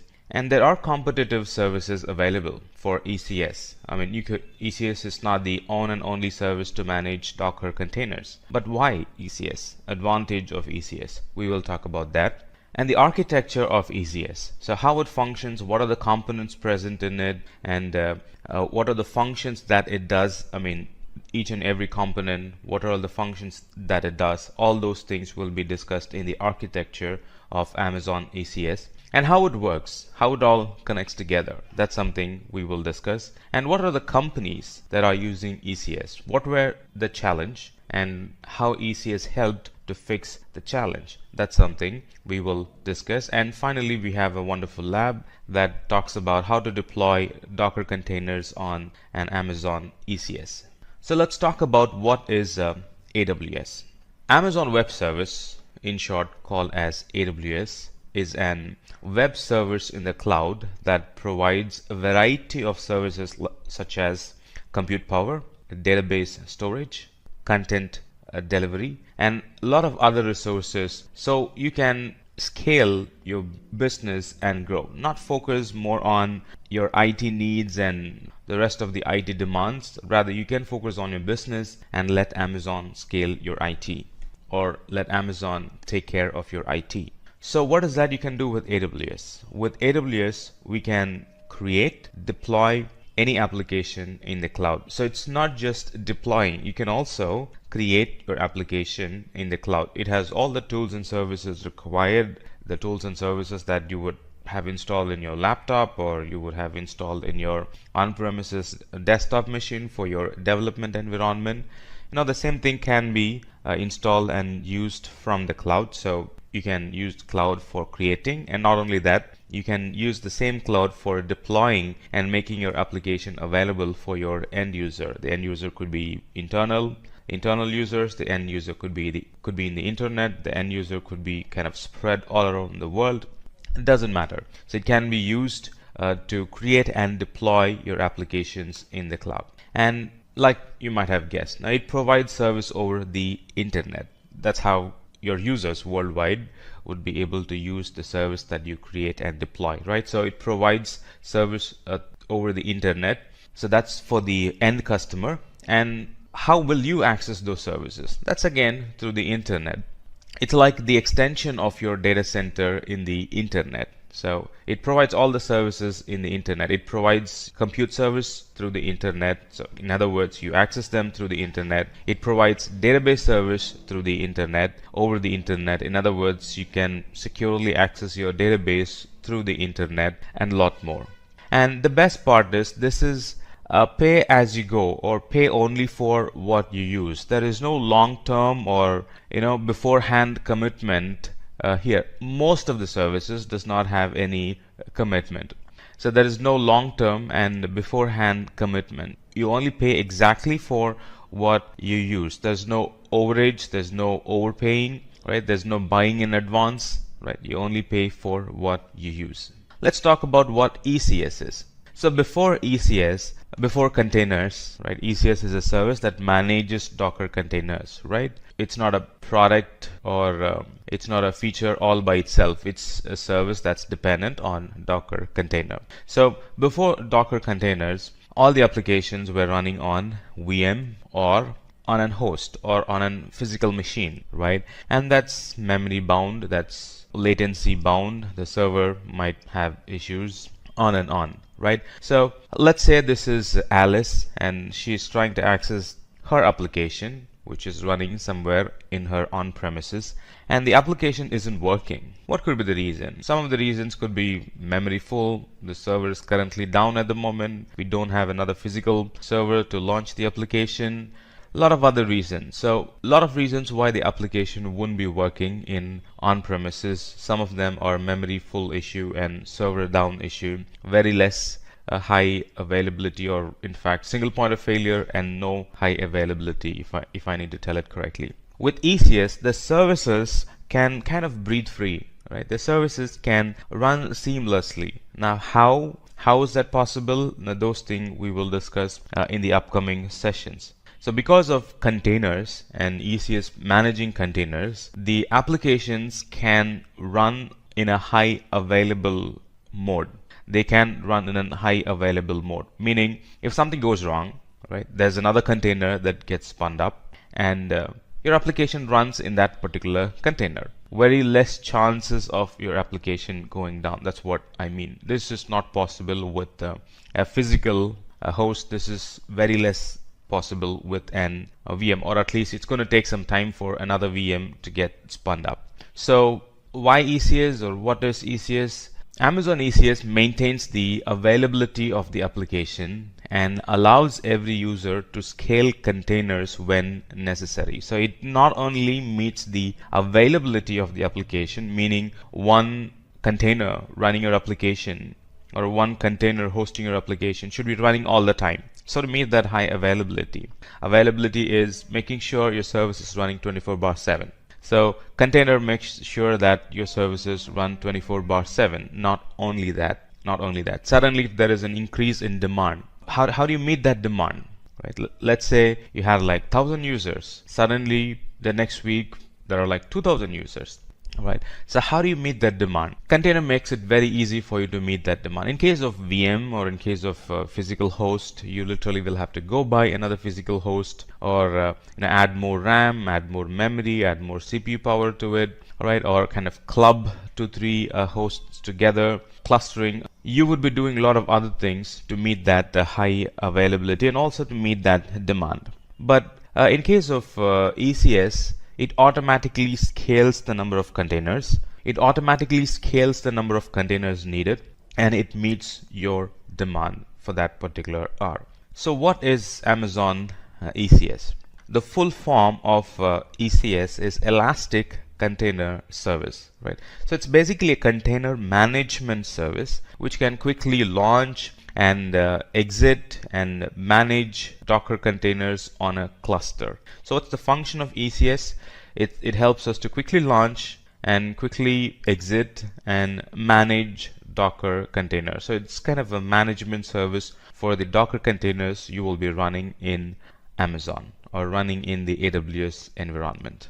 So in addition to that, it helps to schedule the placement of container across your cluster. So it's like this. You have two physical hosts, joined together as a cluster. And ECS helps us to place your containers. Now, where should your container be placed? Should it be placed in host 1? Should it be placed in host 2? So that logic is defined in ECS. We can define it. You can also let ECS take control and define that logic. Most cases you will be defining it. So schedule the placement of containers across your cluster. Let's say two containers want to interact heavily. You really don't want to place them in two different hosts, right? You would want to place them in one single host so they can interact with each other. So that logic is defined by us. And these container services, you can launch containers using AWS Management Console, and also you can launch containers using SDK kits available from Amazon. You can launch through a Java program. You can launch container using an .NET program. You can launch container using an Node.js program, as in when the situation demands. So there are multiple ways you can launch containers through Management Console and also programmatically. And ECS also helps to migrate application to the cloud without changing the code. So anytime you think of migration, the first thing that comes to your mind is that how will that environment be? Based on that, I'll have to alter my code. What's the IP? What is the storage that's being used? What are the different parameters I'll have to include? The environment parameters of the new environment. With containers, now that worry is already taken away, because we can create an pretty exact environment. The one that you had on premises, the same environment gets created in the cloud. So no worries about changing the application parameter, no worries about changing the code in the application. Right? You can be like, if it ran in my laptop, a container that I was running in my laptop, it's definitely going to run in the cloud as well, because I'm going to use the same container in the laptop and also in the cloud. In fact, you're going to ship it. You're going to move the container from your laptop to Amazon ECS and make it run there. So it's like the very same image, the very same container that was running in your laptop will be running in the cloud or production environment. So what is Docker? We know that ECS helps to quickly launch, exit, and manage Docker containers. What is Docker?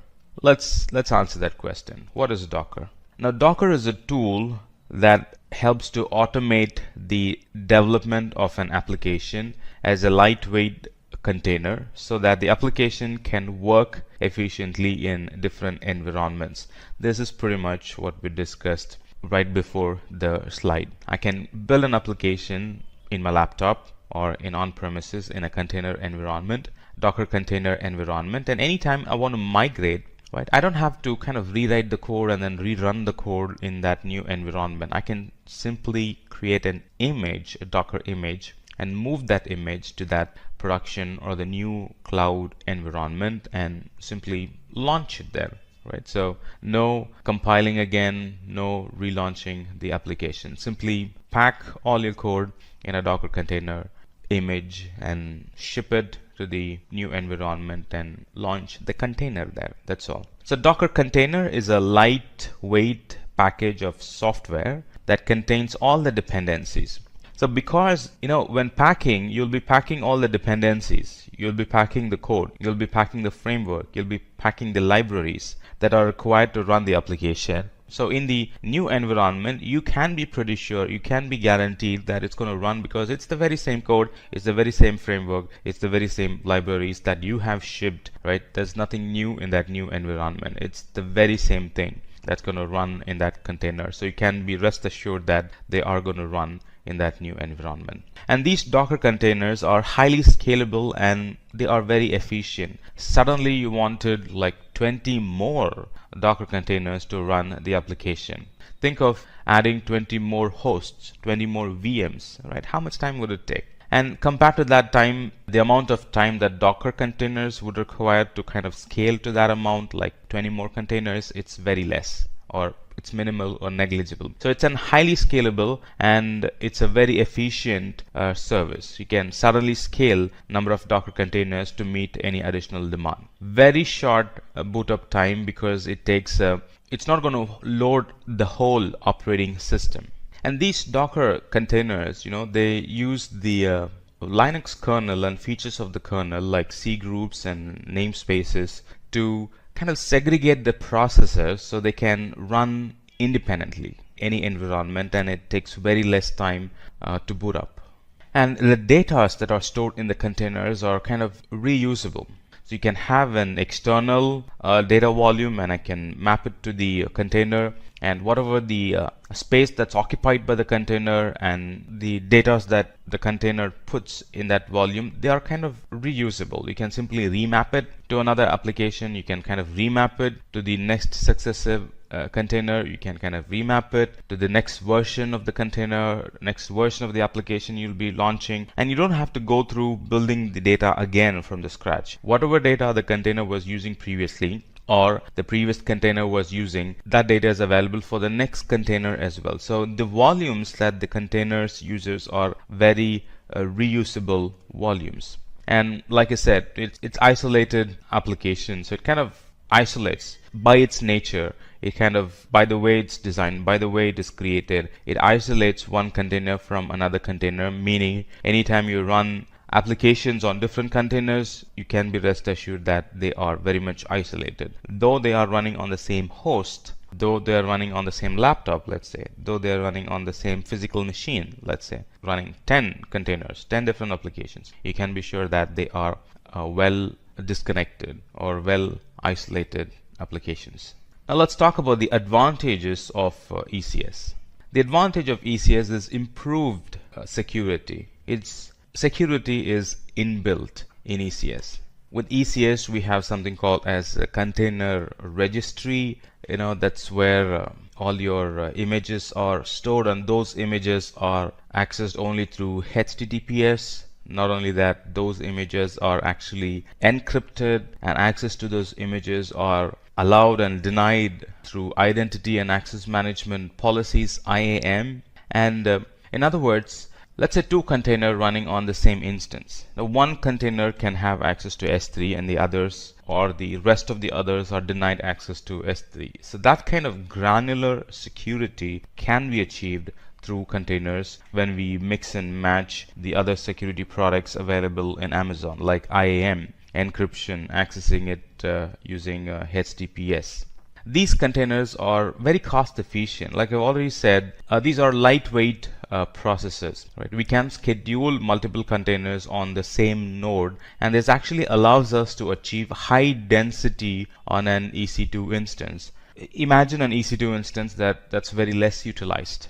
That's not possible with a container, because you can actually dense or crowd an EC2 instance with more containers in it. So to best use those resources in EC2, straightforward, you can just launch one application. But when we use containers, you can launch like 10 different applications on the same EC2 server. That means 10 different applications can actually feed on those resources available and can benefit the application. And ECS not only deploys the container, it also maintains the state of the containers, and it makes sure that the minimum set of containers are always running based on the requirement. That's another cost efficient way of using it, right? And anytime an application fails, and that has a direct impact on the revenue of the company, and ECS makes sure that you're not losing any revenue because your application has failed. And ECS is a pretty extensible services. It's like this: in many organizations, there are majority of unplanned work because of environment variation. A lot of firefighting happens when we kind of deploy the code from one, or kind of move the code or redeploy the code in a new environment. A lot of firefighting happens there. right? This Docker containers are pretty extensible. Like we discussed already, environment is not a concern for containers because it's going to kind of shut itself inside a Docker container, and anywhere the Docker container can run, the application will run exactly the way it performed in the past. So environment is not a concern for the Docker containers. In addition to that, ECS is easily scalable. We have discussed this already, and it has improved compatibility. We have discussed this already. Let's talk about the architecture of ECS. Like you know now, the architecture of ECS is the ECS cluster itself. That's group of servers running the ECS service, and it integrates with Docker, right? So we have a Docker registry.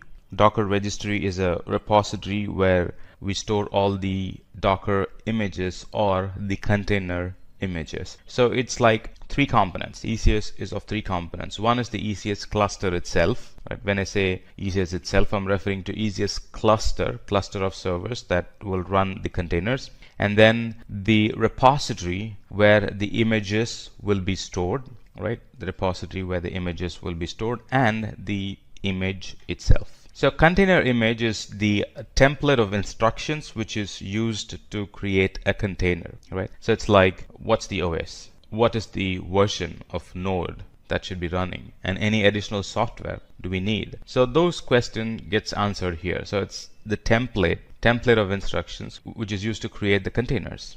And then the registry is the service where the Docker images are stored and shared. So many people can store there and many people can access, or if there's another group that wants to access, they can access the image from there, or one person can store the image and rest of the team can access, and the rest of the team can store image, and this one person can pick the image from there and kind of ship it to the customer or ship it to the production environment. All that's possible in this container registry. And Amazon's version of the container registry is ECR. And there's a third party. Docker itself has a container registry, that's Docker Hub.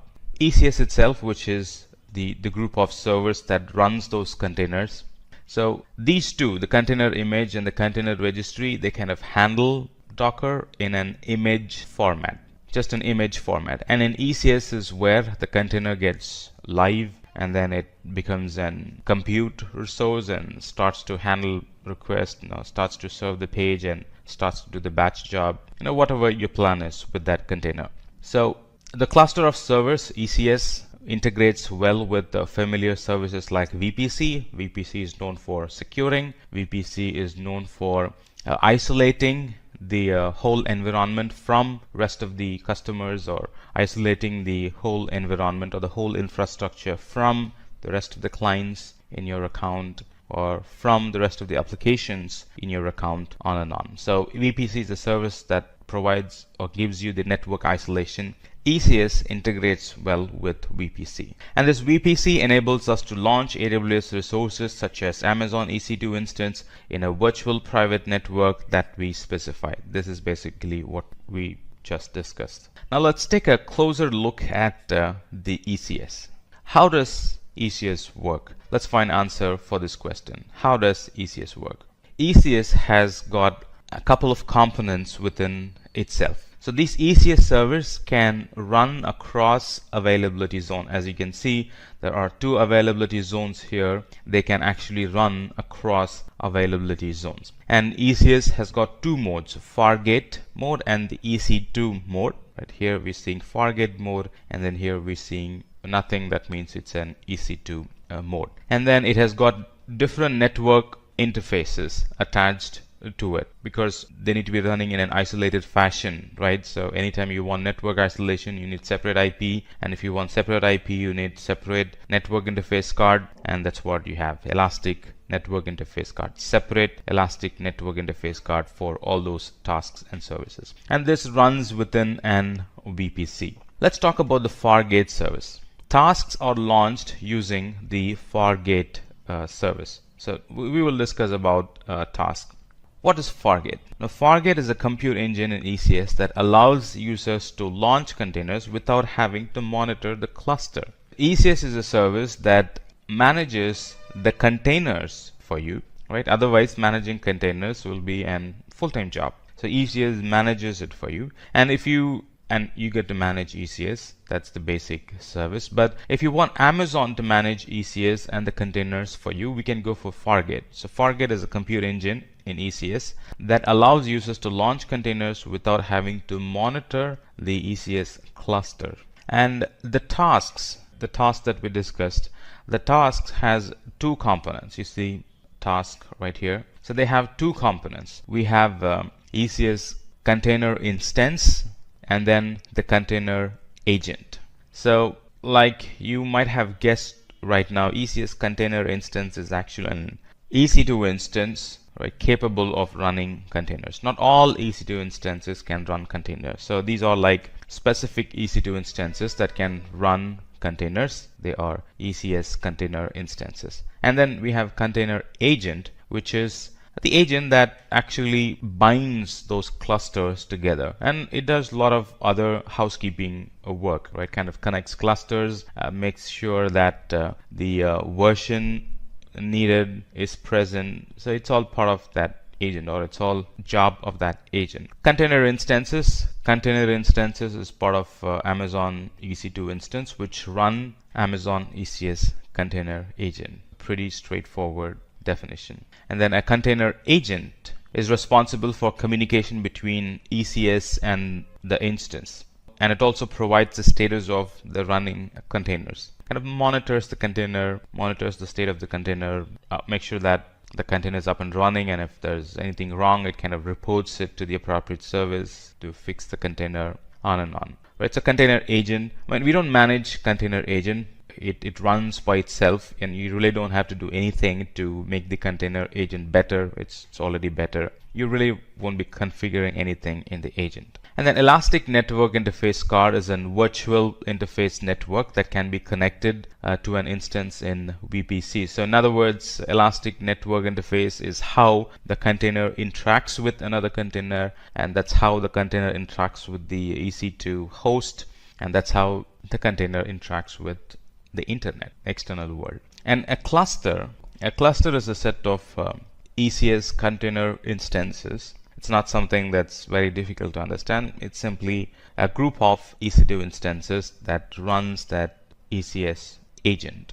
And this cluster handles the process of scheduling, monitoring, and scaling the request. We know that ECS can scale, the containers can scale. How does it scale? That's all monitored and managed by this ECS cluster. Let's talk about the companies that are using Amazon ECS.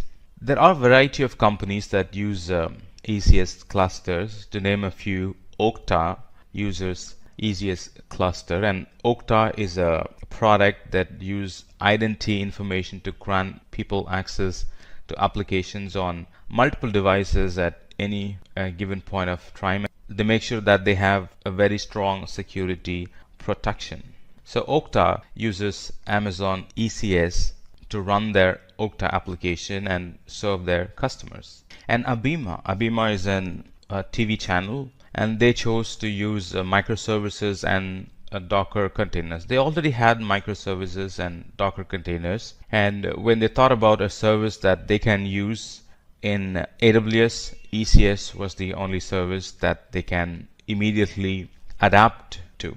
And because in Abima TV the engineers have already been using Docker and Docker containers, it was kind of easy for them to adapt themselves to ECS and start using it, along with the benefits that ECS provides. Previously they had to do a lot of work, but now ECS does it for them. Right. Similarly, Remind and Ubisoft, GoPro are some of the famous companies that use Amazon ECS and get benefited from its scalability, get benefited from its cost, gets benefited from its Amazon managed services, get benefited from the portability that ECS and the migration option that ECS provides. Let's talk about how to deploy a Docker container on Amazon ECS.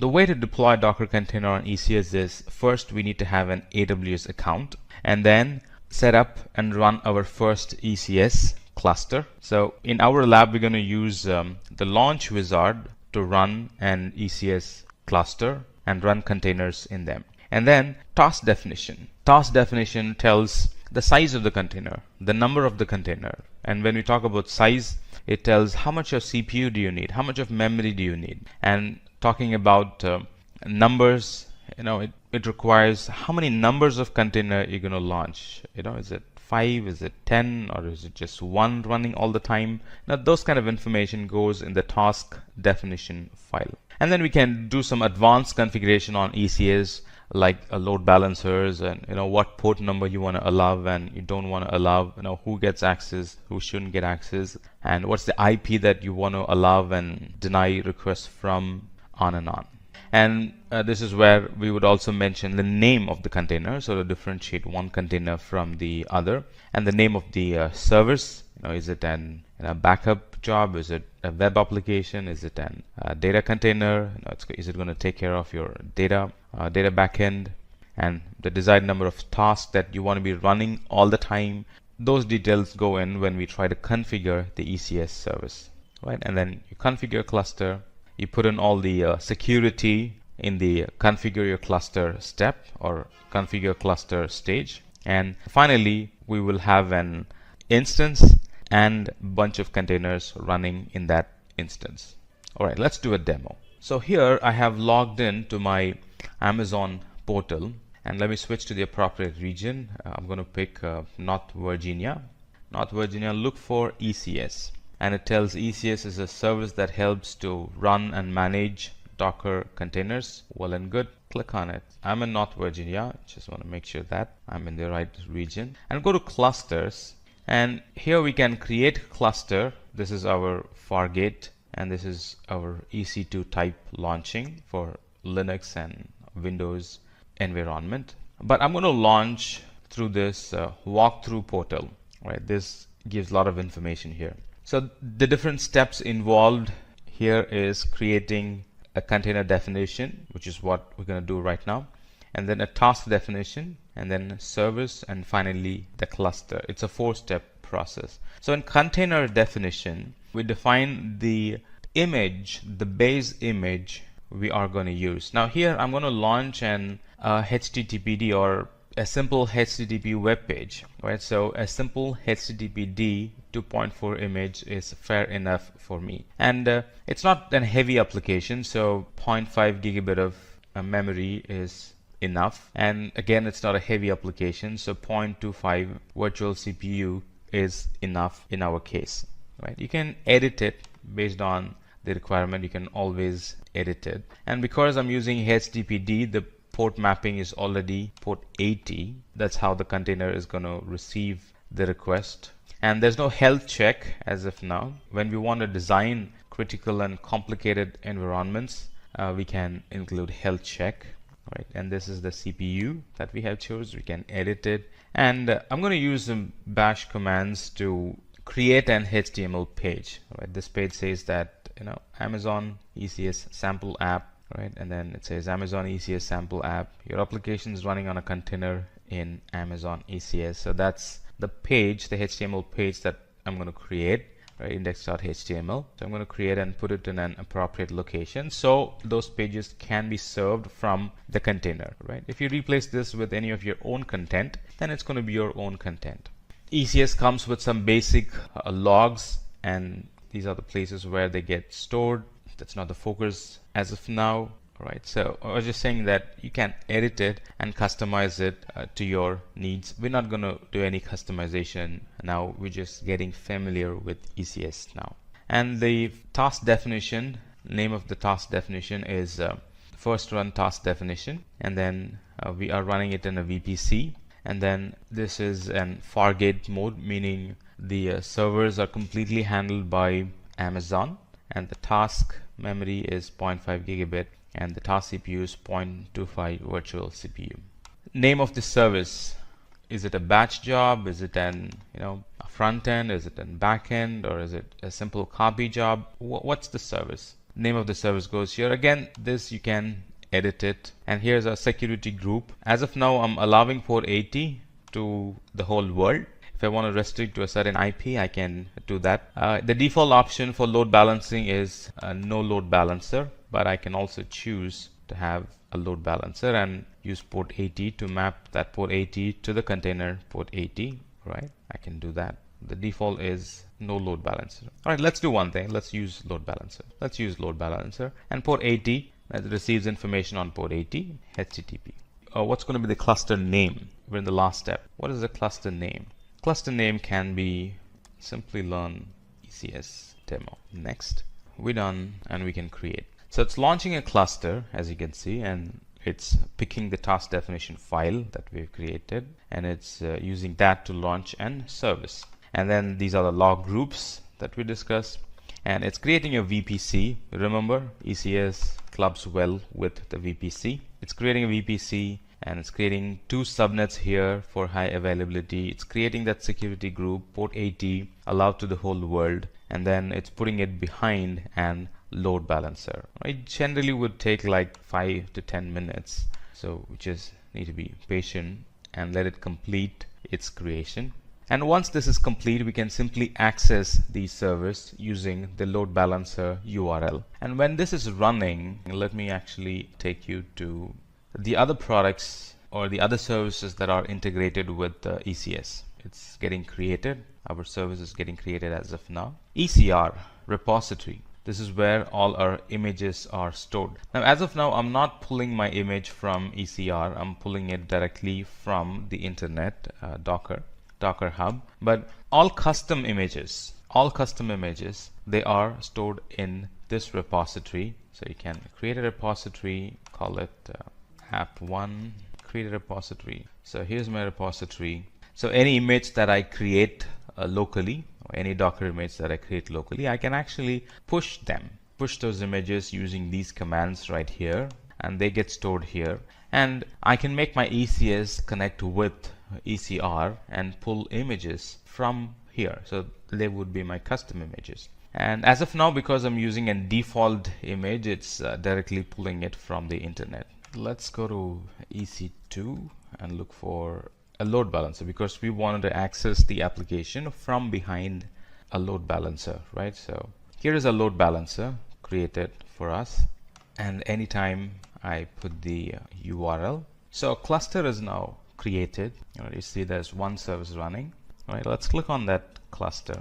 Here is the name of our application, and here is the tasks, the different containers that we are running. And if you click on it, we have an IP, right? IP of that container, right? And it says it's running, it was created at such and such time and started at such and such time. And this is the task definition file that this container uses, meaning the template, the details, all the version details, they all come from here, and it belongs to the cluster called Simplilearn ECS demo, right? And you can also get some logs, container logs from here. So let's go back. And there are no ECS instances here, because remember, this is Fargate. You're not managing any ECS instance, right? So that's why you're not seeing any ECS instance here.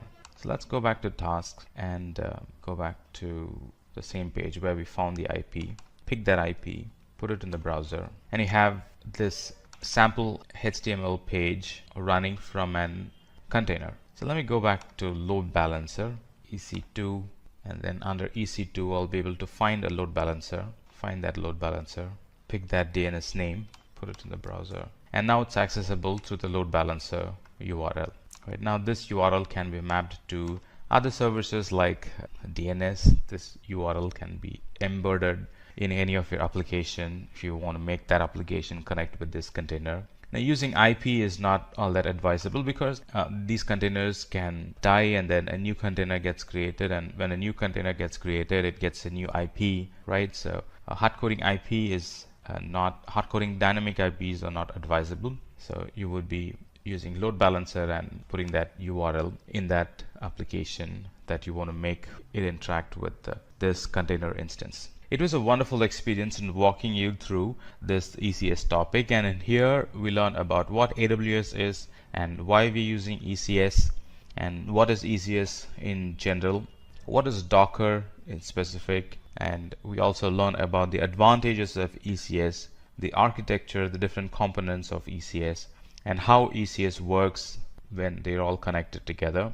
And We also looked at the companies that use ECS and their use cases, and finally a lab, how we can launch ECS Fargate through the portal. I'm very glad to walk you through this lesson about Route 53.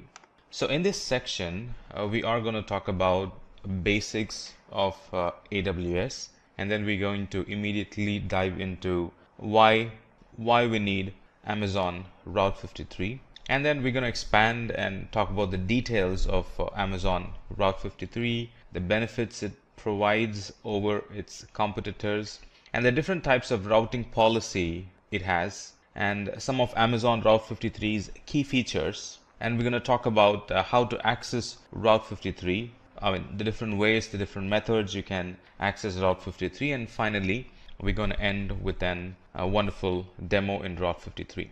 So let's talk about what is AWS.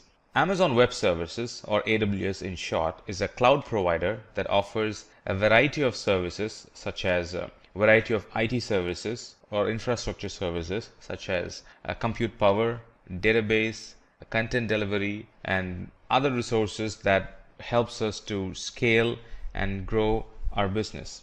And AWS is hot, AWS is picking up, AWS is being adapted by a lot of customers. That's because AWS is easy to use even for a beginner. And talking about safety, the AWS infrastructure is designed to keep the data safe irrespective of the size of the data. Be it small data, be it very minimal data, be it all the data that you have in terabytes and in petabytes, Amazon can keep it safe in their environment. And the wonderful thing, and the most important reason why a lot of customers move into the cloud, is that the pay-as-you-go pricing. There is no long-term commitment, and it's very cost effective. What this means is that you're not paying for a resource that you're not using. In on-premises, you do pay for resources you're not using a lot, meaning you go and buy a server, you do the estimate for the next 5 years, and only after like 3 or 4 years you'll be hitting the peak capacity, but still you would be buying that capacity before 4 years, right? And then you will gradually be utilizing it from 40%, 60%, 70, 80, and then 100. So what you have done is that even though you're not using the full capacity, you still have bought it and are paying for it from day one. But in the cloud, it's not like that. You only pay for the resources that you use. Anytime you want more, you scale up the resource and you pay for the scaled up resource. And anytime you want less, you scale down the resource and you pay less for that scaled down resource. Let's talk about why Amazon Route 53. Let's take this scenario where Rachel is trying to open her web browser and the URL that she hit isn't working. A lot of reasons behind why the URL isn't working. It could be the server utilization that went high. It could be the memory usage that went high. A lot of reasons. And she starts to think, is there an efficient way to scale resources according to the user requirements? Or is there an efficient way to kind of mask all those failures and kind of divert the traffic to the appropriate active resource or active service that's running our application? You always want to hide the failures, right? In IT, kind of mask the failure and direct the customer to another healthy service that's running, right? None of your customers would want to see a server not available, or none of your customers would want to see your service not working. Not impressive to them. And this is Tom. Tom is an IT guy and he comes up with an idea and he's answering Rachel, yes, we can scale resources efficiently using Amazon Route 53. In a sense, he's saying that yes, we can mask the failure and we can keep the services up and running, meaning we can provide more high availability to our customers with the use of Route 53. And then he goes on and explains Amazon Route 53 is a DNS service that gives developers an efficient way to connect users to internet applications without any downtime. Now, downtime is the key. Amazon Route 53 helps us to avoid any downtime that customers will experience. You still will have downtime in your server and your application, but your customers will not be made aware of it.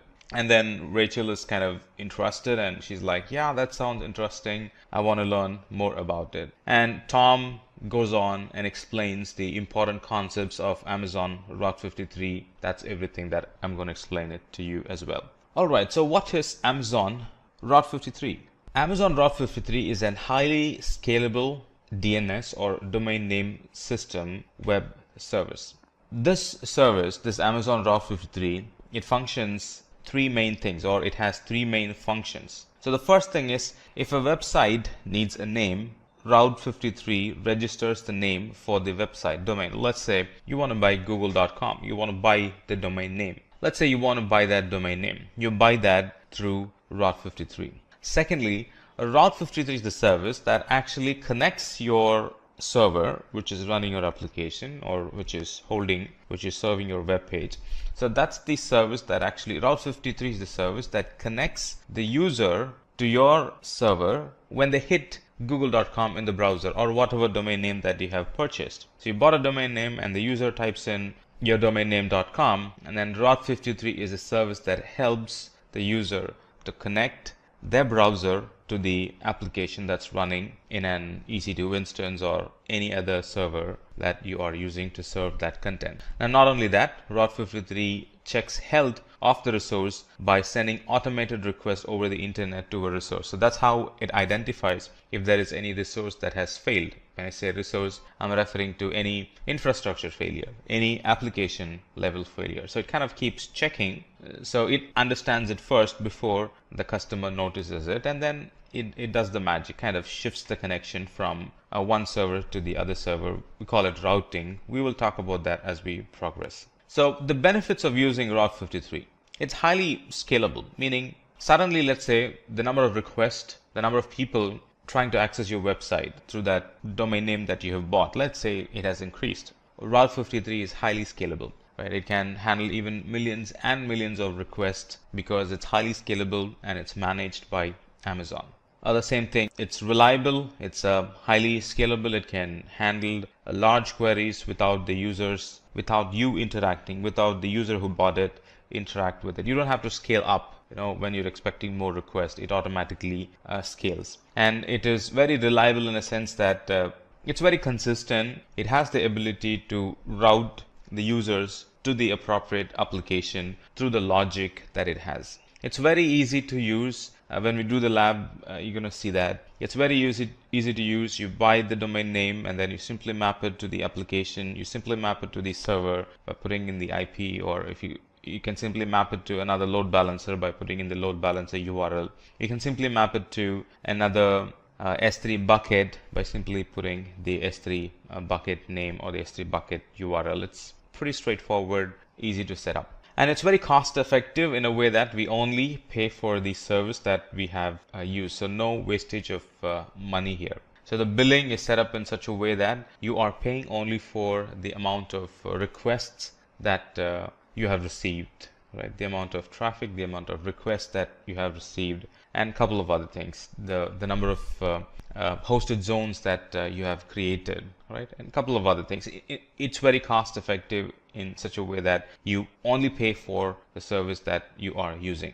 And it's secure in a way that access to Route 53 is integrated with the Identity and Access Management, IAM. So you only have authorized users gain access to Route 53. The trainee who just joined yesterday won't get access. And the contractor or the consultant, the third-party consultant you have given access, or who is using your environment, you can block access to that particular person because he's not the admin or he's not a privileged user in your account. So only privileged users and admin gain access to Route 53 through IAM. Now let's talk about the routing policies.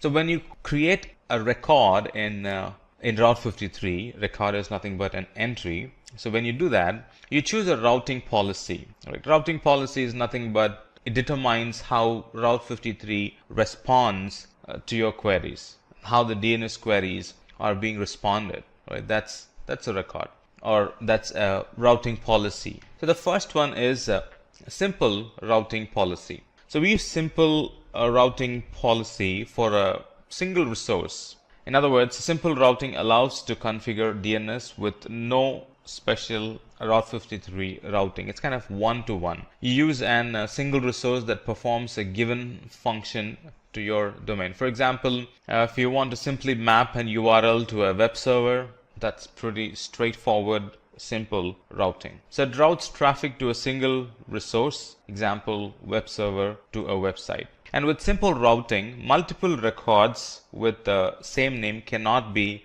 created, but multiple values can be created in the same record. The second type of routing policy is failover routing. So we would be using failover routing when we want to configure active, passive failover. If something failed, right, you want to fail over to the next resource, which was previously the backup resource, now the active resource, or which was previously the backup server, now it's an active server. So you would be failing over to that particular resource or that particular IP. If you want to do that, we use failover routing. So failover routing routes traffic to a resource when the resource is healthy, or to a different resource when the previous resource is unhealthy. In other words, anytime a resource goes unhealthy, it does all that's needed to shift the traffic from the primary resource to the secondary resource. In other words, from the unhealthy resource to the healthy resource. And this records can route traffic to anything from an Amazon S3 bucket, or you can also configure a complex tree of records. Now, when we configure the records, it will be more clear to you. So as of now, just understand that Route 53 can route, or this routing policy, the failover routing policy, can route traffic to Amazon S3 bucket or to a website that has complex tree of records. Geolocation routing policy. Now, geolocation routing, just like the name says, it takes that routing decision based on the geographic location of the user. In other words, when you want to route traffic based on the location of the user, that's your primary criteria for sending that request to the appropriate server, we would be using geolocation routing.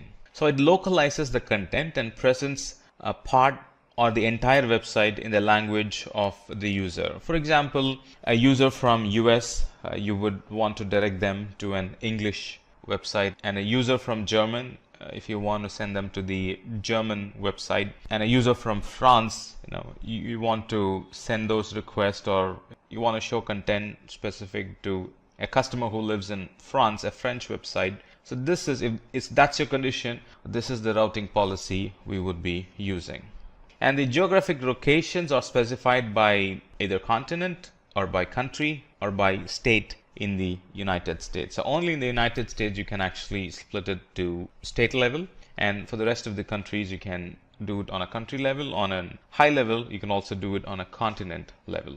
The next type of routing policy would be geo-proximity routing. Geo-proximity routing policy, when we want to route traffic based on the location of our resource and optimally shift traffic from resources in one location to resource in another location, we would be using geo-proximity routing. So geo-proximity routing routes traffic to the resources based on the geographic location of the user and the resources they want to access. And it also has an option to route more traffic or less to a given resource by specifying a value known as a bias. Kind of weight, but we also have weighted routing, that's different. So we've chosen different name, bias. You can send more traffic to a particular resource by having a bias on that particular routing condition. And a bias expands or shrinks the size of the geographic region from which traffic is routed to a resource. And then we have latency based routing. Just like the name says, we use latency based routing if we have resources in multiple AWS regions, and if you want to route traffic to the region that provides the best latency at any given point of time. So let's say if one single website needs to be installed and hosted on multiple AWS regions, then latency routing policy is what is being used. It improves the performance of the users by serving the request from the AWS region that provides the lowest latency. So at any given point, if performance is your criteria, and at any given point of time, irrespective of what happens in Amazon infrastructure, irrespective of what happens in the internet, if you want to route your users to the best performing website, best performing region, then we would be using latency based routing. And for using latency based routing, we should create latency records for the resources in multiple AWS regions. And then the other type of a routing policy is multi-value routing policy, where we can make Route 53 to respond to DNS queries with up to 8 healthy records selected at random. So you're not kind of loading one particular server. We can define 8 records, and on a random basis, Route 53 will respond to queries from these 8 records. So it's not one server that gets all the requests, but 8 servers gets the request in a random fashion. So it's multi-value routing policy, and what we get by this is that we are distributing the traffic to many servers instead of just one server. So multi-value routing configures Route 53 to return multiple values in response to a single or multiple DNS queries. It also checks the health of odd resources and returns the multiple values only for the healthy resources. Let's say out of the 8 servers we have defined, one server is not doing healthy. It will not respond to the query with the details of the unhealthy server, right? So now it's going to treat it as only 7 servers in the list because one server is unhealthy. And it has the ability to return multiple health checkable IP addresses to improve availability and load balancing. The other type of routing policy is weighted routing policy, and in here we use to route traffic, or this is used to route traffic to multiple resources in a proportion that we specify. So this is an weighted routing, and weighted routing routes multiple resources to a single domain name or a subdomain and control the traffic that's routed to each resources. So this is very useful when you are doing load balancing and testing new versions of the software. So when you have a new version of the software, you really don't want to send 100% of the traffic to it. So you want to get customers' feedback about the new software that you have launched, new version or new application that you have launched. So you would kind of send only 20% of the traffic to that application, get customer feedback, and if all is good, then we would move the rest of the traffic to that new application. So any software launches, application launches will be using weighted routing. Now let's talk about the key benefits or key features of Route 53. Some of the key features of Route 53 are traffic flow. It routes end users to the endpoint that should provide the best user experience. That's what we discussed in the routing policies, right? It uses a routing policy, a latency-based routing policy, and geo-based routing policy, and then failover routing policy. So it kind of improves the user experience. And the other key feature of Route 53 is we can buy domain names using Route 53 console. We can buy it from here and use it in Route 53. Previously it was not the case, but now we can buy it directly from Amazon through Route 53, and we can assign it to any resources that we want. So anybody browsing that URL, the connection will be directed to the server in AWS that runs our website. Health checks. It monitors health and performance of the application. So it comes with an health check attached to it. Health check are useful to make sure that the unhealthy resources are retired,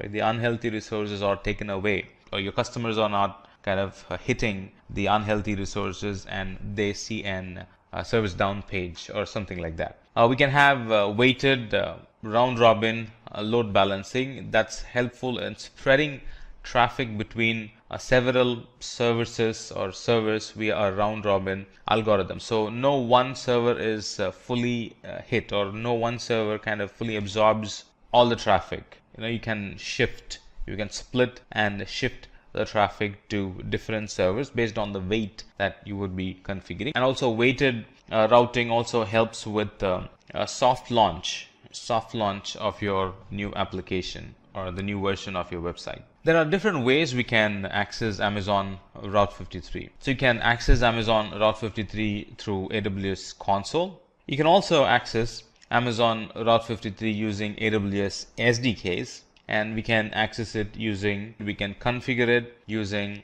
the APIs. and we can also do it through the command line interface. That's Linux type, Linux flavor, AWS command line interface. We can also do that using Windows command line, Windows PowerShell flavored command line interface as well. Now let's look at some of the companies that are using Route 53. So some of the famous companies that use Route 53 are Medium. Medium is an online publishing platform, and it's more like a social journalism. It's kind of having hybrid collection of professionals, people and publications, or exclusive blogs or publishers on Medium. It's kind of an blog website, and that uses Route 53 for the DNS service.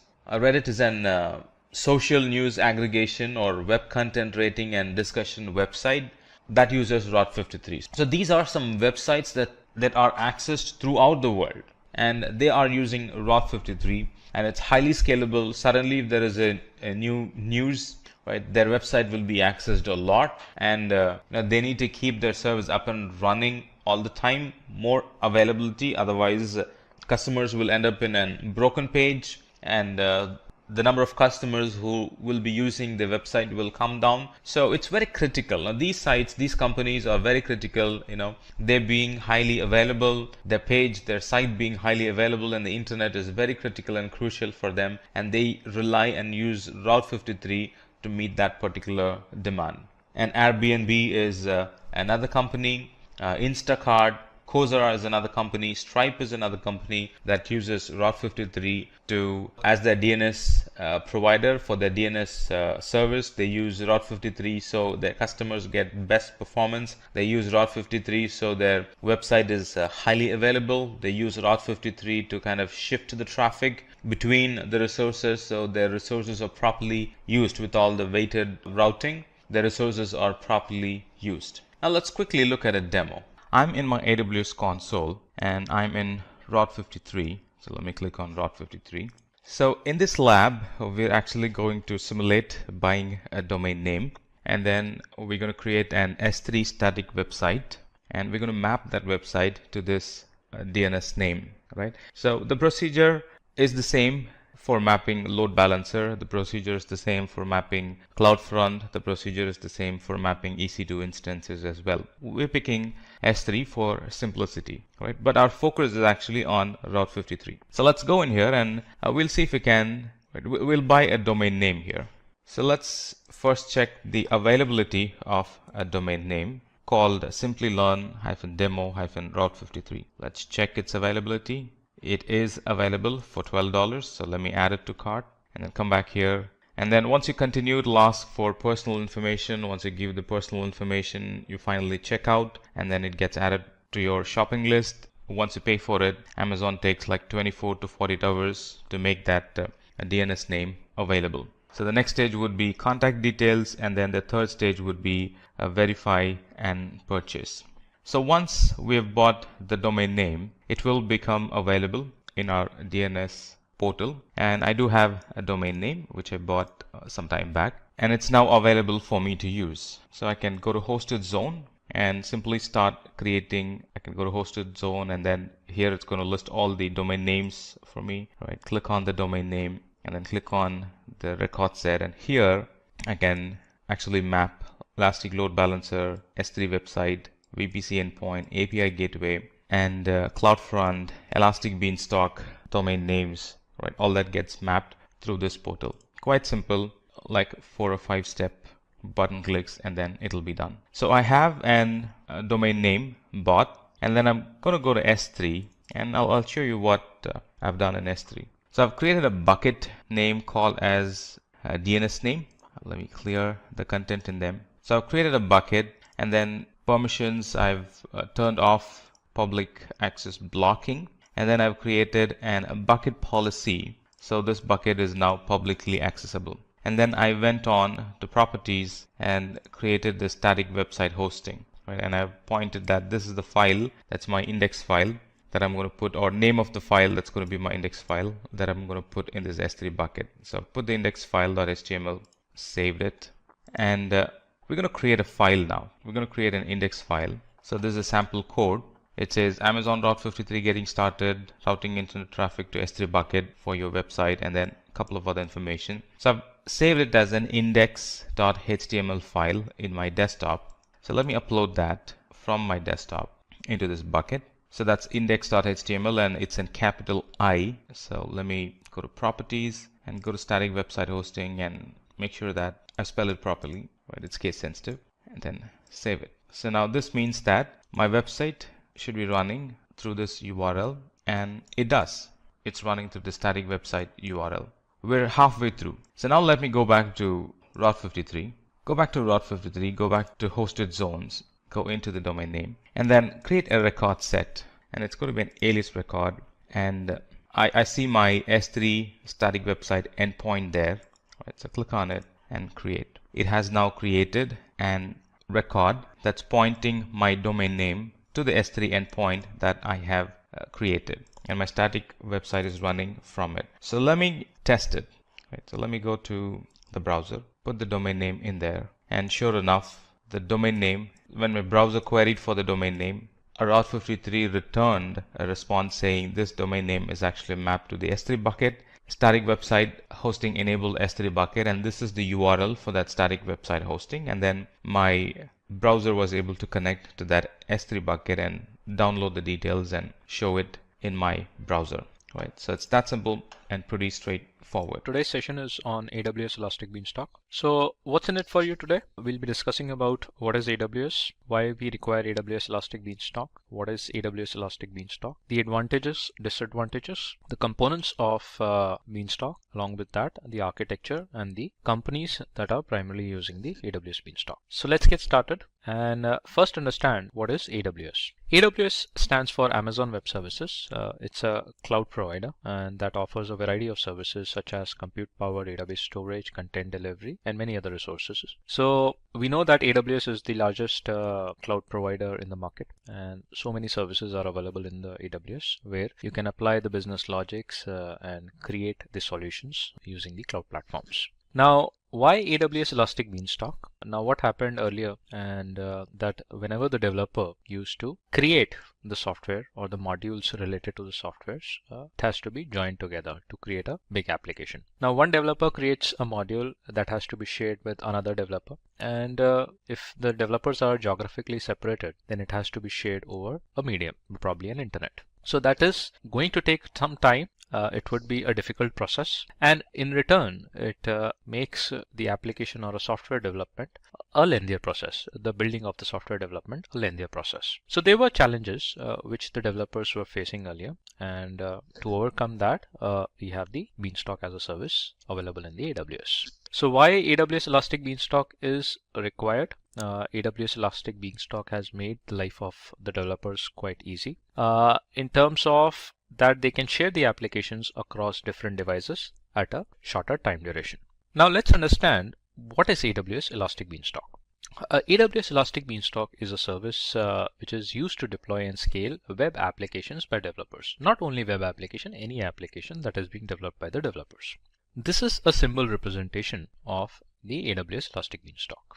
Now, along with that, the AWS Elastic Beanstalk supports the programming language, the runtime environments that are Java, .NET, PHP, Node.js, Python, RubyGo, and Docker. And in case if you're looking for any other programming language or a runtime environment, then you can make a request with AWS to arrange that for you. Now, what are the advantages associated with the Elastic Beanstalk? First advantage is that it's a highly scalable service. Now, when we talk about the scalability, it means that whenever we require the resources in demand, we can scale up the resources or we can scale down the resources. So that is kind of a flexibility we get in terms of changing the type of resources whenever we need it. And in that case, the Elastic Beanstalk is a highly scalable service. Now that is something which is very difficult to achieve in case of an on-prem environments, because you have to plan for the infrastructure, and in case if you're short of the resources within that infrastructure, then you have to procure it again. The second advantage associated with the Beanstalk is that it's a fast and simple to begin. Now when we say it's fast and simple, that means that you just have to focus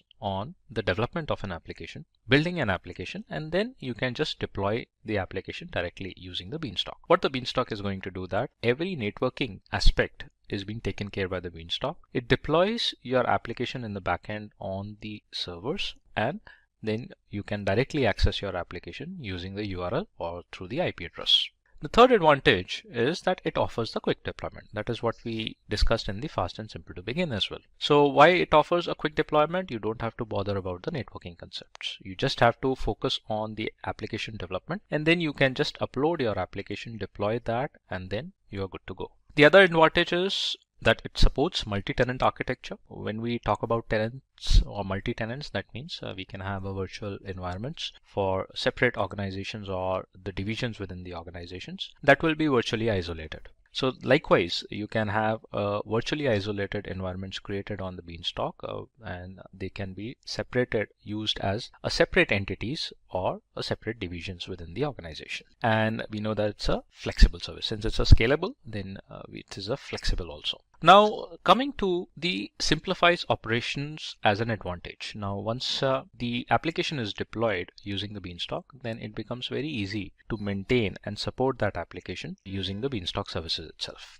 And the last advantage that we can have from the Beanstalk is that it's a cost efficient service. The cost efficient, as we know that many of the AWS services are cost effective. The cost optimization can be better managed using the AWS Beanstalk as compared to if you are developing or if you're deploying any kind of an application or a solution on the on-prem servers. Now there are some components that are associated with the AWS Beanstalk, and it has to be created in the form of a sequence manner. So AWS Elastic Beanstalk consists of few important components which are required while developing an application. Now what are these components? These are 4 components. One is application, the second is application version, the third is environment, and the fourth one is the environment tier. And we have to progress while deploying our applications or the softwares using the same sequence. Now let's understand what are the different components of the Beanstalk are. The application. It refers to a unique label which is used as a deployable code for a web application. So generally you deploy your web application or you create your application, and that is something which is basically used as a unique label. Then the second component is application versions. So it resembles a folder which stores a collection of components such as environments, versions, and environment configurations. So all these components are being stored using the application version. The third most important component is the environment. In the environment, only the current versions of the applications runs. Now remember that Elastic Beanstalk supports multiple versions as well. And using the environment, you can only run the current version of the application. For if you wanted to have another version of an application to be running, then you have to create another environment for that. Then comes the environment tier. And in the environment tier, it designates the type of application that the environment runs on. Now generally there are 2 types of environment tier. One is the web and the other one is the worker node, and that's something which we'll be discussing later as well. Now let's understand how does Elastic Beanstalk in AWS works. So first we have to create an application, and this is a task that would be done by the developers. And for that you can actually select any runtime environment or a programming language like Java, Docker, Ruby, Gopal, or Python as well. And once you select that environment, you can develop your application using that runtime environments. Now after that, once the application is created, then you have to upload the version of an application on the AWS. And after that, once the version is uploaded, and then you have to launch your environment. So just have to click on the buttons, that's it, nothing more you have to do. Once the environment is launched, then you can actually view that environment using a web URL or using the IP address. Now what happens in that case is when you launch an environment in the backend, the Elastic Beanstalk automatically runs an EC2 instance. And using a metadata, the Beanstalk deploys your application within that EC2 instance. That is something which you can look into the EC2 dashboard as well. So you don't have to take care of the security groups, you don't have to take care of the IP addressing, and even you don't have to log in into the instance and deploy your application. It would be done automatically by the Beanstalk. It's just that you just have to monitor the environment, and the statistics will be available there itself in the Beanstalk dashboard. Otherwise, you can view those statistics in the CloudWatch logs as well. Now in case if you wanted to update any kind of a version, then you just upload a new version and then just deploy that and then monitor your environment. So these are the essentials to create a local applications for any platform, whether it's a Node.js, Python, etc. These are the things that you have to actually take care, and this is the sequence you have to follow while creating an environment. So you can say that it's a 4 steps creation of or deployment of your application. That's it. Now, after users upload their versions, the configuration is automatically deployed with a load balancer. Yes, and with a load balancer, that means you can access the applications using the load balancer DNS also. And apart from load balancer, if you wanted to put any other feature that includes the auto scaling, for example, if you wanted to create your EC2 instances where the application will be deployed within the virtual private cloud or in a particular subnet within the VPC, all those features that are available, and you can select them using the Beanstalk itself. You don't have to move out to the VPC. You don't have to actually go to the EC2 dashboard and select all those separately. Everything would be available within the Beanstalk dashboard.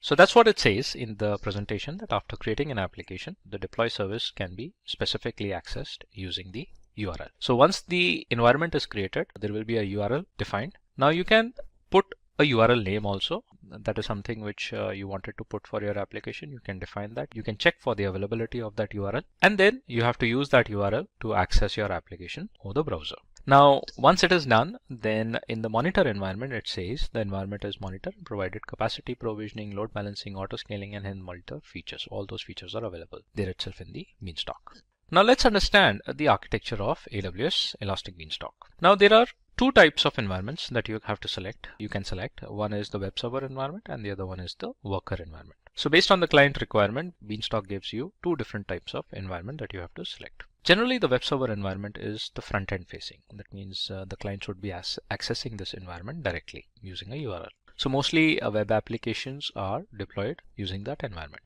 The worker environment is the backend applications or the micro apps, which are basically required to support the running of the web applications. Now it depends on the client requirement what kind of an environment you wanted to select. Now in the web server environment, it only handles the HTTP request from the clients. So that's why we use the web server environment mostly for the web applications or any application which works on the HTTPS requests. So it's not only the HTTP, you can use the HTTPS as well. The worker environment, it processes background tasks and minimizes the consumption of resources.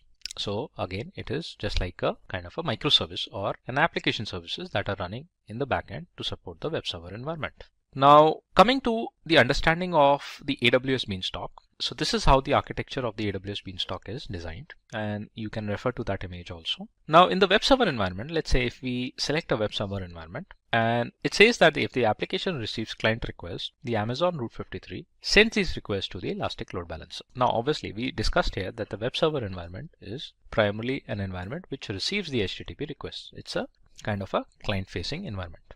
Now if the application receives a client request from the Amazon Route 53, this Route 53 is a service which is primarily used for DNS mapping. It's a global service and it may route. You can route the traffic from the Route 53, matching your domains towards the load balancer. And from the load balancer, you can point that traffic to the web server environment. Obviously, the web server environment is nothing. It's just the EC2 instances that would be running in the backend. Now, here in the diagram, you can see that there are two web server environments and they are created in the auto scaling group. That means there is some kind of scaling options that are defined as well. And these instances are created in an availability zone, or they can be created in a different availability zone also for the redundancy as well. And these web application servers are further connected to your databases, which primarily will be in a different security groups. Probably it can be an RDS database also. So all these functionalities, all these features are basically available on the Elastic Beanstalk dashboard itself. Now what happens in that case is if the application receives client requests, Amazon Route 53 send these requests to the load balancer. Later, the load balancer shares those requests among the EC2 instances. How does that happen? It happens using a predefined algorithm. The equal distribution of a load is distributed to both the EC2 instances or n number of EC2 instances running in the availability zone. Now in the availability zones, every EC2 instance would have its own security group. They can have a common security group also. They can have their own security group as well. Now, after the security group, the load balancer is then connected to the Amazon EC2 instance, which are part of the auto scaling group. So that's something which we have discussed already. Now, this auto scaling group would be defined from the Beanstalk itself, and there will be some scaling options that will be created. It could be a possibility that it might be the minimum number of instances that would be running as of now. And based on the threshold defined, it may increase the number of EC2 instances, and the load balancer will keep on distributing the load to as many instances that will be created inside the availability zones. Obviously, there will be an internal health check that the load balancer will be first doing before distributing the real-time traffic to these instances created by the beanstalk. Now, what does autoscaling group does? It automatically starts the additional EC2 instance to accommodate increasing load on your application. That's something which we know that. And also it monitors and scales instances based on the workload as well. So depends on what kind of a scaling threshold you have defined in the autoscaling groups. And when the load of an application decreases, the EC2 instance will also be decreased. So whenever we talk about the autoscaling, generally it comes in our mind is that we scale up the resources. That means it increases the EC2 instances. In the autoscaling, you might have the scale down option also, scale down policy also created, in which if the load minimizes, it can terminate the additional EC2 instances as well. So that is something which will be automatically managed. All these features can be achievable using the Elastic Beanstalk. And with this feature accommodated, it gives you the better cost optimization in terms of managing your resources. Now it says that Elastic Beanstalk has a default security group, and the security group acts as a firewall for the instances. Now here in this diagram, it says about the security group auto scaling also. You might create it in a default VPC also. You might create it in your custom VPC also, where you can have the additional level of security is also created. You can have the NACLs, NACLs also defined here before the security groups. So that would give you the additional filtering option or the firewall option. Now it says that with these groups, with these security groups, it allows establishing security groups to the database server as well. So every database would also have its own security group, and the connection can be created between the web servers environment that is created by the Beanstalk to the database security groups as well. Now let's discuss about the worker environment. Now, understanding the worker environment, what happens is that the client, the web server environment is the client facing. The client sends a request for an access to the web server. And in this diagram, the web server further sends it to the SQS, which is a simple queue service. And the queue service sends it to the worker environment. And then whatever the worker environment is created for doing some kind of a processing or some kind of an application that is running in the backend, that environment initiates and then send back the results to this SQS and vice versa. So let's understand the architecture of a AWS Elastic Beanstalk with the worker environment. So when a worker environment here is launched, AWS Elastic Beanstalk installs a server on every EC2 instance. So that is in the case of a web server environment also. And later the server passes the request to the simple queue service. Now this service is an asynchronous service. Instead of a simple queue service, you can have other services also. It is not necessary that you need to have the SQS also. This is an example that we are discussing about. And the SQS shares those messages via a post request to the HTTP path over the worker environment. And there are many case studies also with respect to this kind of an environment that is being created, that is being done on many customers. And you can search for these kind of a case studies available on the internet. Now the worker environment executes the task given by the SQS with the HTTP response after the operation is completed. Now here what happens is a quick recap. The client requests for an access of an application to a web server using an HTTP request. The web server passes that request to the queue service. The queue service shares the message with the worker. Probably a worker might be the manual worker, and generally it's an automated worker. So it would be shared via the worker environment only. And the worker sends back the response with the HTTP response back to the queue. That response can be viewed directly from the queue service by the client using the web server. So this is one of the examples. Likewise, as I said, that there can be many other examples also where you can have the worker environments defined. Now, what are the companies that are using the Elastic Beanstalk? These are few of the companies that are primarily using. One is Zillow, Jelly Button Games, then you have League of Women Voters, eBury. These are some of the few listed companies, and obviously you search on the AWS site and you'll find many more organizations that are using the Elastic Beanstalk primarily for deploying their applications. Now the next thing is to go with the practicals, that how actually we use the Elastic Beanstalk. So let's look into the demo using the AWS Elastic Beanstalk. Now first you have to log in into the AWS console, and I'm sure that you might be having the accounts created, or you can use the IAM credentials as well. And then you have to select the region also. Now I am in the North Virginia region. Likewise, you can select any of the regions that are listed here. Now click on the services and you have to search for the Elastic Beanstalk. You can find the Elastic Beanstalk under the compute section. So here itself, you'll find the Elastic Beanstalk as a service. Now open this service and there it will give you an option to create an environment. You have to specifically select an environment, probably a worker environment or a web service environment. So let's wait for the service to open. So we have the dashboard now available with us. This is how the Elastic Beanstalk looks, and this is the symbol representation of a beanstalk. Now what we have to do is we have to click on get started, and that will load, and you have to create a web app. So instead of creating a web app, what we'll do, we'll create a new application. So just click on create a new application, put an application name. Let's say we put something like XYZ. You can put any description to your application. Let's say it's a demo app, and click on create. Now it says you have to select an environment. Now the environment, the application name XYZ is created. You just have to select an environment. So click on create one now, and it is going to ask you that what kind of an environment tier you wanted to select. So as we discussed that there are two types of environments. One is the web server and the other one is the worker environment. Let's look into it, what is defined by the AWS. AWS says that it has two types of environment tiers to support different types of web applications. Web servers are standard applications that listen for and then process HTTP requests, typically over port number 80. Workers are specialized applications that have a background processing task that listens for message on an Amazon SQS queue.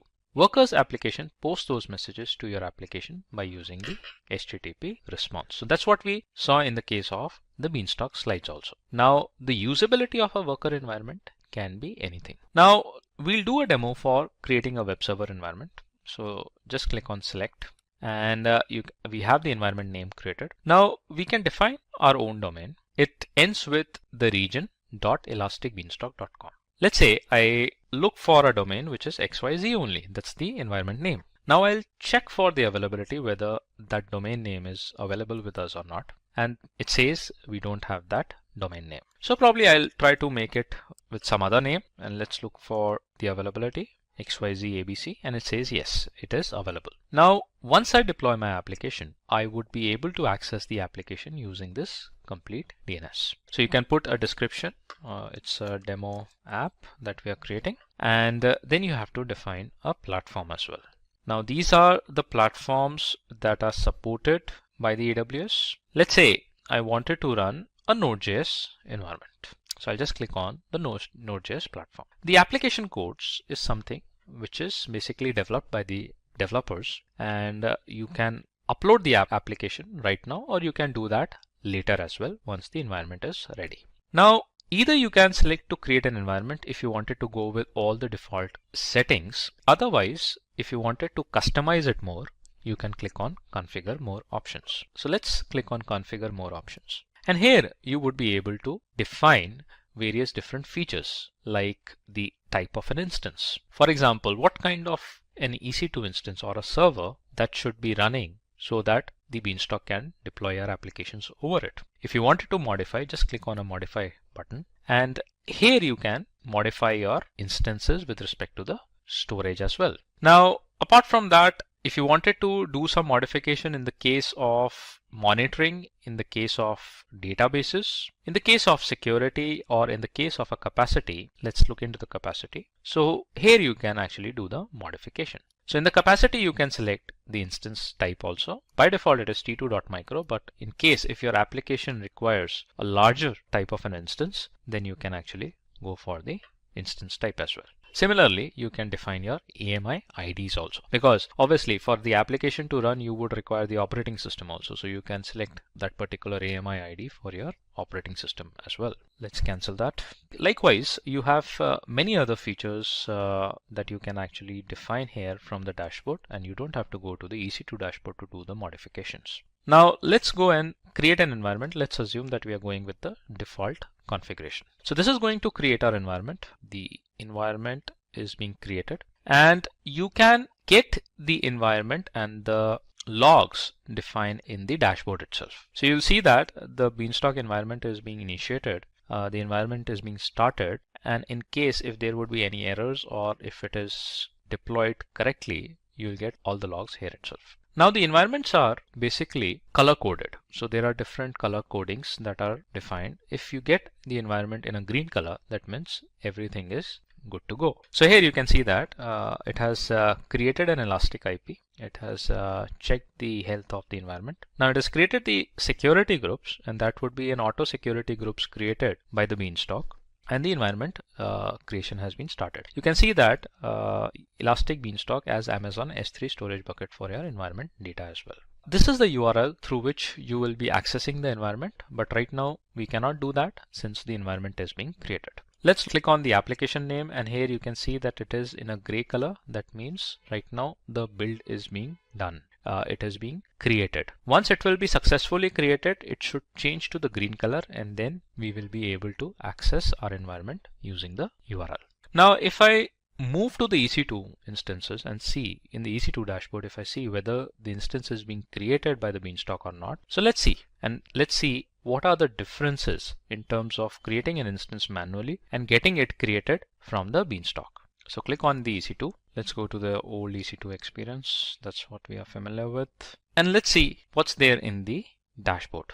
So here you can see one running instance. Let's open that. And the XYZ environment, which was created from the Beanstalk, is being initiated. The instance is being initiated. And that is something which is being done by the Beanstalk itself. We have not gone to the dashboard and created it manually. Now in the security groups, if you see that here the AWS Beanstalk security groups are defined. It has the elastic IPs also defined. So everything is being created by the Beanstalk itself. Right. Now let's go back to the Beanstalk and let's look into the status of our environment, whether the color coding has been changed from gray to green or not. And here you can see the environment is successfully created, and we have that environment colored in green. We'll access the environment, and it says it's a web server environment. Its platform is Node.js running on 64-bit Amazon Linux AMI, and it's a sample application. Health status is okay. Now the other thing is that if you do not want to use the web console, the management console, to access the Beanstalk, then the Beanstalk offers you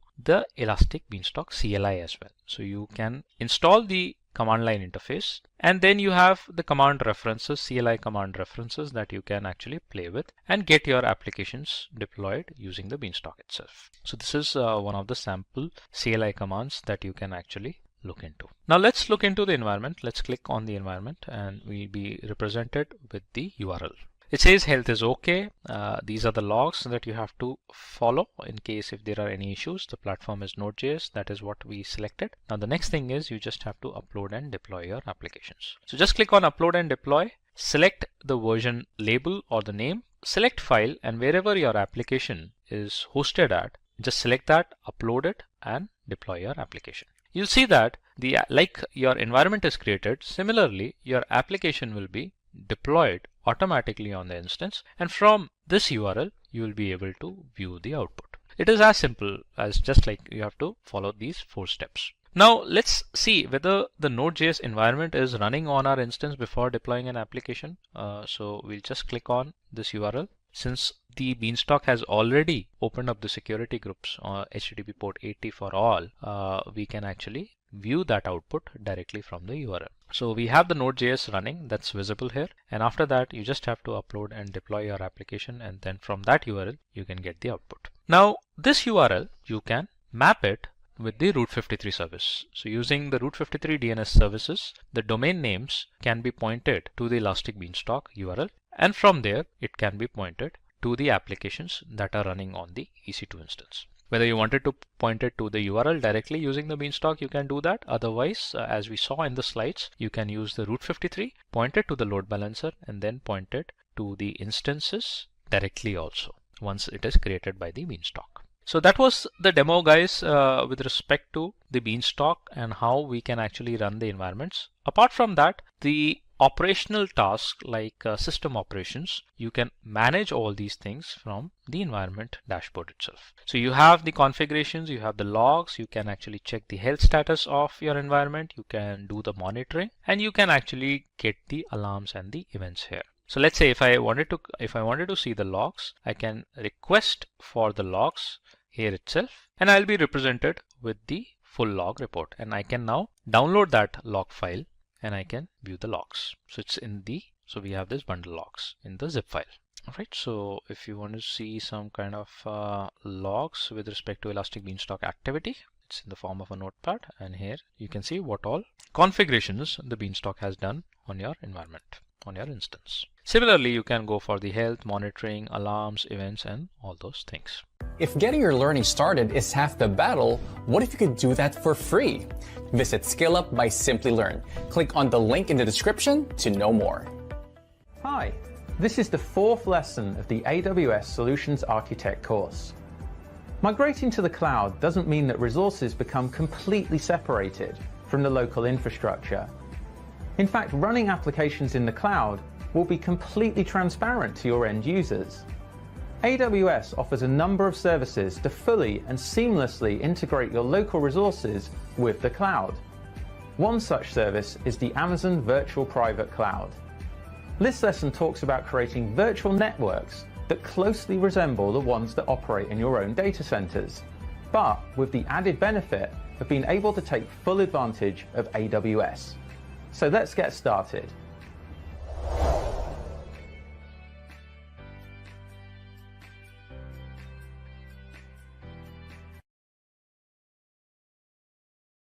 In this lesson, you'll learn all about virtual private clouds and understand their concept. You'll know the difference between public, private, and elastic IP addresses. You'll learn about what a public and private subnet is. And you'll understand what an internet gateway is and how it's used. You'll learn what route tables are and when they are used. You'll understand what a NAT gateway is. We'll take a look at security groups and their importance. And we'll take a look at network ACLs and how they're used in Amazon VPC. We'll also review the Amazon VPC best practices and also the costs associated with running a VPC in the Amazon cloud. Welcome to the Amazon Virtual Private Cloud and Subnet section. In this section, we're going to have an overview of what Amazon VPC is and how you use it. And we're also going to have a demonstration of how to create your own custom virtual private cloud. We're going to look at IP addresses and the use of elastic IP addresses in AWS. And finally, we'll take a look at subnets, and there'll be a demonstration about how to create your own subnets in an Amazon VPC. And here are some of the terms that are used in VPCs. There's subnets, route tables, elastic IP addresses, internet gateways, NAT gateways, network ACLs, and security groups. And in the next sections, we're going to take a look at each of these and build our own custom VPC that we'll use throughout this course. Amazon defines a VPC as a virtual private cloud that enables you to launch AWS resources into a virtual network that you've defined. This virtual network closely resembles a traditional network that you'd operate in your own data center, but with the benefits of using the scalable infrastructure of AWS. A VPC is your own virtual network in the Amazon cloud, which is used as the network layer for your EC2 resources. And this is a diagram of the default VPC. Now there's a lot going on here, so don't worry about that. What we're going to do is break down each of the individual items in this default VPC over the coming lesson. But what you need to know is that a VPC is a critical part of the exam, and you need to know all the concepts and how it differs from your own networks. Throughout this lesson, we're going to create our own VPC from scratch, which you'll need to replicate at the end of this so you can do well in the exam. Each VPC that you create is logically isolated from other virtual networks in the AWS cloud. It's fully customizable.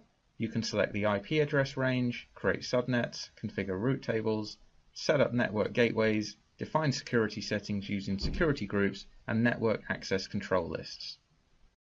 So each Amazon account comes with a default VPC that's pre-configured for you to start using straight away, so you can launch your EC2 instances without having to think about anything we mentioned in the opening section. A VPC can span multiple availability zones in a region. And here's a very basic diagram of a VPC. It isn't this simple in reality. And as we saw in the first section, Here's the default Amazon VPC, which looks kind of complicated. But what we need to know at this stage is that the CIDR block for the default VPC is always a 16 subnet mask. So in this example, it's 172.31.0.0/16. What that means is this VPC will provide up to 65,536 private IP addresses. So in the coming sections, we'll take a look at all of these different items that you can see on this default VPC. But why wouldn't you just use the default VPC? Well, the default VPC is great for launching new instances when you're testing AWS. But creating a custom VPC allows you to make things more secure, and you can customize your virtual network as you can define your own IP address range. You can create your own subnets that are both private and public, and you can tighten down your security settings. By default, instances that you launch into a VPC can't communicate with your own network. So you can connect your VPCs to your existing data center using something called hardware VPN access, so that you can effectively extend your data center into the cloud and create a hybrid environment. Now to do this, you need a virtual private gateway, and this is the VPN concentrator on the Amazon side of the VPN connection. Then on your side, in your data center, you need a customer gateway, which is either a physical device or a software application that sits on your side of the VPN connection. So when you create a VPN connection, a VPN tunnel comes up when traffic is generated from your side of the connection. VPC peering is an important concept to understand. A peering connection can be made between your own VPCs or with a VPC in another AWS account, as long as it's in the same region. So what that means is, if you have instances in VPC A, they wouldn't be able to communicate with instances in VPC B or C unless you set up a peering connection. Peering is a one-to-one relationship. A VPC can have multiple peering connections to other VPCs, but, and this is important, transitive peering is not supported. In other words, VPC A can connect to B and C in this diagram, but C wouldn't be able to communicate with B unless they were directly peered. Also, VPCs with overlapping CIDRs cannot be peered. So in this diagram you can see they all have different IP ranges, which is fine, but if they had the same IP ranges, they wouldn't be able to be peered. And finally for this section, if you delete the default VPC, you have to contact AWS support to get it back again. So be careful with it and only delete it if you have good reason to do so and know what you're doing. This is a demonstration of how to create a custom VPC.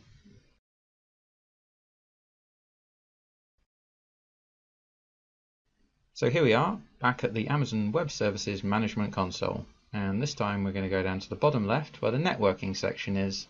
I'm going to click on VPC. And the VPC dashboard will load up. Now there's a couple of ways you can create a custom VPC.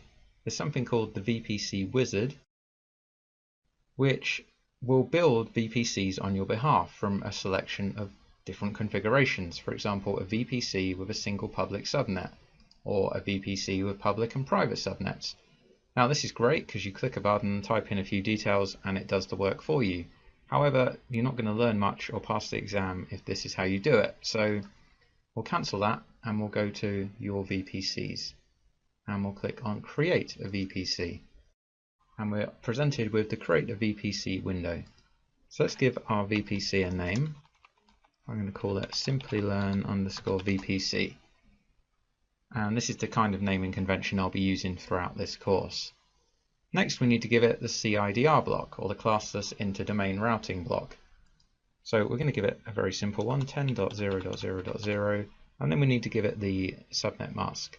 So you're not allowed to go larger than 15. So if I try to put 15 in, it says no, not going to happen. For a reference, subnet mask of 15 would give you around 131,000 IP addresses, and subnet 16 will give you 65,536, which is probably more than enough for what we're going to do. Next you get to choose the tenancy. There's two options, default and dedicated. If you select dedicated, then your EC2 instances will reside on hardware that's dedicated to you. So your performance is going to be great, but your cost is going to be significantly higher. So I'm going to stick with default, and we just click on yes, create. It'll take a couple of seconds, and then in our VPC dashboard we can see our Simplilearn VPC has been created. Now if we go down to the bottom here to see the information about our new VPC, we can see it has a route table associated with it, which is our default route table. So there it is, and we can see that it's only allowing local traffic at the moment. We go back to the VPC again, we can see it's been given a default network ACL, and we'll click on that and have a look. And you can see this is very similar to what we looked at in the lesson. So it's allowing all traffic from all sources, inbound and outbound. Now if we go to the subnet section and just widen the VPC area here, you can see there's no subnets associated with the VPC we've just created.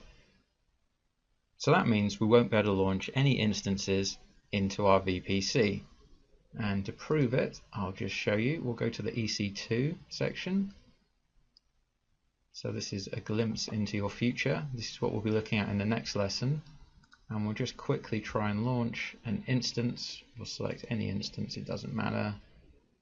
Any size, not important. So here, the network section, if I try and select Simplilearn VPC, it's saying no subnets found, this is not going to work.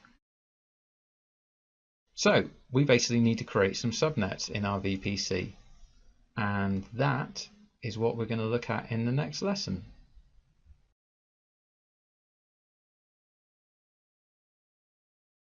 Now, private IP addresses are IP addresses that are not reachable over the internet, and they're used for communication between instances in the same network. When you launch a new instance, it's given a private IP address and an internal DNS hostname that resolves to the private IP address of the instance. But if you want to connect to this from the internet, it's not going to work. So then you'd need a public IP address, which is reachable from the internet. You can use public IP addresses for communication between your instances and the internet. Each instance that receives a public IP address is also given an external DNS hostname. Public IP addresses are associated with your instances from the Amazon pool of public IP addresses. When you stop or terminate your instance, the public IP address is released and a new one is associated when the instance starts. So if you want your instance to retain its public IP address, you need to use something called an elastic IP address. An elastic IP address is a static or persistent public IP address that's allocated to your account and can be associated to and from your instances as required. An elastic IP address remains in your account until you choose to release it. There is a charge associated with an elastic IP address if it's in your account but not actually allocated to an instance. This is a demonstration of how to create an elastic IP address.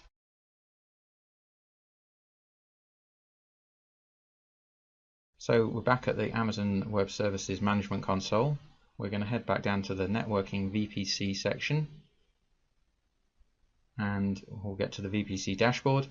On the left hand side we'll click on Elastic IPs. Now you'll see a list of any elastic IPs that you have associated in your account, and remember, any elastic IP address that you're using that isn't allocated to something you'll be charged for. So I have one available and that is allocated to an instance currently. So we want to allocate a new address, and it reminds you that there's a charge if you're not using it. I'm saying yes, allocate, and it takes a couple of seconds, and there's our new elastic IP address. Now we'll be using this IP address to associate with the NAT gateway when we build that.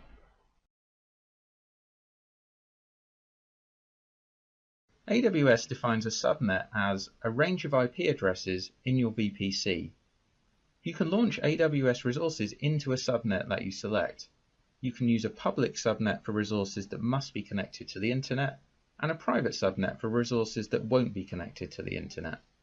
The net mask for the default subnet in your VPC is always 20, which provides up to 4,096 addresses per subnet, and a few of them are reserved for AWS use. A VPC can span multiple availability zones, but a subnet is always mapped to a single availability zone. This is important to know. So here's our basic diagram, which we're now going to start adding to. So we can see the virtual private cloud, and you can see the availability zones, and now inside each availability zone we've created a subnet. Now you won't be able to launch any instances unless there are subnets in your VPC. So it's good to spread them across availability zones for redundancy and failover purposes. There's two different types of subnet, public and private. You use a public subnet for resources that must be connected to the internet, for example web servers. A public subnet is made public because the main route table sends the subnet's traffic that is destined for the internet to the internet gateway, and we'll touch on internet gateways next. Private subnets are for resources that don't need an internet connection or that you want to protect from the internet, for example database instances. So in this demonstration we're going to create some subnets, a public and a private subnet, and we're going to put them in our custom VPC in different availability zones.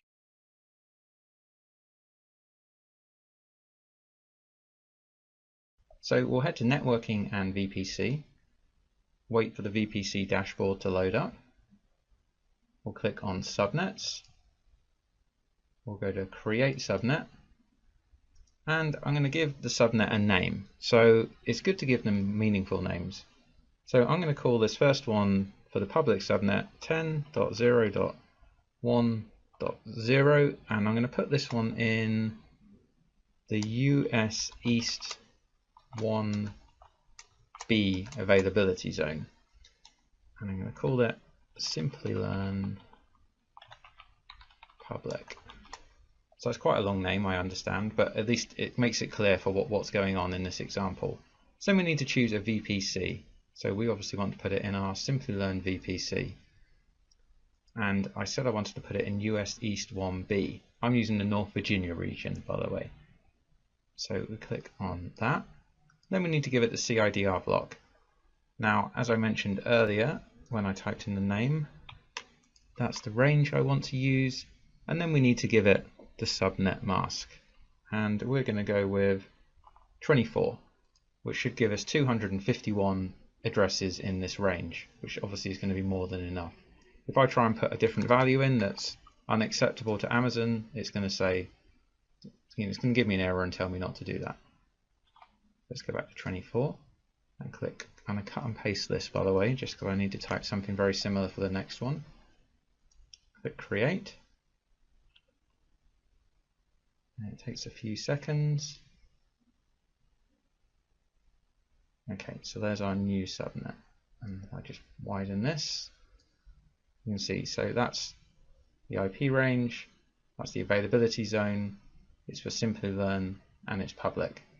So now we want to create the private. So I'm going to put the name in. I'm going to give the private the IP address block of that. I'm going to put this one in US East 1C, and it's going to be the private subnet. Obviously I want it to be in the same VPC, availability zone of US East 1C, and we're going to give it 10.0.2.0/24, and we'll click Yes, Create. And again, it takes a few seconds. Okay, so let me sort by name.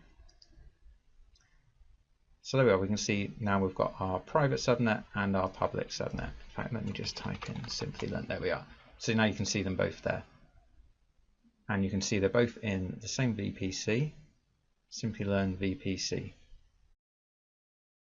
Now if we go down to the bottom, you can see the route table associated with these VPCs. And you can see that they can communicate with each other internally, but there's no internet access. So that's what we need to do next. In the next lesson, you're going to learn about internet gateways and how we can make these subnets have internet access.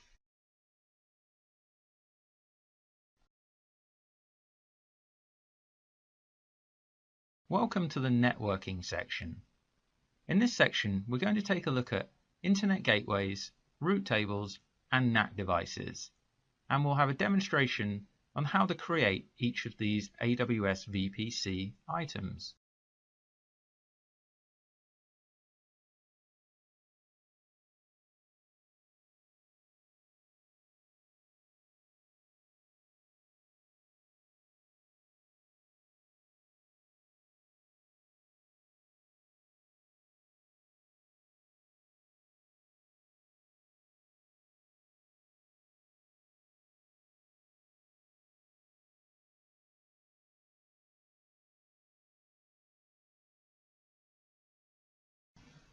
So to allow your VPC the ability to connect to the internet, you need to attach an internet gateway. And you can only attach one internet gateway per VPC. So attaching an internet gateway is the first stage in permitting internet access to instances in your VPC. Now here's our diagram again, and now we've added the internet gateway, which is providing the connection to the internet to your VPC. But before you can configure internet correctly, there's a couple more steps. For an EC2 instance to be internet connected, you have to adhere to the following rules. Firstly, you have to attach an internet gateway to your VPC, which we just discussed. Then you need to ensure that your instances have public IP addresses or elastic IP addresses, so they're able to connect to the internet. Then you need to ensure that your subnet's route table points to the internet gateway, and you need to ensure that your network access control and security group rules allow relevant traffic to flow to and from your instance. So you need to allow the rules to let in the traffic you want, for example HTTP traffic. After the demonstration for this section, we're going to look at how route tables, access control lists, and security groups are used. In this demonstration, we're going to create an internet gateway and attach it to our custom VPC.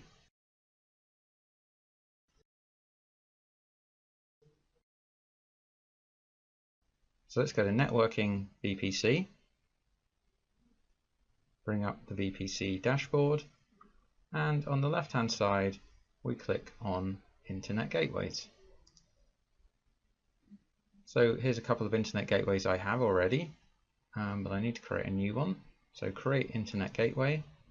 I'll give it a name, which is going to be Simplilearn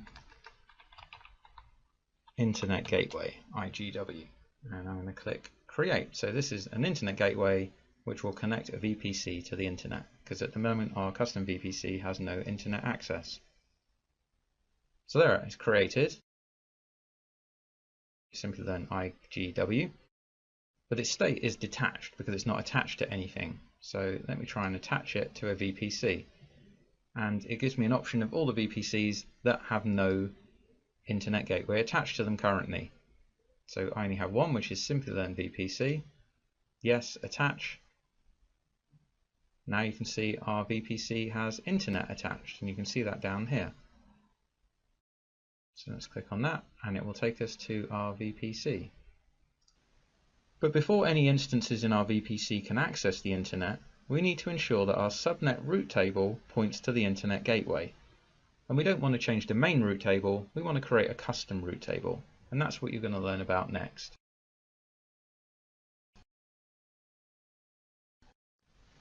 A route table determines where network traffic is directed. It does this by defining a set of rules. Every subnet has to be associated with a route table, and a subnet can only be associated with one route table. However, multiple subnets can be associated with the same route table. Every VPC has a default route table, and it's good practice to leave this in its original state and create a new route table to customize the network traffic routes associated with your VPC. So here's our example, and we've added two route tables, the main route table and the custom route table. The new route table, or the custom route table, will tell the internet gateway to direct internet traffic to the public subnet.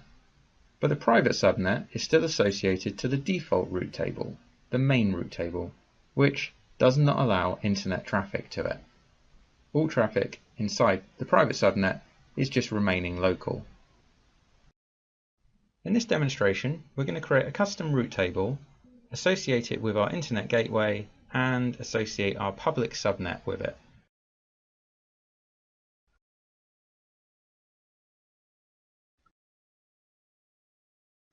So let's go to Networking and VPC. The dashboard will load and we're going to go to Route Tables. Now our VPC only has its main route table at the moment, the default one it was given at the time it was created. So we want to create a new route table and we want to give it a name. So we're going to call it Simplilearn. I'm going to call it route table, RTB for short. And then we get to pick which VPC we want to put it in. So obviously we want to use Simplilearn VPC. So we click Create. It'll take a couple of seconds, and here you are. Here's our new route table. So what we need to do now is change its route so that it points to the internet gateway. So if we go down here to routes, at a minute you can see it's just like our main route table. It just has local access. So we want to click on Edit, and we want to add another route.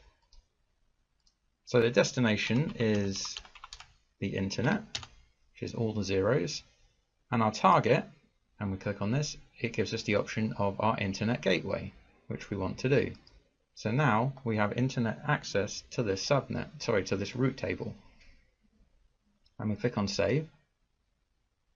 Save was successful. So now we can see that as well as local access, we have internet access. Now at the moment, if we click on subnet associations, you do not have any subnet associations. So basically both our subnets, the public and private subnets, are associated with the main route table, which doesn't have internet access. So we want to change this. So we'll click on Edit, and we want our public subnet to be associated with this route table. So click on Save. So it's just saving that. So now we can see that our public subnet is associated with this route table, and this route table is associated with the internet gateway. So now anything we launch into the public subnet will have internet access. But what if we wanted our instances in the private subnet to have internet access? Well, there's a way of doing that with a NAT device, and that's what we're going to look at in the next lecture.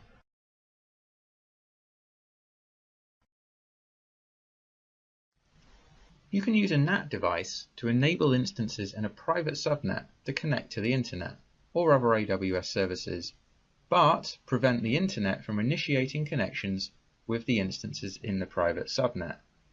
So we talked earlier about public and private subnets to protect your assets from being directly connected to the internet. For example, your web server would sit in the public subnet and your database in the private subnet, which has no internet connectivity. However, your private subnet database instance might still need internet access or the ability to connect to other AWS resources. If so, you can use a network address translation device or a NAT device to do this. A NAT device forwards traffic from your private subnet to the internet or other AWS services and then sends the response back to the instances. When traffic goes to the internet, the source IP address of your instance is replaced with the NAT device address, and when the internet traffic comes back again, the NAT device translates the address to your instance's private IP address. So here's our diagram, which is getting ever more complicated, and if you look in the public subnet, you can see we've now added a NAT device, and you have to put NAT devices in the public subnet so that they get internet connectivity. AWS provides two kinds of NAT devices, a NAT gateway and a NAT instance. AWS recommends a NAT gateway as it's a managed service that provides better availability and bandwidth than NAT instances. Each NAT gateway is created in a specific availability zone and is implemented with redundancy in that zone. A NAT instance is launched from a NAT AMI, an Amazon Machine Image, and runs as an instance in your VPC. So it's something else you have to look after. whereas a NAT gateway, being a fully managed service, means once it's installed, you can pretty much forget about it. A NAT gateway must be launched into a public subnet because it needs internet connectivity. It also needs an elastic IP address, which you can select at the time of launch. Once created, you need to update the route table associated with your private subnet to point internet-bound traffic to the NAT gateway. This way, the instances in your private subnets can communicate with the internet. So if you remember back to the diagram when we had the custom route table, which was pointed to the internet gateway, now we're pointing our main route table to the NAT gateway, so that the private subnet also gets internet access, but in a more secure manner. Welcome to the Create a NAT Gateway demonstration, where we're going to create a NAT gateway so that the instances in our private subnet can get internet access.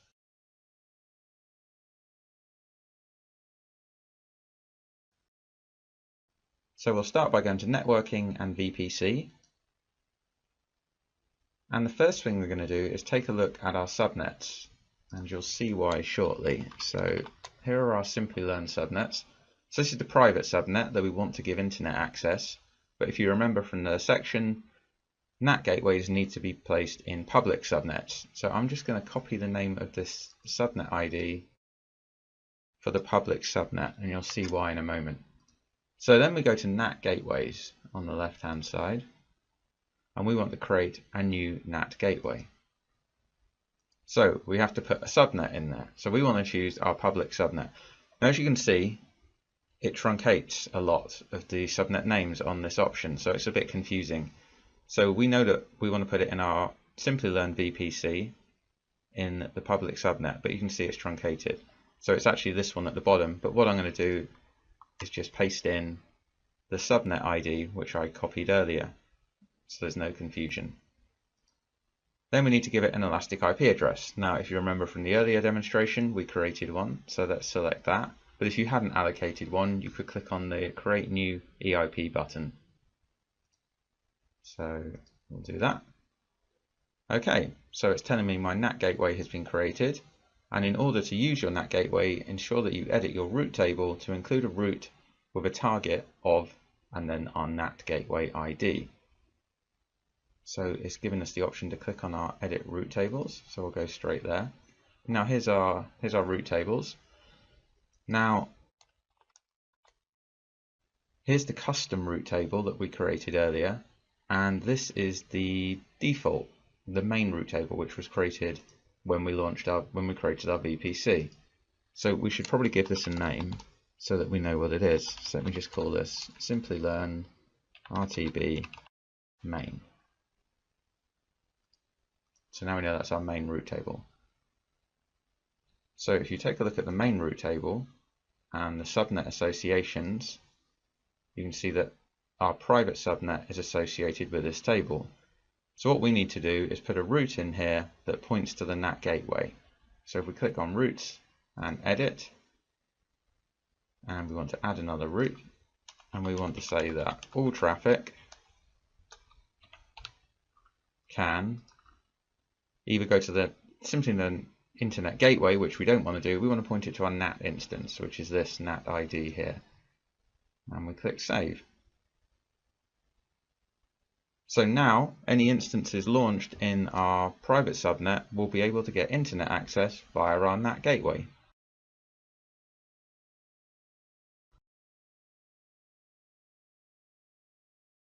Welcome to the Using Security Groups and Network ACL section. In this section, we're going to take a look at security groups and network ACLs, and we're going to have a demonstration on how you create both of these items in the Amazon Web Services console. A security group acts as a virtual firewall that controls the traffic for one or more instances. You add rules to each security group that allow traffic to or from its associated instances.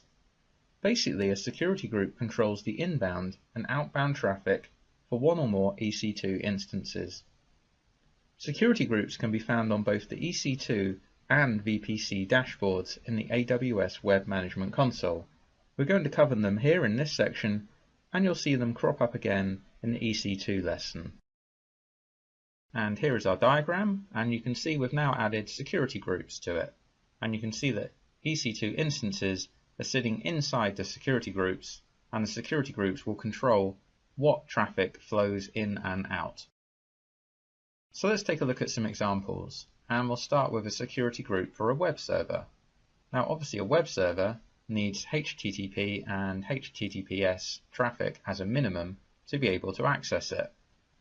So here is an example of the security group table, and you can see we're allowing HTTP and HTTPS, the ports that are associated with those two, and the sources, and we're allowing it from the internet. We're basically allowing all traffic to those ports. And that means any other traffic that comes in on different ports would be unable to reach the security group and the instances inside it. Let's take a look at an example for a database server security group. Now imagine you have a SQL Server database, then you would need to open up the SQL Server port so that people can access it, which is port 1433 by default. So we've added that to the table and we've allowed the source to come from the internet. Now because it's a Windows machine, you might want RDP access so you can log on and do some administration. So we've also added RDP access to the security group. Now you could leave it open to the internet, but that would mean anyone could try and hack their way into your box. So in this example, we've added a source IP address of 10.0.0.0.0. So only IP ranges from that address can RDP to the instance. Now there's a few rules associated with security groups. By default, security groups allow all outbound traffic. So if you want to tighten that down, you can do so in a similar way to you can define the inbound traffic. Security group rules are always permissive. You can't create rules that deny access, so you're allowing access rather than denying it. Security groups are stateful, so if you send a request from your instance, the response traffic for that request is allowed to flow in regardless of the inbound security group rules.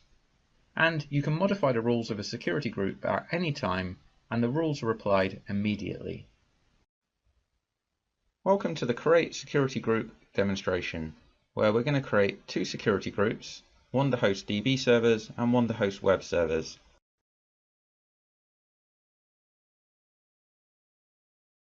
Now if you remember from the best practices section, it said it was always a good idea to tier your applications into security groups, and that's exactly what we're going to do. So if we go to networking and VPC to bring up the VPC dashboard, on the left hand side under security we click on security groups. Now you can also get to security groups from the EC2 dashboard as well. So here's a list of my existing security groups, but we want to create a new security group, and we're going to call it Simplilearn Web Server SG security group, and we'll give the group name as the same, and our description is going to be Simplilearn Web Servers security groups.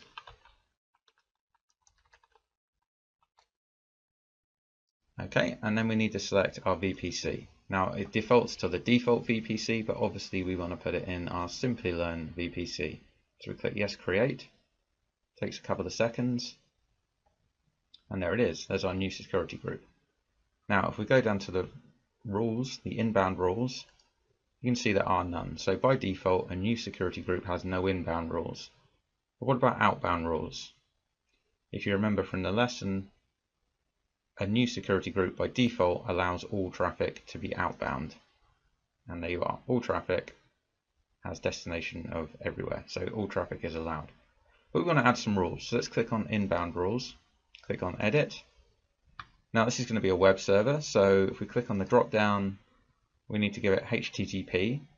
So you can either choose custom TCP rule and type in your own port ranges, or you can just use the ones they have for you. So HTTP, this pre-populates the port range, and then here you can add the source. Now if I click on it, it's giving me the option of saying allow access from different security groups. So you could create a security group and say I only accept traffic from a different security group, which is a nice way of securing things down. You could also put in here just your IP address so that only you could do HTTP requests to the instance. But because it's a web server, we want people to be able to see our website, otherwise it's not going to be much use. So we're going to say all traffic, so all source traffic can access our instance on port HTTP 80. I want to add another rule because we also want to do HTTPS, which is hiding from me. There we are. And again, we want to do the same. And also, because this is going to be a Linux instance, we want to be able to connect to the Linux instance to do some work and configuration. So we need to give it SSH access. And again, it would be good practice to tie it down to your specific IP or an IP range, but we're just going to do all for now. And then we click on save, and there we are, there we have our ranges. So now we want to create our security group for our DB servers. So let's click create security group, and then we'll go through it and give it a similar name, Simplilearn DB servers SG. And the description is going to be Simplilearn DB servers security group. And our VPC is obviously going to be Simplilearn VPC. So let's click yes, create, we'll wait a few seconds. And here's our new security group. As you can see, it has no inbound rules by default, and outbound rules allow all traffic. So this is going to be a SQL Server database server.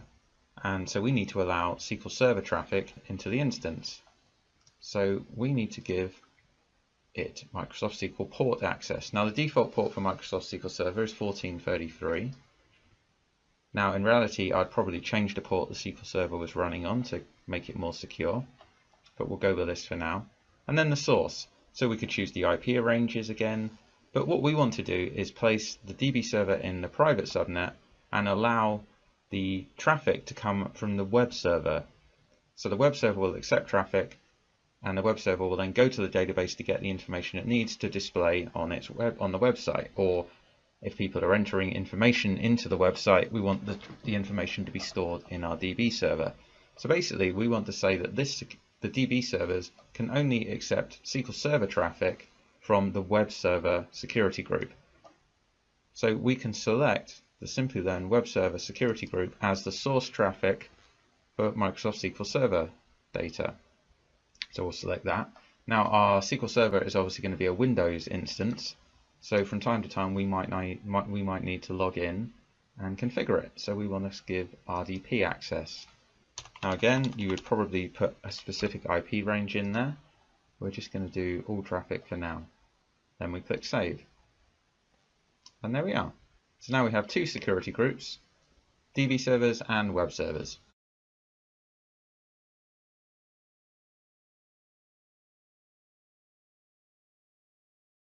A network ACL is a network access control list, and it's an optional layer of security for your VPC that acts as a firewall for controlling traffic in and out of one or more of your subnets. You might set up network ACLs with rules similar to your security groups in order to add an additional layer of security to your VPC. Here is our network diagram, and we've added network ACLs to the mix. Now you can see they sit somewhere between the route tables and the subnets. This diagram makes it a little bit clearer, and you can see that a network ACL sits in between a route table and a subnet. And also you can see an example of the default network ACL, which is configured to allow all traffic to flow in and out of the subnets to which it's associated. Each network ACL includes a rule, whose rule number is an asterisk. This rule ensures that if a packet doesn't match any of the other numbered rules, it's denied. You can't modify or remove this rule.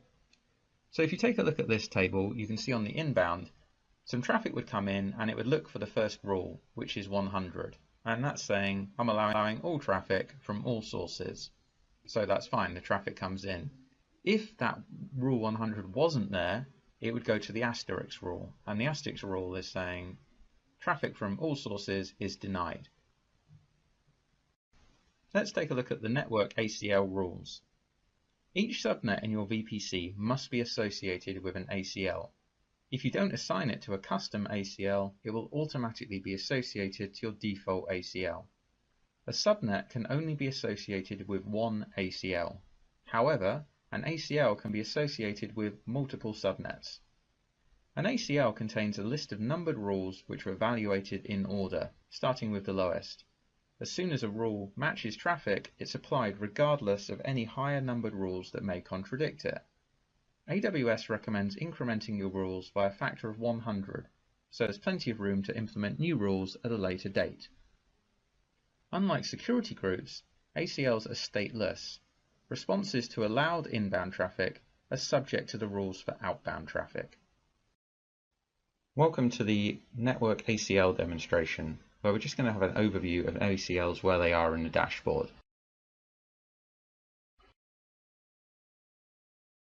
Now, you don't need to know a huge amount about them for the exam, you just need to know how they work and where they are. So let's go to networking and VPC, and when the dashboard loads, on the left hand side under security there's network ACLs. So let's click on that. Now you can see some ACLs that are in my AWS account. So we want the one that's associated with our Simplilearn VPC. So if we extend this VPC column, that's our network ACL there, Simplilearn VPC. Now let's give it a name because it's not very clear to see otherwise. Also, I'm kind of an obsessive tagger, so let's call it Simplilearn ACL and click on the tick. So there we are. So now it's much easier to see. So we click on inbound rules. So this is exactly what we showed you in the lesson. The rule is 100, so that's the first rule that's going to get evaluated, and it's saying allow all traffic from all sources. And the outbound rules are the same. So if you wanted to tighten down the new rule, you could click edit, we'll give it a new rule number, say which would be 200. So you should always increment them in 100. So that means if you had 99 more rules you needed to put in place, you'd have space to put them in between these two. And then you could do whatever you wanted. You could say, you know, we are allowing HTTP access from all traffic, and we're allowing, or you could say, actually, you know what, we're going to deny it. So this is the way of blacklisting traffic into your VPC. Now I'm not going to save that because we don't need it, but this is where network ACLs sit, and this is where you would make any changes. It's also worth having a look at the subnet associations with your ACL. So we have two subnets in our Simplilearn VPC, so we would expect to see both of them associated with this network ACL because it's the default. And there they are. There's both our public and our private subnets are associated. And you can also see up here on the dashboard, it says default. So this is telling us this is our default ACL. If you did want to create a new network ACL, you would click create network ACL. You'd give it a name, just say new ACL, and then you would associate it with your VPC. So we would say Simplilearn VPC. Takes a few seconds, and there we are. There we have our new one. Now you can see this one says default no, because it obviously isn't the default ACL for our Simplilearn VPC, and it has no subnets associated with it. So let's just delete that because we don't need it. But there you are. There's a very brief overview of network ACLs.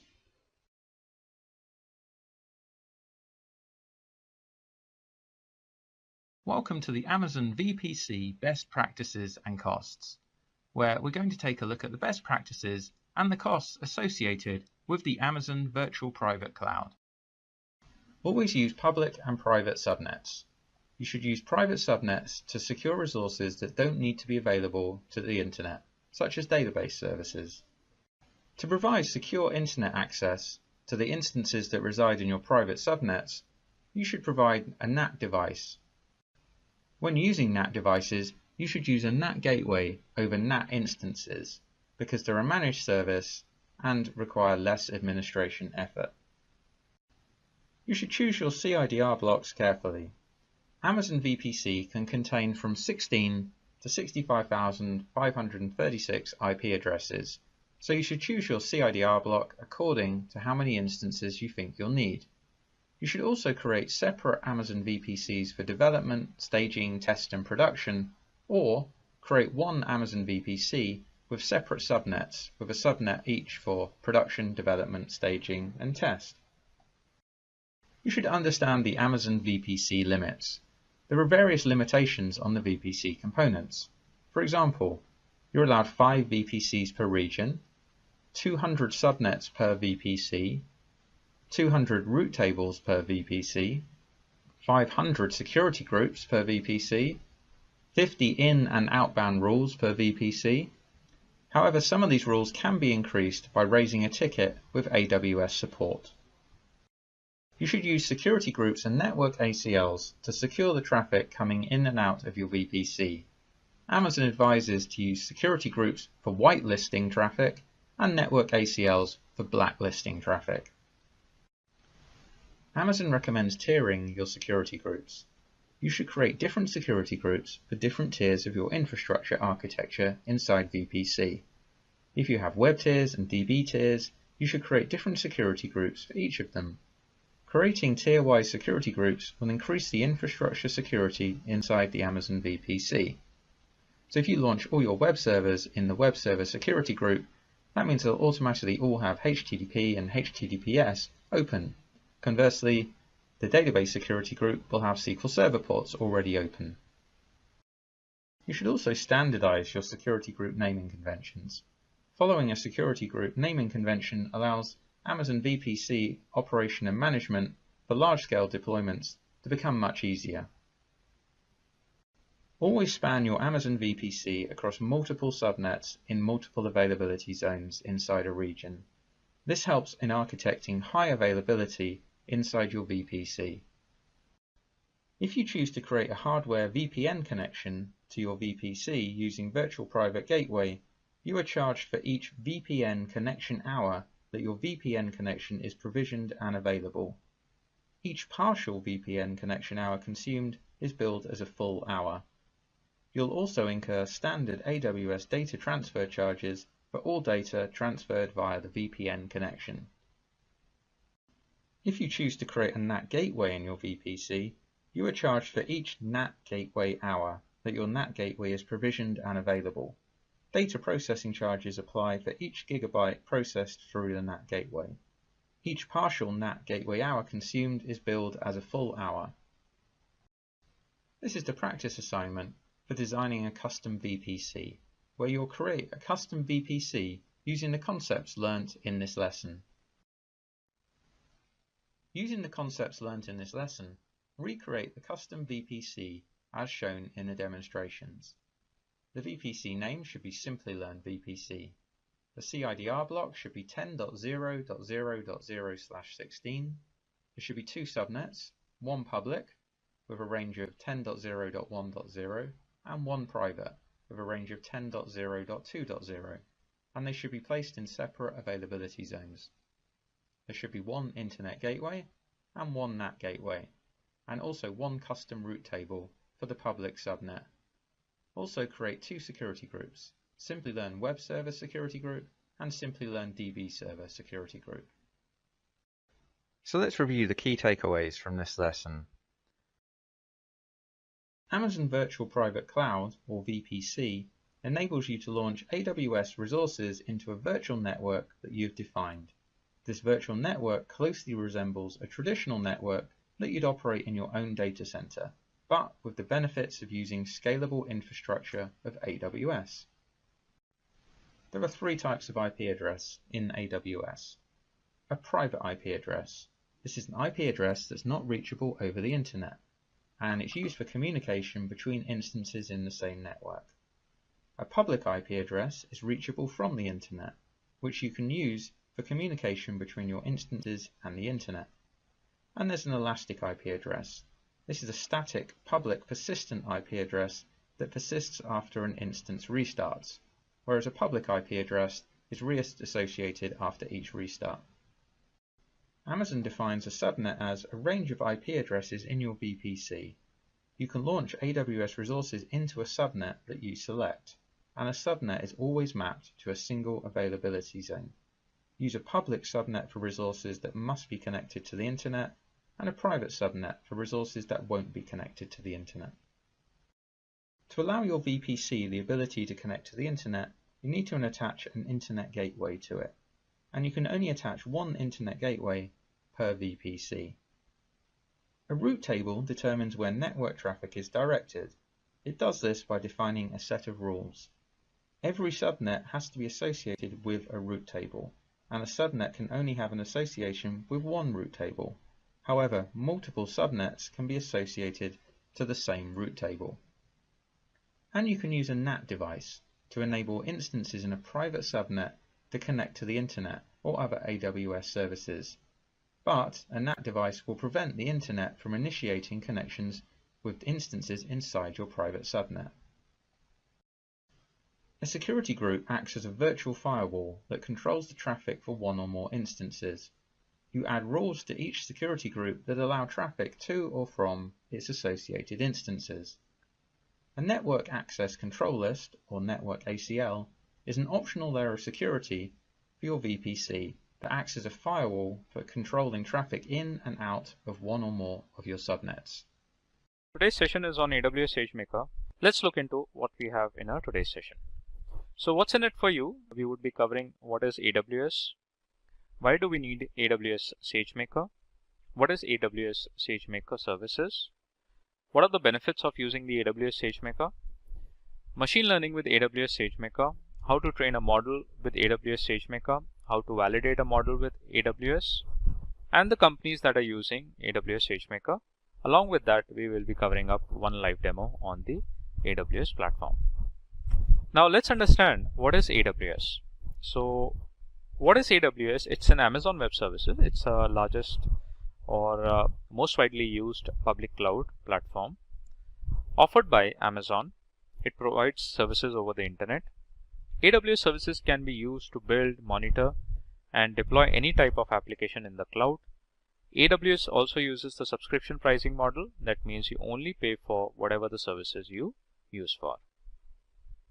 Now, why do we need AWS SageMaker? Let's look into it. So let's consider an example of one of the company, that is ProQuest.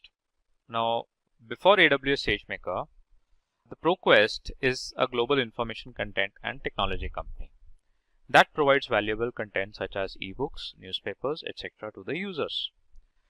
Before AWS SageMaker, the ProQuest requirement was to have a better user experience, maximum relevant search results. Now, after AWS SageMaker, they were able to achieve those results. So they achieved more appealing video user experience. They achieved more relevant search results for the users. Now, what do we mean by AWS SageMaker? Why this service is primarily used? So Amazon SageMaker is a cloud machine learning platform that helps users in building, training, tuning, and deploying machine learning models in a production-ready hosted environment. So it's kind of a machine learning service which is already hosted on the AWS platform. Now, what are the benefits of using AWS SageMaker? The key benefits of using AWS SageMaker are: it reduces machine learning data cost, so you can do the cost optimization while running this particular service on the AWS. All ML components are stored in a particular place in a dashboard, so they can be managed together. Highly scalable, so it can be scalable on, you can scale this particular service on the fly. It trains the models quite faster, maintains the uptime, so you can be assured that your workloads will be running all the time, it will be available all the time. High data security, so security becomes a major concern on the cloud platforms, and it ensures that you have the high data security. Along with that, you can do a data transfer to different AWS services like S3 bucket and all with the simple data transfer techniques. Now, machine learning with AWS SageMaker, let's look into it. So machine learning with AWS SageMaker is a 3-step function. So one is to build, second is to test and tune the model, and third is to deploy the model. Now, with the build, it provides more than 15 widely used ML algorithms for training purpose. Now, to build a model, you can collect and prepare training data, or you can select from the Amazon S3 bucket also. Choose and optimize the required algorithm. So some of the algorithms that you can select are k-means, linear regressions, logistic regression. SageMaker helps developers to customize ML instances with the Jupyter Notebook interface. In the test and tune, you have to set up and manage the environment for training. So you would need some sample data to train the model. So train and tune a model with the Amazon SageMaker. SageMaker implements hyperparameter tuning by adding a suitable combination of algorithm parameters. Also, it divides the training data and stores that in the Amazon S3. S3 is a simple storage service which is primarily used for storing the objects and the data. Hence, it is used for storing and recovering data over the internet. And below you can see that AWS SageMaker uses Amazon S3 to store data as it's safe and secure. Also, it divides the training data and stores in Amazon S3, where the training algorithm code is stored in the ECR. ECR stands for Elastic Container Registry, which is primarily used for containers and Dockers. ECR helps users to save, monitor, and deploy Docker and the containers. Later, SageMaker sets up a cluster for the input data, trains it, and stores it in the Amazon S3 itself. So this is done by the SageMaker itself. After that, you need to deploy it. So suppose you want to predict limited data at a time, you use Amazon SageMaker hosting services for that. Okay. But if you want to get prediction for an entire data set, prefer using Amazon SageMaker batch transform. Now, the last step, that is to deploy the model. So once tuning is done, models can be deployed to SageMaker endpoints. And in the endpoint, real-time prediction is performed. So you would have some data which you would reserve and validate your model whether it is working correctly or not. Now evaluate your model and determine whether you have achieved your business goals. Now the other aspect is how we can train a model with AWS SageMaker. So this is basically a flow diagram which shows you how to train a model with the AWS SageMaker. And here we have used a couple of services of an AWS to get that done. So model training in AWS SageMaker is done on machine learning compute instances. And here we can see there are two machine learning compute instances used as helper code and the training code. Along with that, we are using two S3 buckets and the ECR for the container registry. Now let's look into what are the ways to train the model as per the slides. So below are the following requirements to train a model. So here in the diagram you can see these are the following requirements to train a model. The URL of an Amazon S3 bucket where the training data is stored, that is mentioned. The compute resources on machine learning compute instances. So these are all your machine learning compute instances. Then the URL of an Amazon S3 bucket where the output will be stored. And the path of AWS Elastic Container Registry where the code data is saved. The inference code image lies in the Elastic Container Registry. Now what are these called? These are called as the training jobs. Now when a user trains a model in Amazon SageMaker, he/she creates a training job. So we need to first create a training job, and then the input data is fetched from the specified Amazon S3 bucket. Once the training job is built, Amazon SageMaker launches the ML compute instances. So these compute instances will be launched once the training job is built. Then it trains the model with the training code and the data set, and it shows the output and model artifacts in the AWS S3 bucket. So this is done automatically. Now here the helper code performs a task when the training code fails. The interference code, which is in the Elastic Container Registry, consists of multiple linear sequence containers that process the request for inference on data. The EC2 Container Registry is a container registry that helps users to save, monitor, and deploy container images, whereas container images are the ready applications. Once the data is trained, the output is stored in the specified Amazon S3 bucket. So here you can see the output will be stored here. To prevent your algorithm being deleted, save the data in Amazon SageMaker Critical System, which can process your ML compute instances. Now how to validate a model? Let's look into it. So you can evaluate your model using offline or using the historical data. So first thing is that you can do the offline testing to validate a model. You can do an online testing with the live data. So if you have a live data coming or real-time streams coming, you can validate a model from there itself. You can validate using a holdout set, and also you can validate using the k-fold validation. Now use historical data to send requests to the model through the Jupyter Notebook in Amazon SageMaker for the evaluation. Online testing with live data deploys multiple models into the endpoints of Amazon SageMaker and directs live traffic to the model for validation. Validating using a holdout set is part of the data is set aside, which is called holdout set. So the part of the data is left, which is basically called as the holdout set. This data is not used for the model training.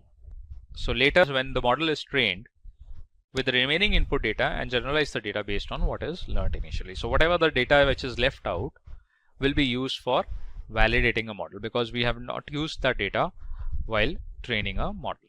The k-fold validation is the input data is split into two parts.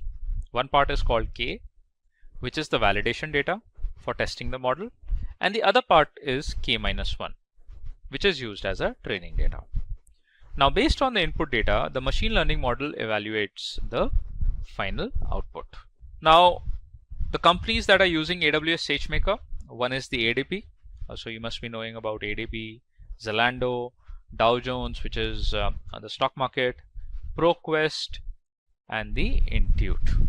Now let's look into the demo that how we can actually run the AWS SageMaker.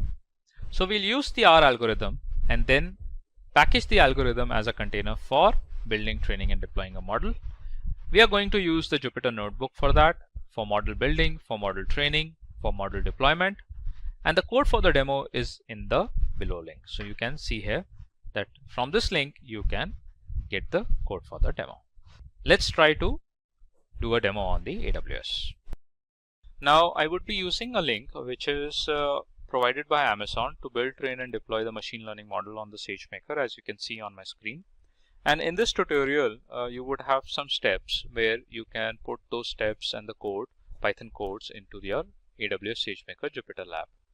So in this tutorial, you will learn how to use Amazon SageMaker to build, train, and deploy a machine learning model. And for that, we will use the popular XGBoost ML algorithm for this exercise. So first of all, what you need to do is you have to go to the AWS console, and there you have to create a notebook instance. So in this tutorial, you will be creating a notebook instance. You will prepare the data, train the model to learn from the data, deploy the model, evaluate your ML model's performance, and once all those activities are done, then we'll see how we can actually remove all the resources in order to prevent the extra costing. Now the first step is we have to enter to the Amazon SageMaker console. So here you can see I'm already logged in into the SageMaker console. You can click on the services, search for the SageMaker here, and here you get the Amazon SageMaker service. Now the next step is that we have to create a notebook instance. So we will select the notebook instance from the SageMaker service, and then after the notebook instance is selected, we'll put a name to our instance and we'll create a new IAM role for that. So let's wait for the SageMaker Studio to open. So here you can see the studio is open, and you just have to click on the notebook instances, and here you have to create a notebook instance. So here you can see a couple of notebook instances have already been created. One of them is in service. So this is the notebook instance that we are going to use for creating the demo model. I'll show you how you can create a notebook instance. You just have to click on create notebook instance button and put your notebook instance name. So you can put something like demo-sagemaker 987, or we can put it as model. We'll go with notebook instance type as default, which is mlt2.media. And in the permission and encryptions under the IAM role, we'll click on create a new IAM role. Now why we are creating a new IAM role? So that we can allow the SageMaker to access any S3 bucket that has been created on our account. Just click on create a role, and here you would see that the new IAM role will be created with the set of permissions. Then rest of the things we'll keep it as default, and then you just have to click on create a notebook instance. The notebook instance creation takes some time, so you just have to wait for a couple of minutes to get that in service. We already have one of the notebook instance that has been created, so we will be using that to create a demo. Now going back to the steps, so these are the steps that we have already performed. Now once the notebook instance is created, then we have to prepare the data. So in this step, we will be using the SageMaker notebook instance to pre-process the data that would require to train the machine learning model. And for that, we would be opening up the Jupyter notebook, and then we have to select an environment, a kernel environment in the Jupyter notebook that would be conda_python 3. So let's follow these steps. Go back to the SageMaker, click on the notebook instances, select the running notebook instance, and here you would select the Open Jupyter Lab. Now here you would see that the SageMaker would try to open up the Jupyter Notepad,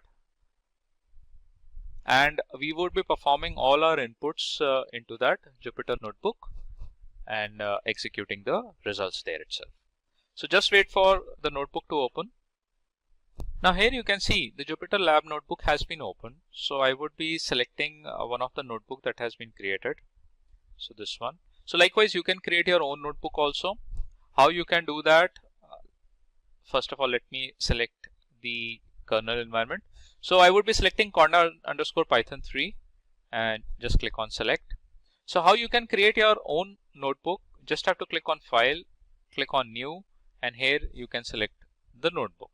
Just name your notebook, select the environment conda_python 3 to run this demo. So I have my notebook open. So in the tabs, I would be putting up the Python codes and I would be executing those codes to get the output directly. So the next step is to prepare the data, train the ML model and deploy it. We will need to import some libraries and define a few environment variables in the Jupyter notebook environment.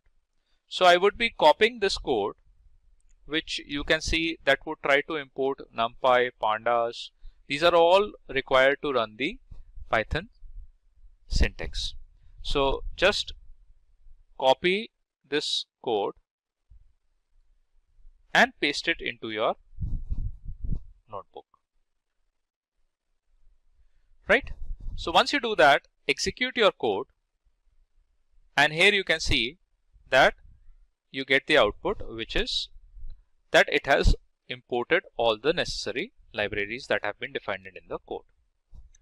Now the next step is we would create an S3 bucket into the S3 service, and for that you have to copy this Python code, just that you have to edit it. So you have to specify this bucket name that you want to get created. So here I would provide the bucket name, which should be unique, should not overlap. So something like SageMaker -demo is the name that I have selected for the bucket. And now you have to execute that code. It says that the S3 bucket has been created successfully with the name SageMaker-demo 9876. So this is something which you can verify. So you can go to the S3 service and there you can verify whether the bucket has been created or not. Now the next task is that we need to download the data to the AWS SageMaker instance and load it into the data frame. And for that we have to follow this URL. So from this URL, which is build, train, deploy machine learning model, would have a data in the form of bank_clean.csv, and this will be deployed onto our SageMaker instance. We'll copy this code and paste it here and execute the code.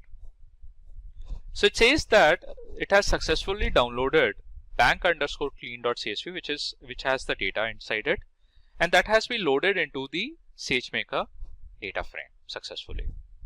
Now we have a data to build and train our machine learning model.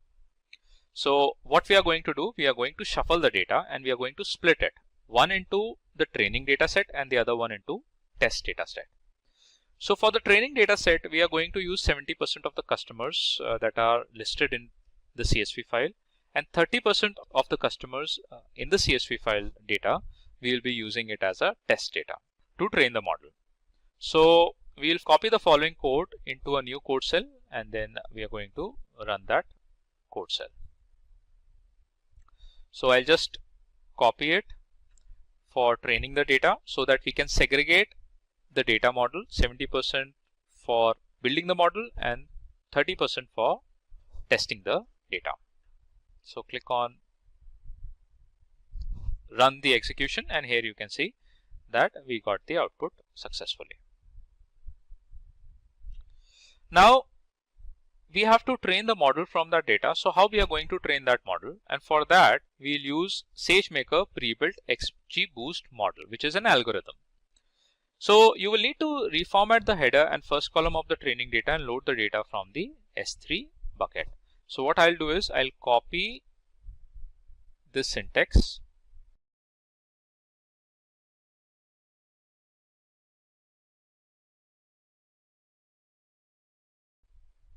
and paste it in the node cell.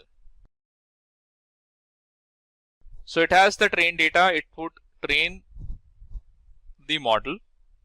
Click on run execution. Now it is changing the S3 input class, which will be renamed to training input, because now we are training the model with the training data. So we just have to wait for some time till it gets executed completely. Now the next thing is that we need to set up the Amazon SageMaker session to create an instance of the XGBoost model. So here we are going to create this SageMaker session. Say we are going to create an instance of the XGBoost model, which is an estimator. So just copy that code and paste it here. Execute it. And here you can see that it will start. It has basically changed the parameter image name to the image underscore URI in the SageMaker Python SDK v2. Now we'll follow the next step, that is with the data loaded in the XGBoost estimator, we'll set up train the model using gradient optimization. And we'll copy the following code, and that would actually start the training of the model.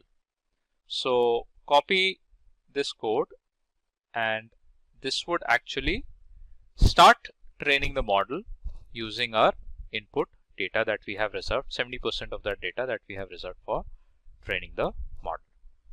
So just copy that, again initiate the execution, and it will start the training job. Now we'll deploy the model, and for that I would copy the deploy code, put that in the cell,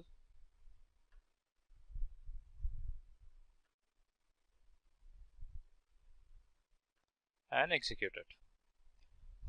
So it says parameter image will be renamed to image URI and using already existing model. So XGBoost was deployed already. If you have not done that, if you're doing it the first time, so it will initiate another XGBoost instance.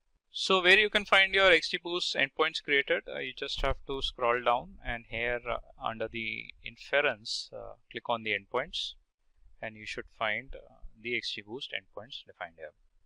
So here you can see that today I have created one XGBoost endpoint, and that is now in process of creating. So just refresh it. So it is still created. It is going to take some time to get that in service. Now our endpoint is in service state, so now we can use it. So going forward with the next steps, we'll try to predict whether the customer in the test data enroll for the bank product or not. For that, we are going to copy this code, put that in the Jupyter cell function, and execute it. So here it gives you the output that it has actually evaluated, and the same output we got in the screenshot of the demo as well. Now we are going to evaluate the model performance. So what we are going to do, we are going to get the prediction done. So based on the prediction, we can conclude that you predicted a customer that will enroll for a certificate of deposit accurately for 90% of the customers in the test data, with a precision of 65% for enrolled and 90% which haven't enrolled for it. So for that, we are going to copy this code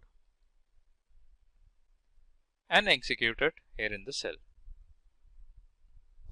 So if it is predicted correctly, that means our model is working absolutely fine. So here you can say the overall classification rate is 89.5%, and there is the accurate prediction that has been made by the model. And that's what the output we can see here in the screenshot of a model. So that means our model is absolutely working fine. It has been built, deployed, and trained correctly. Now the next thing is that once you are done with that, you terminate your resources, and for that you just have to copy this code and put that in the cell function, so that the additional resources and the endpoints and the buckets that have been created by the Jupyter Notepad should be terminated, so that you would not be incurred with the extra costing. So just execute it, and here you would see that it would try to terminate all the additional resources that we have created from the Jupyter Notebook. Today's tutorial is on AWS CloudFront. Let's look into what we have today in the CloudFront. So what's in it for you? We would be covering up the concept of what is AWS, what was earlier before AWS CloudFront, after AWS CloudFront, what were the services that were introduced, how it benefited. What do we mean by AWS CloudFront, benefits of the using AWS CloudFront, and how AWS CloudFront actually is known as a content delivery service, the name of the companies that are using AWS CloudFront, and we would be covering up one live demo. Now, AWS is the Amazon Web Services. It's a cloud service provider that basically offers a multiple services, variety of services, such as compute power, database storage, networking, and other resources, so that you can create your solutions on the cloud and help the business grow. Now, with AWS, you only pay for whatever the services you use. So for example, if you're using a service for a couple of hours, then you pay for only that many hours that you have used that service. Before AWS CloudFront, so there is an example that we are going to talk, and that is you must be aware of an application called Spotify. So when you used to access Spotify, and when you click on it, it kept on loading, and at the end you used to get the error, and the error was that the connection failed. And why you received that error? Because of a latency issue, probably a network error, right? So how you can solve these kind of a latency issues, and that is also going to, these kind of an issues are also going to impact the performance of an application. So with the introduction of AWS CloudFront, this problem of loading the application got resolved. So after AWS CloudFront, with the help of AWS CloudFront, Spotify gives the facility of updating new features, access to million songs that you can access instantly. So with the use of AWS CloudFront, the latency issues were solved, and successfully you can basically access your application. Now, what we mean by AWS CloudFront?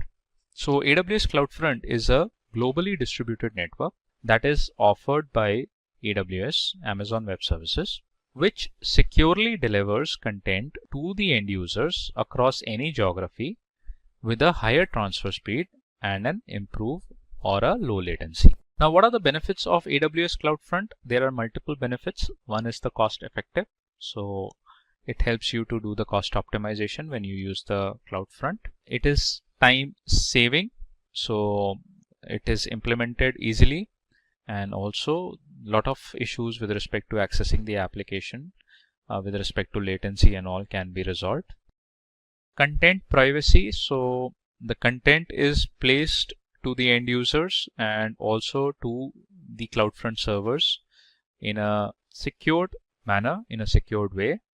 It is highly programmable, and you can make the changes, amend the changes on the fly, and you can target any location, any geography across the globe. Along with that, it helps you to get the content deliver quickly. Now, how AWS CloudFront delivers the content? Let's look into the architecture. So this is a flow, and the flow is with respect to how the user is going to get a content from the CloudFront. Now, the client first access a website by typing a URL on the browser, and in the step 1 it tries to access the application. Then the client requests, when the website is open, the client requests for an object to download, such as for example a particular file. Now at that time the DNS routes user request to download that file to AWS CloudFront. The AWS CloudFront connects to the nearest edge locations. Edge locations are basically the servers where it caches the files, documents, and the web codes. AWS CloudFront connects to its nearest edge location in order to serve the user the request. At edge location, AWS CloudFront looks for its requested cache file.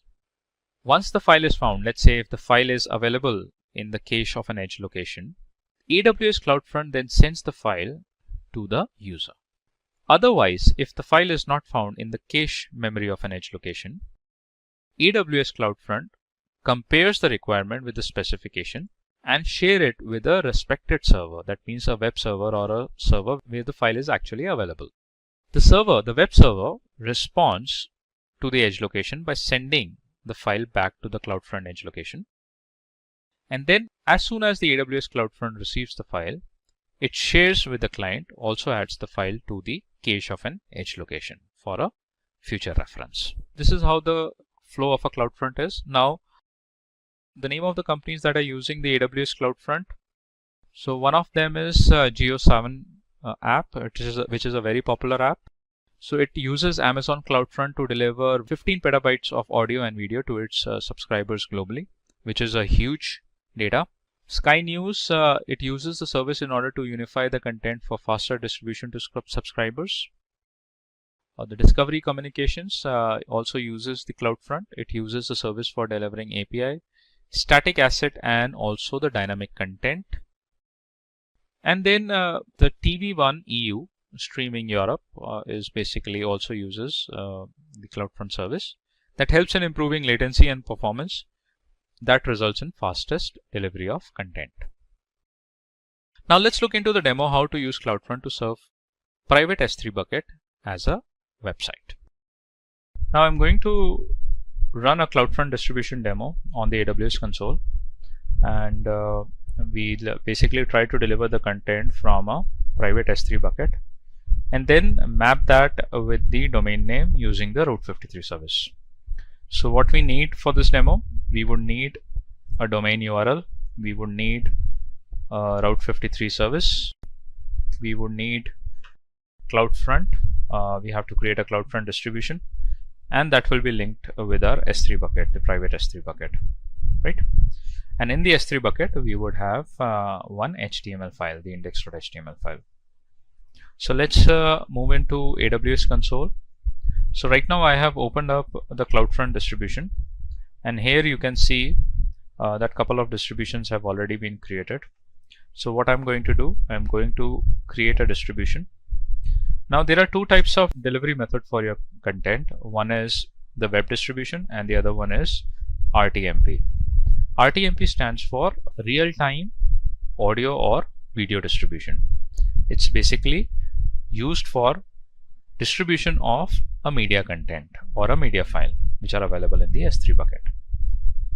Here we are going to select a web distribution because primarily we will be using files which uses protocols HTTP or the HTTPS.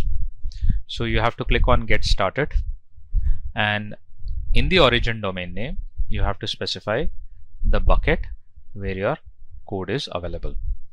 So I have a bucket already created. Here you can do is you have to create a bucket with the URL name or the domain name which you would be mapping with the Route 53 service. So this is a bucket that has already been created. Let me show you in a new tab. So here you have to go to the storage. Under the storage, you have to select the S3 bucket. Let's open the link in the new tab and let's look into how we can create the S3 buckets.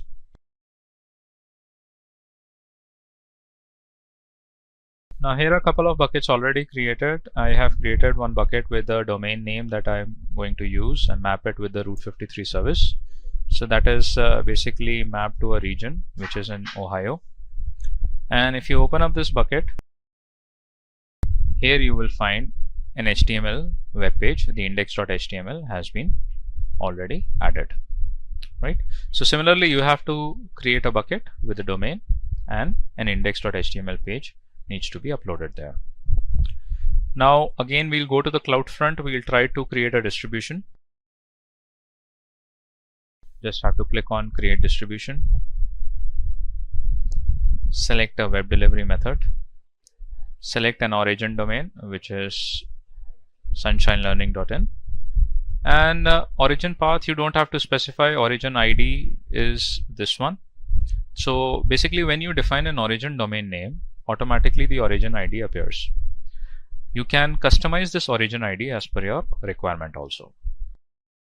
So rest of the things, primarily we keep it as a default settings only, until and unless if we require some customized settings to be done.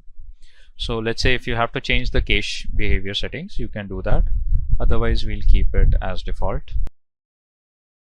Now in the distribution setting, you can either select use all edge locations for the best performance. So what does AWS basically do here? It uses all the edge locations which are associated with AWS across the globe. Otherwise, you can specify based on the regions also, right? Apart from that, if you want to enable firewalls or the access control list, you can specify here.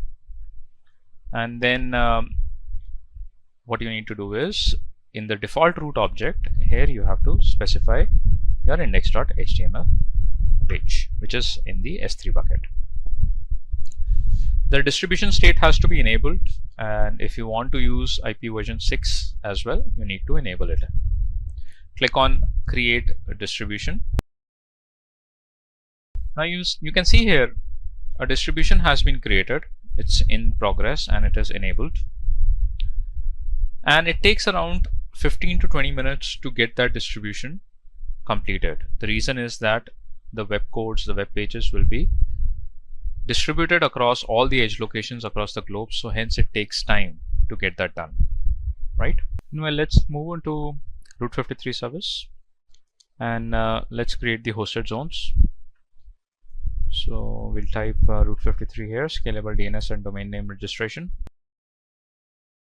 And what we are going to do here is we are going to map our URL, the domains pointed to the name servers that will be provided by the Route 53. So we have to create a hosted zone. Let's wait for it. So now the Route 53 dashboard is open, and you can see one hosted zone is already created. So just click on the hosted zones, and in order to point the traffic from the external domains towards the AWS, you have to first point the domains traffic to the hosted zone in the Route 53. So I'll click on create hosted zone, but before that I will first delete the existing one, and then I'll create another record, another hosted zone, right? Put your domain name. Let's say I put as sunshinelearning.in, and it is acting as a public hosted zone. Rest of the things will be default. Click on create hosted zone. Now it gives you 4 name servers, and these 4 name servers has to be updated in the domain. So you have to update these name servers in a platform from where you have purchased the domain, right? So this is half of the work done. Then what you need to do is you have to go and create records. Now in the records you can select a routing policy. So right now what we are targeting basically that the traffic from the domain should be pointed directly towards the CloudFront distribution. Hence we are going with a simple routing right now. Click on next. Here you have to specify the record sets. So we are going to create the records. Just click on define simple record. Put here as World Wide Web.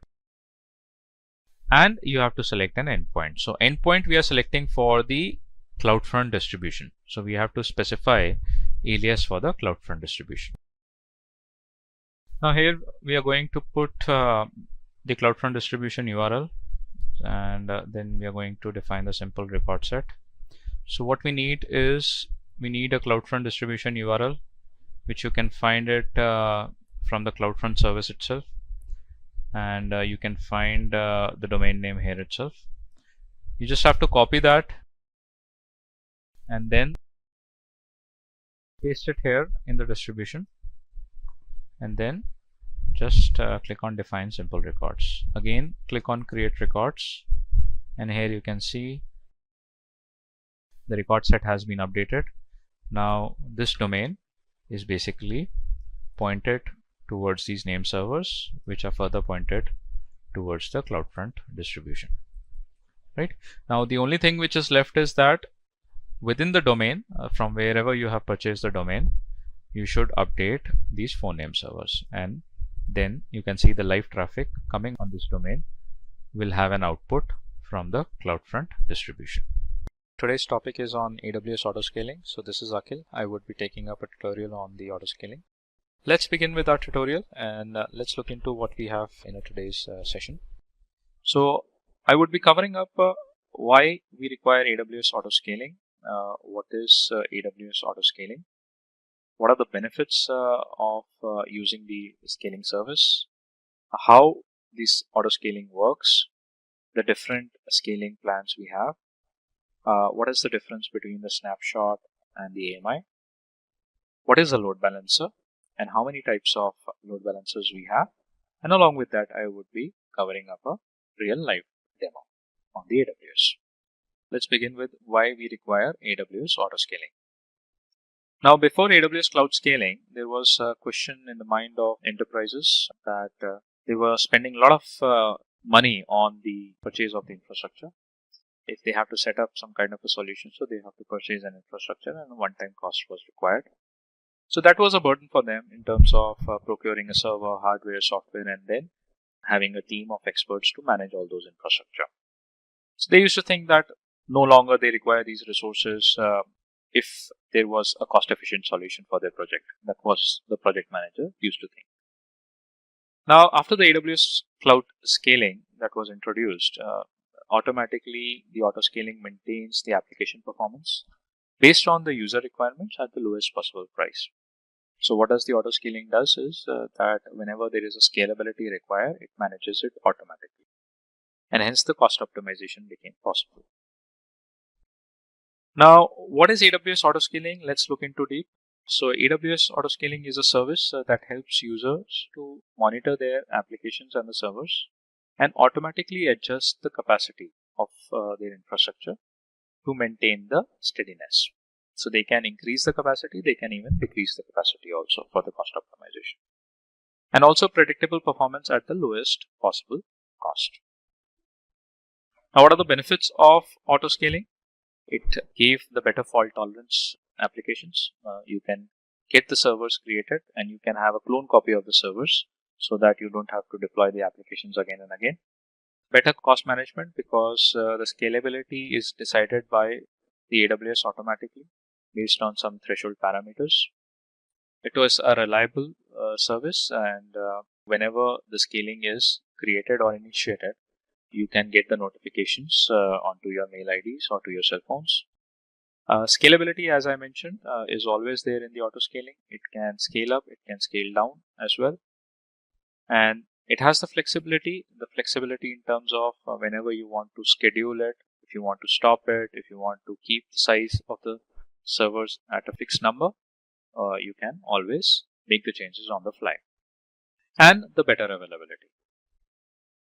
Now, with the use of the autoscaling, we come around with the terminology called snapshot and the AMI. Let's look into the difference between the snapshots and the AMI.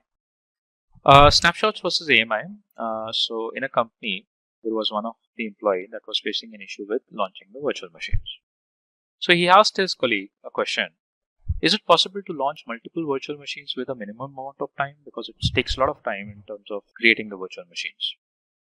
The other colleague said that yes, it is possible to launch multiple EC2 instances, and that can be done at a lesser time and with the same configuration. And this can be done either you use a snapshot or the AMI on the AWS. Then the colleague said that what are the differences between the snapshot and AMI? Let's look into the difference now. The snapshots basically kind of a backup of a single EBS volume, which is just like a virtual hard drive that is attached to the EC2 instance. Whereas the AMI, it is basically used as a backup of an EC2 instance only. The snapshots opts for this when the instance contains multiple static EBS volume. When you opt for the snapshot, whenever the instance contains multiple static EVS volumes. AMI, this is widely used to replace the failed EC2 instance. In the snapshots, here you pay only for the storage of the modified data, whereas with the AMI, you pay only for the storage that you use. The snapshots are non-bootable images on EVS volume, whereas AMI are bootable images on the EC2 instance. However, creating an AMI image will also create the EVS snapshots. Now, how does AWS autoscaling work? Let's look into it. So for the AWS autoscaling to work, you have to configure single unified scaling policy per application resource. And this scaling policy, with that you can explore the applications also. And then select the service you want to scale. Also, for the optimization, select, do you want to optimize the cost or do you want to optimize the performance? And then keep track of scaling by monitoring or getting the notifications. Now, what are the different scaling plans we have? So in the autoscaling, a scaling plan basically helps a user to configure a set of instructions for scaling based on the particular software requirement. The scaling strategy basically guides the service of AWS autoscaling on how to optimize resources in a particular application. So it's basically the parameters that you set it up so that how the resource optimization can be achieved in the autoscaling. With the scaling strategies, users can create their own strategy based on their required metrics and thresholds, and this can be changed on the fly as well. What are the two types of scaling policies we have? So there are basically dynamic scaling and the predictive scaling. Now, what is dynamic scaling? It basically guides the service of AWS autoscaling on how to optimize the resources. And it is helpful in optimizing resources for availability and particular price. Now, with scaling strategies, users can create their plan based on the required metrics and thresholds. So a metric can be like, let's say, a network in, network out, or it can be a CPU utilization, memory utilization likewise. Now, in the predictive scaling, its objective is to predict future workload based on daily and weekly trends and regular forecast future network traffic. So it is kind of a forecast that happens based on the previous past experiences. It uses a machine learning technique for analyzing that network traffic, and this scaling is like how weather forecast works, right? It provides schedule scaling actions to ensure the resource capacity is available for application requirement. Now, with the auto scaling, you would need the load balancers also, because if there are multiple instances that are created, then you would need a load balancer to distribute the load to those instances. So let's understand, what do we mean by a load balancer? A load balancer basically acts as a reverse proxy, and it is responsible for distributing the network or the application traffic across multiple servers. With the help of a load balancer, you can achieve a reliability, you can achieve a fault tolerance of an application. That is basically, it increases the fault tolerance and the reliability. So for example, when there is a high network traffic that is coming to your application, and if that much traffic comes to your application, to the instances, your instances may crash. So how you can avoid that situation? So you need to manage the network traffic that is coming to your instances, and that can be done with the load balancer. So thanks to the AWS load balancers, which helps in distributing network traffic across backend servers in a way that it increases performance of an application. Here in the image, you can see the traffic coming from a different resources landing onto the EC2 instance, and the load balancer is actually distributing that traffic to all the three instances, hence managing the network traffic quite properly. Now, what are the types of load balancers we have? There are three types of load balancers on the AWS. One is the classic load balancer, second is the application load balancer, and the third one is the network load balancer. Let's look into what we have in the classic load balancer. So the classic load balancer is the most basic form of load balancing, and we call it as a primitive load balancer also, and it is widely used for the EC2 instances. It is based on the IP address and the TCP port, and it routes network traffic between end users as well as in between the backend servers. And it does not support host-based routing, and it results in low efficiency of resources.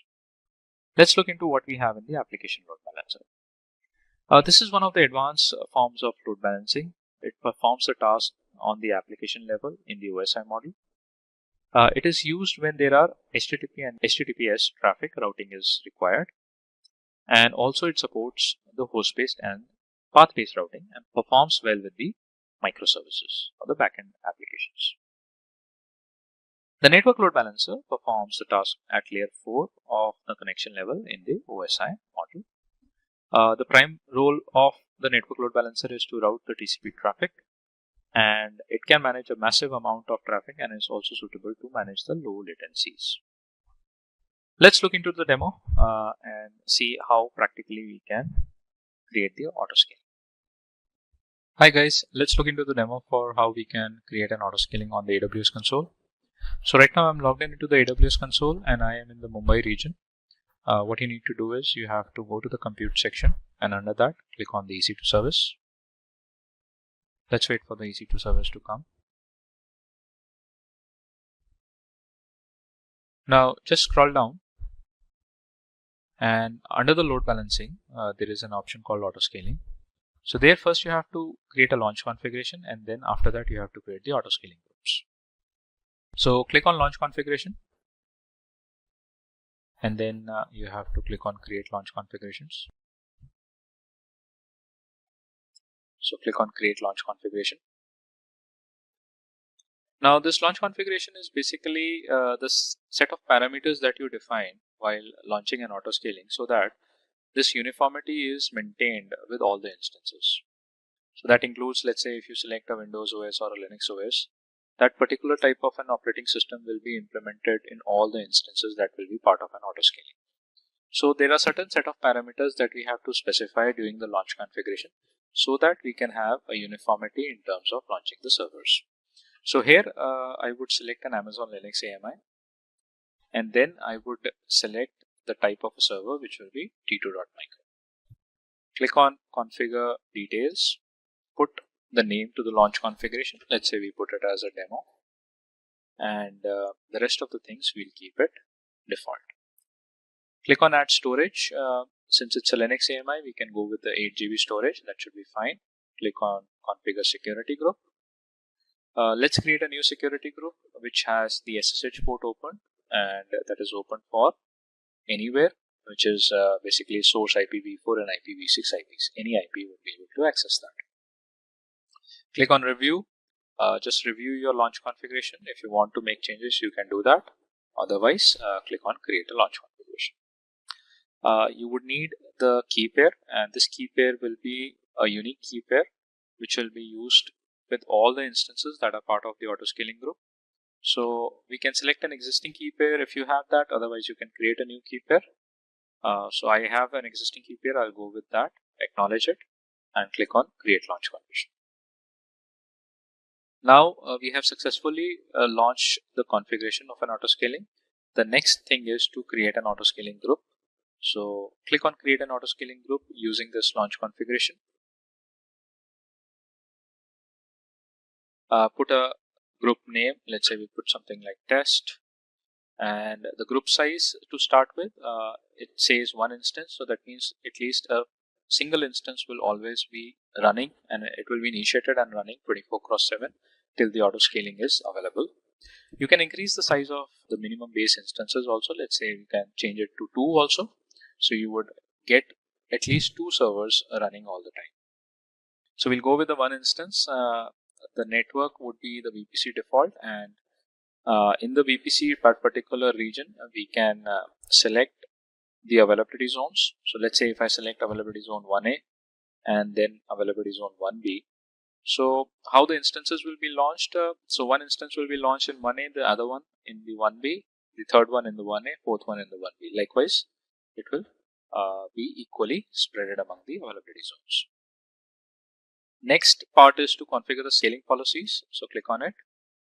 If you want to keep this group at its initial size, let's say if you want to go with only a single instance or 2 instances and you don't want the scaling to progress, you can put it, keep this group at its initial size. So this is basically a way to halt the scaling.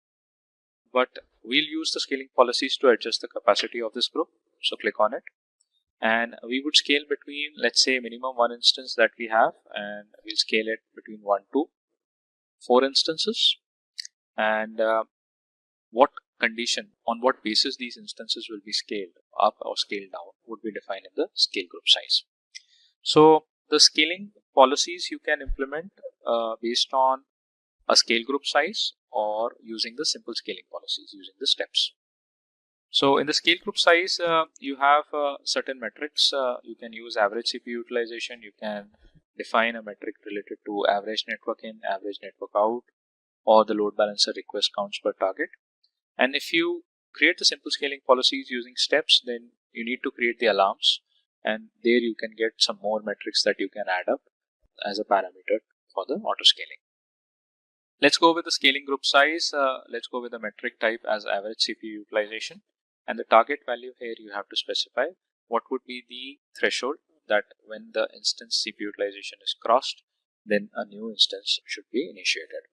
So you can put a reasonable threshold for that. Let's say we put something like 85%. And whenever the instance CPU utilization is crossed 85% threshold, you will see that there will be a new instance created. Let's go to the next configure notifications.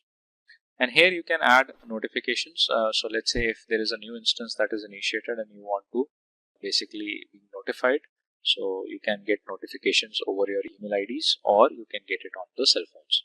So for that, for adding the notification, you would need the SNS service that is called as a simple notification service. And you have to create a topic there. You have to subscribe for the topic using your email ID, and then you should get the notifications.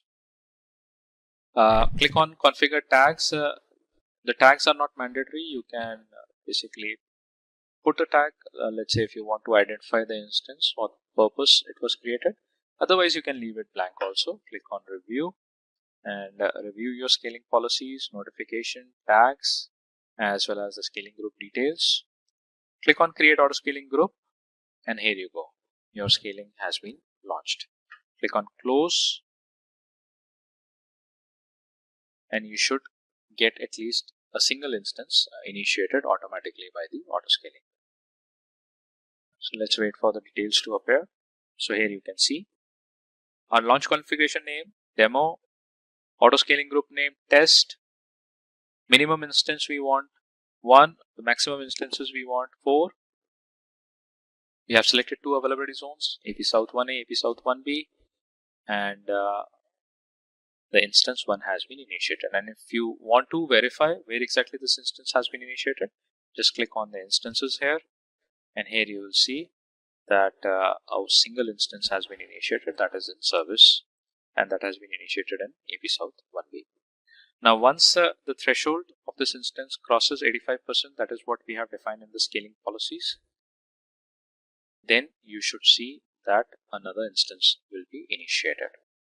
So likewise, this is basically I have created steps to initiate a scaling policy, that means to increase the number of servers whenever the threshold crosses. Likewise, here itself you can add another policy to scale down the resources in case if the CPU utilization goes to a normal value. Today we are going to discuss about Amazon Redshift, which is one of the data warehouse service on the AWS. So let's begin with Amazon Redshift and let's see what we have for today's session. So what's in it for you today? We'll see what is AWS, why we require Amazon Redshift, what do we mean by Amazon Redshift, the advantages of Amazon Redshift, the architecture of Amazon Redshift, some of the additional concepts associated with the Redshift, and the companies that are using the Amazon Redshift. And finally, we'll cover up one demo which will show you the practical example that how you can actually use the Redshift service. Now, what is AWS? As we know that AWS stands for Amazon Web Service. It's one of the largest cloud providers in the market, and it's basically a secure cloud service platform provided from the Amazon. Also, on the AWS, you can create and deploy the applications using the AWS service. Along with that, you can access the services provided by the AWS over the public network, that is, over the internet. They are accessible. Plus, you pay only whatever the service you use for. Now, let's understand why we require Amazon Redshift. So earlier, before Amazon Redshift, what used to happen that the people used to, or the developers used to fetch the data from the data warehouse. So data warehouse is basically a terminology which is basically represents the collection of the data. So a repository where the data is stored is generally called as a data warehouse. Now, fetching data from the data warehouse was a complicated task because might be a possibility that the developer is located at a different geography and the data warehouse is at a different location, and probably there is not that much network connectivity or some networking challenges, internet connectivity challenges, security challenges might be, and a lot of maintenance was required to manage the data warehouses. So what were the cons of the traditional data warehouse services? It was time consuming to download or get the data from the data warehouse. Maintenance cost was high, and there was the possibility of loss of information in between the downloading of the data, and the data rigidity was an issue. Now, how these problems could overcome, and this was basically solved with the introduction of Amazon Redshift over the cloud platform. Now, we say that Amazon Redshift has solved traditional data warehouse problems that the developers were facing, but how? What is Amazon Redshift actually is? So what is Amazon Redshift? It is one of the services over the AWS, Amazon Web Services, which is called as a data warehouse service. So Amazon Redshift is a cloud-based service or a data warehouse service that is primarily used for collecting and storing the large chunk of data. So it also helps you to get or extract the data, analyze the data using some of the BI tools. So business intelligence tools you can use and get the data from the Redshift and process that. And hence it simplifies the process of handling the large scale data sets. So this is the symbol for the Amazon Redshift over the AWS. Now let's discuss about one of the use case. So DNA is basically a telecommunication company, and they were facing an issue with managing their website and also the Amazon S3 data, which led down to slow process of their applications. Now, how could they overcome this problem? Let's see that. So they overcome this issue by using the Amazon Redshift, and all the company noticed that there was a 52% increase in the application performance. Now, did you know that Amazon Redshift is basically cost less to operate than any other cloud data warehouse service available on the cloud computing platforms? And also the performance of an Amazon Redshift is the fastest data warehouse we can say that is available as of now. So in both cases, one is that it saves the cost as compared to the traditional data warehouses, and also the performance of this Redshift service or a data warehouse service, the fastest available on the cloud platforms. And more than 15,000 customers presently they are using the Amazon Redshift service. Now let's understand some of the advantages of Amazon Redshift. First of all, as we saw that it is one of the fastest available data warehouse service, so it has the high performance. Second is, it is a low cost service. So you can have a large scale of data warehouse or the databases combined in a data warehouse at a very low cost. So whatever you use, you pay for that only. Scalability. Now, in case if you wanted to increase the nodes of the databases in your Redshift, you can actually increase that based on your requirement, and that is on the fly. So you don't have to wait for the procurement of any kind of a hardware or the infrastructure. It is whenever you require, you can scale up or scale down the resources. So the scalability is again one of the advantage of the Amazon Redshift. Availability, since it's available across multiple availability zones, so it makes this service as a highly available service. Security. So whenever you access Redshift, you create a clusters in the Redshift, and the clusters are created you can define a specific virtual private cloud for your cluster, and you can create your own security groups and attach it to your cluster. So you can design the security parameters based on your requirement, and you can get your data warehouse or the data items in a secured place. Flexibility, and you can remove the clusters, you can create another clusters. If you are deleting a cluster, you can take a snapshot of it and you can move those snapshots to different regions. So that much flexibility is available on the AWS for the service. And the other advantage is that it is basically a very simple way to do a database migration. So if you're planning that you wanted to migrate your databases from the traditional data center over the cloud on the Redshift, it is basically very simple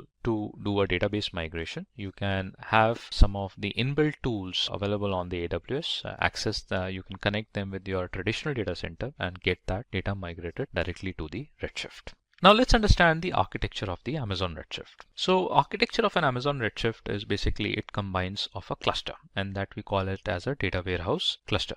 In this picture, you can see that this is a data warehouse cluster and this is a representation of a Amazon Redshift. So it has some of the compute nodes which does the data processing, and a leader node which gives the instructions to these compute nodes. And also the leader node basically manages the client applications that require the data from the Redshift. So let's understand about the components of the Redshift. The client application of Amazon Redshift basically interact with the leader node using JDBC or the ODBC. Now what is JDBC? It's a Java database connectivity, and the ODBC stands for Open Database Connectivity. The Amazon Redshift service using a JDBC connector can monitor the connections from the other client applications. So the leader node can actually have a check on the client applications using the JDBC connections. Whereas the ODBC allows a leader node to have a direct interaction or to have a live interaction with the Amazon Redshift. So ODBC allows a user to interact with live data of Amazon Redshift. So it has a direct connectivity, direct access of the applications, as well as the leader node can get the information from the compute nodes. Now, what are these compute nodes? These are basically kind of a databases which does the processing. So Amazon Redshift has a set of computing resources which we call it as a nodes, and the nodes, when they are combined together, they are called it as a clusters. Now a cluster, a set of computing resources which are called as nodes, and this gathers into a group which we call it as a data warehouse cluster. So you can have a compute node starting from 1 to n number of nodes, and that's why we call that the Redshift is a scalable service, because we can scale up the compute nodes whenever we require. Now the data warehouse cluster, or each cluster, has one or more databases in the form of a nodes. Now what is a leader node? This node basically manages the interaction between the client application and the compute node. So it acts as a bridge between the client application and the compute nodes. Also, it analyzes and develops designs in order to carry out any kind of a database operations. So leader node basically sends out the instructions to the compute nodes, basically perform or execute that instruction and give that output to the leader node. So that is what we are going to see in the next slide, that the leader node runs the program and assign the code to individual compute nodes, and the compute nodes execute the program and share the result back to the leader node for the final aggregation, and then it is delivered to the client application for analytics or whatever the client application is created for. So compute nodes are basically categorized into slices, and each node slice is allotted with specific memory space, or you can say a storage space, where the data is processed. These node slices works in parallel in order to finish their work, and hence when we talk about a Redshift as a faster processing capability as compared to other data warehouses or traditional data warehouses, this is because that these node slices work in a parallel operation that makes it more faster. Now the additional concept associated with Amazon Redshift is there are two additional concepts associated with the Redshift. One is called as the column storage and the other one is called as the compression. Let's see what is the column storage. As the name suggests, column storage is basically kind of a data storage in the form of a column, so that whenever we run a query, it becomes easier to pull out the data from the columns. So column storage is an essential factor in optimizing query performance and resulting in quicker output. So one of the examples are mentioned here. So below example show how database tables store record into disk block by row. So here you can see that if we wanted to pull out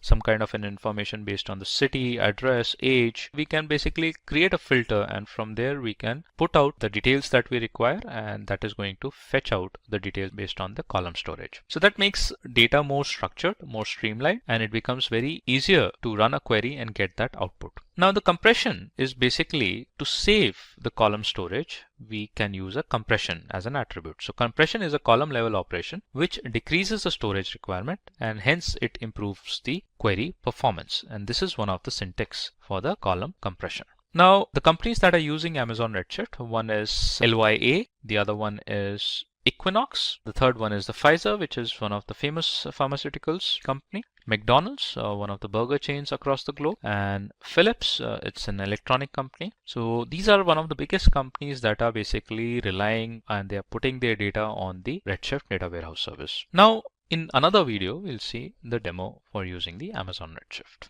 let's look into the Amazon Redshift demo. So these are the steps that we need to follow for creating the Amazon Redshift cluster. And in this demo, what we'll be doing is that we'll be creating an IAM role for the Redshift so that the Redshift can call the services, and specifically we'll be using the S3 service. So the role that we'll be creating, we'll be giving the permission to Redshift to have an access of an S3 in the read-only format. So in the step one, what we require, we'll check the prerequisites, and what you need to have is the AWS credentials. If you don't have that, you need to create your own credentials, and you can use your credit and the debit card. And then in the step two, we'll proceed with the IAM role for the Amazon Redshift. Once the role is created, we'll launch a sample Amazon Redshift cluster mentioned in the step 3, and then we'll assign a VPC security groups to our cluster. Now you can create it in the default VPC also, you can create a default security groups also, otherwise you can customize the security groups based on your requirement. Now to connect to the sample cluster, you need to run the queries,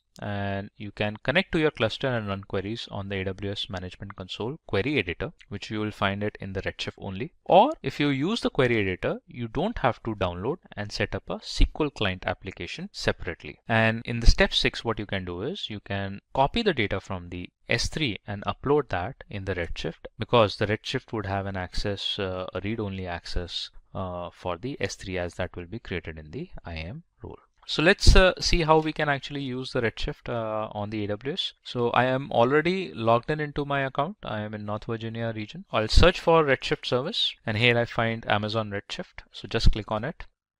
Let's wait for the Redshift to come.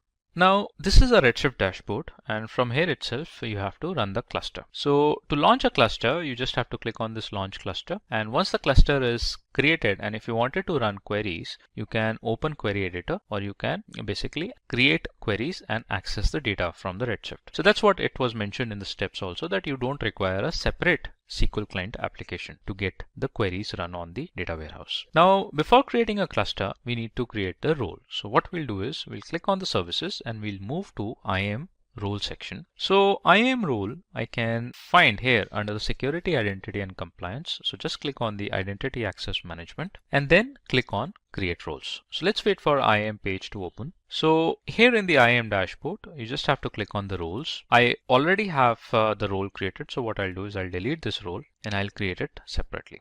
So just click on a create role, and under the AWS services, you have to select for the Redshift, because now the Redshift will be calling the other services, and that's why we are creating the role. Now, which other services that the Redshift will be having an access of? S3. Why? Because we'll be putting up the data on the S3, and that is something which needs to be uploaded on the Redshift. So we'll just search for the Redshift service, and we can find it here. So just click on it and then click on Redshift customizable in the use case. Now click on next permissions, and here in the permissions, give the access to this role, assign the permissions to this role in the form of an S3 read-only access. So you can search here for the S3 also. Let's wait for the policies to come in. Here it is. Let's type S3. And here we can find Amazon S3 read-only access. So just click on it and assign the permissions to this role. Tags, you can leave them blank. Click on next review. Put a name to your role. Let's put my Redshift role and click on a create role. Now you can see that your role has been created. Now the next step is that we'll move to Redshift service and we'll create one cluster. So click on the services. Click on Amazon Redshift. You can find that in the history section since we browsed it just now. And from here, we are going to create a sample cluster. Now to launch a cluster, you just have to click on launch this cluster. Whatever the uncompressed data size you want in the form of a gigabyte, terabyte or petabyte, you can select that. And let's say if you select in the form of GB, how much GB memory you want, you can define it here itself. This also gives you the information about the costing. On demand is basically pay as you use. So they are going to charge you $0.5 per hour for using the 2-node slicers. So let's click on launch this cluster, and this will be a DC2.large kind of an instance that will be given to you. It would be in the form of a solid state drive, SSDs, which is one of the fastest way of storing the information. And the nodes 2 are mentioned by default. That means there will be 2 node slices that will be created in a cluster. You can increase them also. Let's say if I put 3 node slices, so it is going to give us 3 into 0.16 TB per node storage. Now here you have to define the master username password for your Redshift cluster, and you have to follow the password instructions. So I would put a password to this cluster, and if it accepts, that means it does not give you any kind of a warning. Otherwise it is going to tell you about you have to use the ASCII characters and all. And here you have to assign this cluster the role that we created recently. So in the available IAM roles, you just have to click on my Redshift role, and then you have to launch the cluster. If you wanted to change something with respect to the default settings, let's say if you wanted to change the VPC from default VPC to your custom VPC, and you wanted to change the default security groups to your own security groups, so you can switch to advanced settings and do that modification. Now let's launch the cluster, and here you can see the Redshift cluster is being created. Now if you wanted to run queries on this Redshift cluster, so you don't require a separate SQL client, you just have to follow the simple steps to run a query editor, and the query editor you will find it on the dashboard. So let's click on the cluster, and here you would see that the Redshift cluster would be created with the 3 nodes in the US East 1B availability zone. So we have created the Redshift cluster in the Ohio region, and now what we'll do is we'll see how we can create the tables inside the Redshift, and we'll see how we can use the copy command so that we can directly move the data uploaded on the S3 bucket to the Redshift database tables, and then we'll query the results of a table as well. So how we can do that? First of all, after creating the Redshift cluster, we have to install SQL Workbench /J.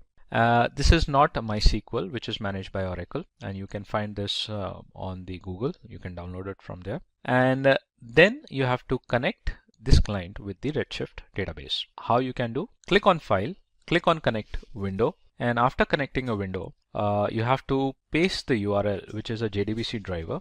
This driver link, you can find it onto the AWS console. So if you open up a Redshift cluster, there you would find the JDBC driver link.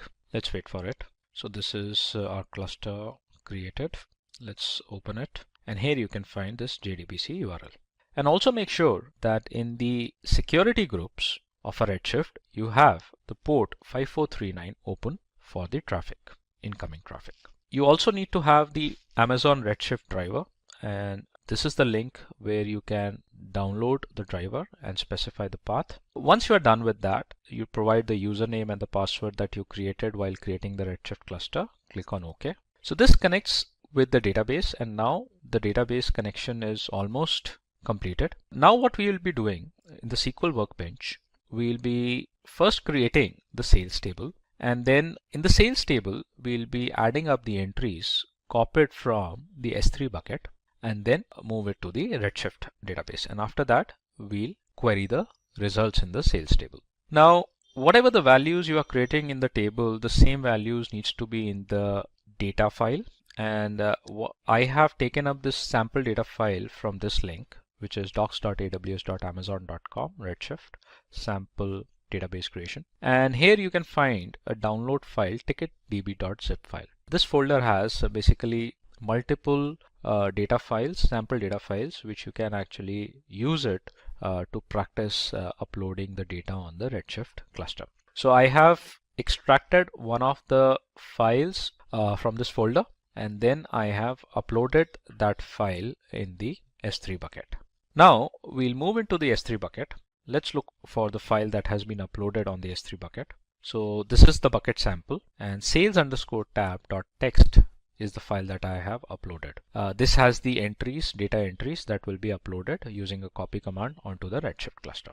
Now, after putting up the command for creating up the table, then we'll use a copy command. And copy command, we have to define the table name. The table name is sales, and we have to define the path from where the data would be copied over to the sales table in the Redshift. Now, path is the S3 bucket, and this is the Redshift bucket sample, and it has to look for the data inside the sales_tab.txt file.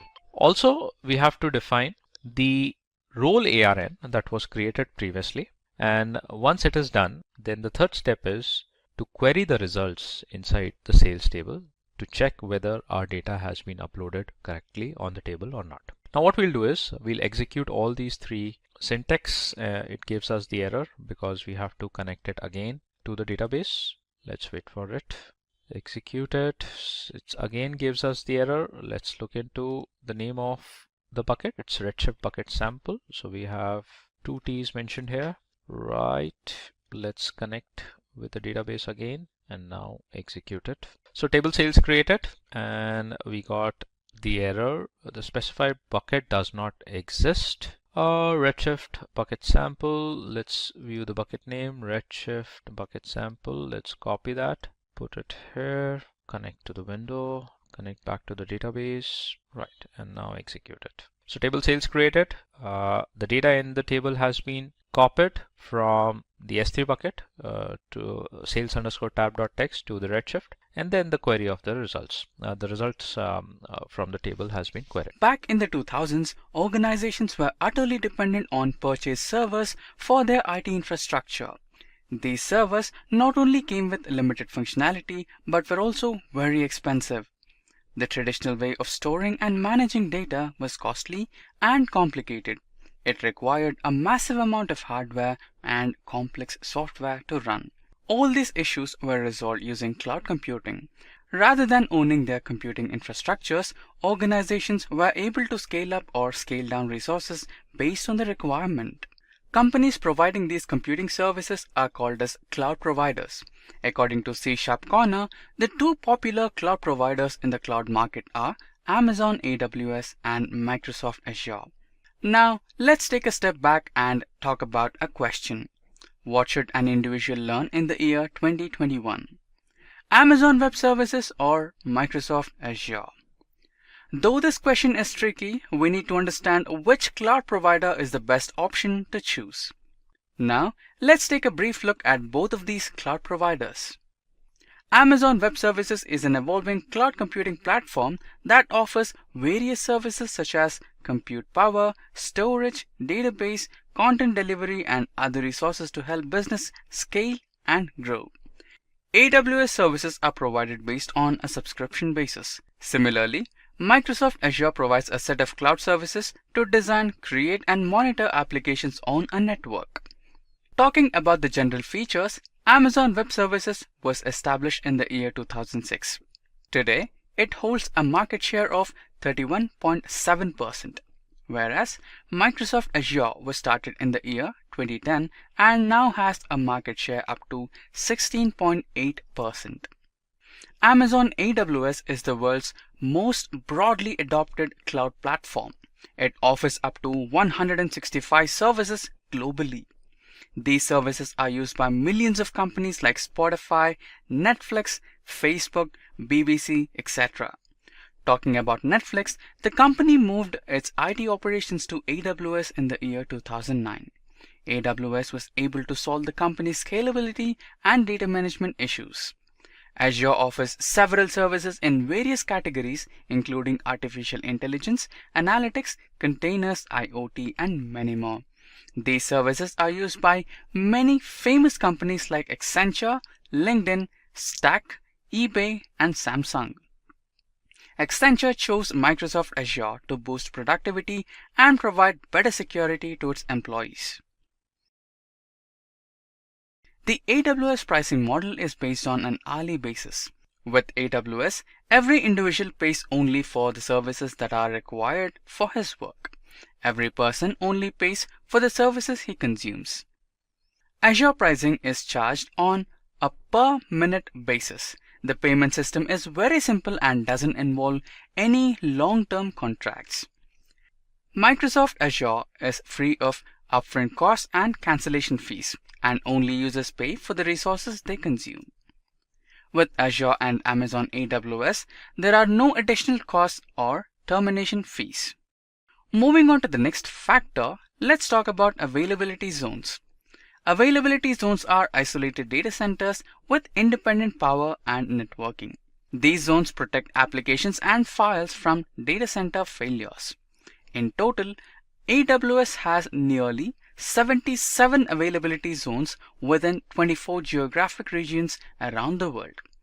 The company plans to establish 9 more AWS availability zones and 3 more AWS regions in Indonesia, Japan, and Spain. On the other hand, Microsoft Azure has many isolated availability zones. These zones are located within an Azure region, and they provide fast network connectivity. Azure has 44 availability zones around the world. The company is planning to launch 12 more zones. Now, after discussing the availability zones, let's talk about the services. The services that I am going to compare here come under the following domains: compute, storage, database, security, and finally, networking. AWS and Azure provide a wide variety of services with low migration costs so that every individual can shift his or her current traditional infrastructure to cloud platform very easily. AWS EC2 is a suitable example of compute services. EC2 is a web service that aims to make life easier for developers by providing secure and resizable compute capacity in the cloud. It can be integrated to several other services like S3, IAM, CloudFormation, etc. Azure has a small service called Azure Virtual Machine Image. It helps the developers to develop and design identical virtual machines in the matter of minutes. Azure virtual machines are becoming more popular among IT infrastructures. These machines let an individual create and use virtual machines in the cloud as IaaS or infrastructure as a service. Virtual machines can be created using Azure Portal, Azure PowerShell, and ARM templates, Azure CLI or Client Software Development Kits. Next comes Amazon S3. It is the best example for storage service. Simple Storage Service is an object storage service designed to store and recover any information from anywhere via the internet. Amazon S3 facilitates storage through a web service interface. The service provides 99.9% durability and 99.9% availability of objects. It has the capacity of storing computer files up to 5 terabytes in size. On the other hand, Azure provides a similar service called Blob Storage Service. This service provides a large amount of storage and is highly scalable. It stores an object in the tiers depending on how often the data is being accessed. Blob storage supports widely used frameworks like Java, .NET, Python, and Node.js. It is the only cloud storage service in Microsoft Azure that offers a premium SSD-based object storage tier for low latency networks. AWS provides a secure cloud platform where every individual can manage and deploy their applications.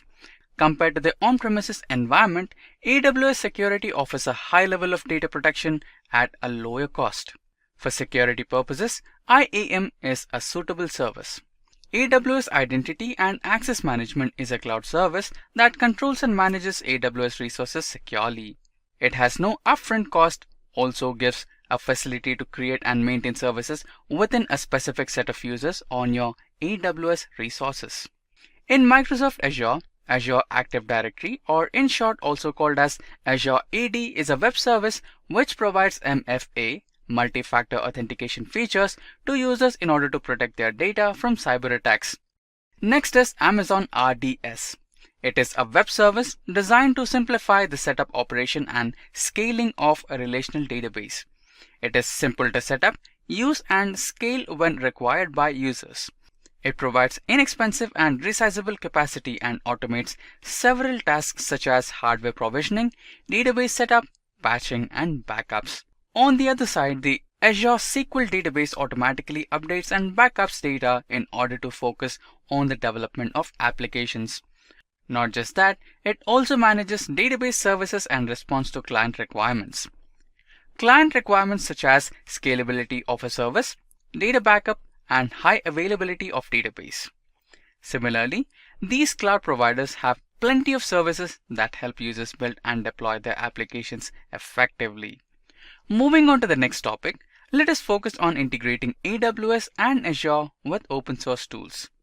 Now, we will explain how to build a pipeline using Jenkins along with one of the services of Amazon Web Services, that is the EC2. In this integration process, we have a sample Python application called as a Docker file. This Docker file will consist of a Python-based image. The Docker file builds a pipeline in order to create a Docker image upon pushing the code to the repository. Later, the new image is used to start a new AWS service on an ECS cluster. Now, let's have a look at how the integration of open source tools happen in Azure. In your Azure Cloud application, DevOps tools like Docker, Maven, and Jenkins can be integrated. In case you want to integrate the Jenkins pipeline, go to Project and create a subscription, followed by Jenkins. You can specify the required filters based on your requirement. Then choose your endpoint for Azure DevOps to communicate with Jenkins. So that was all about Amazon AWS and Microsoft Azure. Both AWS and Azure are honored to be on top of all other cloud providers. Both provide all necessary features like scalability, high availability, and security. But the moment I hear about choosing the best one, I have to say that all that depends upon the individual business needs. Both cloud providers are the certified ones that hold immense value in the current cloud service market. Hey awesome viewers, come, let's leap into the world of cloud computing. Whether you're a tech enthusiast, a student, or a professional looking to upskill, the cloud technology offers endless opportunities for innovation and growth. Did you know that the global cloud computing market is projected to reach a staggering $832.1 billion by 2025? We all know that projects are essential for your career in cloud because they allow you to apply theoretical knowledge to real-world scenarios, gaining practical skills and experience. Through your projects, you can showcase your skills and depth of your knowledge. Projects are often the key to impress your employers. In this video, we are going to unveil the top cloud projects tailor-made for beginners, empowering you to kickstart your journey into the clouds with confidence. The first project in our list is website hosting. Here, you will build a website and host your website on the cloud. The steps are: sign up for a cloud hosting service like AWS, Google Cloud, or Azure. Upload your website files to the cloud storage provided by the hosting service. Then, configure DNS settings to point your domain name to the cloud server. After that, set up SSL TLS certificates for secure HTTPS connections. At last, monitor website performance and scalability using cloud-based analytics tools. Next, we have Expense Tracker. In this project, you have to develop an app to track expenses and manage finances using cloud storage for data synchronization. Now let's see the steps. Choose a cloud database service like Firebase or AWS DynamoDB for storing expense data. Now, design and develop the Expense Tracker app interface and functionality. Implement user authentication and authorization for secure access. Then, set up real-time data synchronization between devices using cloud database SDKs. After which, test the app thoroughly across platforms to ensure data integrity and usability. The third one is Virtual Classroom Platform. Here, you create an online learning platform with live lectures and interactive features and host it on the cloud. The steps to do this include: select a cloud-based video conferencing platform like Zoom or Microsoft Teams for hosting live lectures. Integrate additional features like chat, file sharing, and quizzes using cloud-based APIs or SDKs. Set up user authentication and access controls to ensure a secure learning environment. After which, you will have to customize a platform to match the branding and requirements of your educational institution. Train educators and students on using the virtual classroom tools effectively. Next, we have Document Collaboration Platform with Microsoft. Here, you can build a document management and collaboration platform using Microsoft SharePoint on the cloud. Let's see the steps. Set up a SharePoint site on Microsoft 365 or SharePoint Online. Create document libraries for storing and organizing files with metadata and content types. Configure access controls and permissions to manage document security and sharing. Customize the platform with workflows, forms, and templates to streamline document management processes. Train users on how to use SharePoint for document collaboration and version control. The next is Health Tracker app with Google Fit API. In this project, you will develop a health tracking app that syncs data from fitness devices using the Google Fit API. The steps are: obtain API credentials and set up authentication for accessing the Google Fit API. Design the app interface and functionality for tracking user health metrics like activity, sleep, and heart rate. Integrate the Google Fit API into the app to retrieve and display user health data. Implement features for goal setting, progress tracking, and personalized recommendations based on health data. Test the app on different devices and ensure compliance with privacy and security regulations.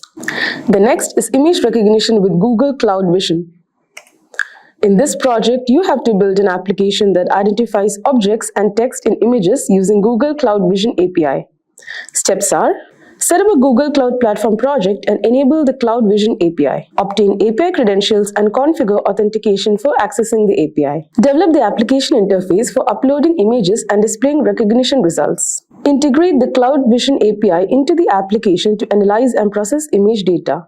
Enhance the application with additional features like text translation or object detection based on recognition results. Seventh on the list is chat application with Firebase Firestore. Create a real-time chat application using Firebase Firestore for data storage and synchronization. The steps are: set up a Firebase project and enable Firestore as a database service. After that, design the chat application interface for sending and receiving messages in real time. Then, implement the user authentication and authorization to secure access to chat rooms. After which, integrate Firestore SDK into the application to store and sync chat data across devices. Now, test the application thoroughly to ensure reliability and real-time synchronization of messages. Next, we have continuous integration or continuous deployment pipeline with GitHub. Here you have to set up a CI/CD pipeline for automating software development processes using GitHub Actions. For that, create a GitHub repository for your project and enable GitHub Actions. Define workflows in YAML format to automate tasks like testing, building, and deploying. Configure triggers to initiate workflows based on events such as code pushes or pull requests. Now, integrate third-party tools or services for additional tasks like code quality analysis or deployment to cloud platforms. After which, monitor workflow runs and troubleshoot any issues that arise during the CI/CD process. Next in our list is IoT data analytics with IoT Hub and Stream Analytics. Here, you have to collect and analyze data from IoT devices using Azure IoT Hub and Stream Analytics. Now, the steps for this project include: firstly, set up an Azure account and create an IoT Hub instance for managing IoT devices. Connect IoT devices to the IoT Hub and configure message routing for data ingestion. Now, create an Azure Stream Analytics job to process streaming data from IoT devices. Define queries and transformations to analyze and aggregate IoT data in real time. And then visualize the analyzed data using Azure services like Power BI or Azure Data Explorer for actionable insights. Last project on the list, we have Budget-Friendly Travel Planner. In this project, you are required to develop a travel planning application that helps users discover budget-friendly destinations and manage trip expenses. Now, the steps include: firstly, design the user interface of the travel planner application, allowing users to search for destinations and plan itineraries. Integrate APIs like Google Maps, Open Weather Map, and Skyscanner to provide travel information such as flight prices, weather forecasts, and accommodation options. Now, implement features for budget tracking, expense management, and itinerary customization based on user preferences. Test the application across different devices and platforms to ensure usability and performance. And at last, deploy the travel planner application to a cloud hosting platform for accessibility and scalability, and continue to iterate based on user feedback and usage metrics. So there you have it, top 10 cloud projects for beginners that can help you create a portfolio and land a job. We have explored a diverse range of projects that offer valuable insights into various aspects of cloud computing. Welcome everyone. In today's rapidly evolving digital landscape, the importance of mastering cloud computing cannot be overstated. To thrive in modern IT environments, professionals must possess a robust set of crucial skills. These include managing and maintaining infrastructures that are increasingly complex and distributed, ensuring robust security measures to protect sensitive data against emerging threats, optimizing cost to make the most of IT investments, and mastering effective deployment strategies that ensure scalability and reliability across various platforms. At Simplilearn, we understand these skills form the backbone of successful cloud computing practices. With over a decade of leadership in cloud solutions, our company has been at the forefront of providing top-tier education and services to a wide range of clients. We are committed to making high-level cloud skills accessible to everyone. from aspiring IT professionals to seasoned experts. That's why our courses are designed not just to inform but to transform your approach to cloud technology. Whether you are just starting out or looking to deepen your expertise, we provide the tools and training you need to navigate and excel with the cloud domain. With our guidance, you will not only keep pace with current technologies, but also stay ahead of the curve in this dynamic field. So let's start with the courses, and number one on our list is the postgraduate program in cloud computing, a comprehensive course designed in collaboration with Caltech CTME. Let's explore what makes this program a standout choice. This postgraduate program is your gateway to becoming a cloud expert. It's structured to take you through a deep dive into the world of cloud computing, covering crucial areas from basic concepts to advanced applications. And by joining this program, you are setting yourself up for success in a field that's at the forefront of technological advancement.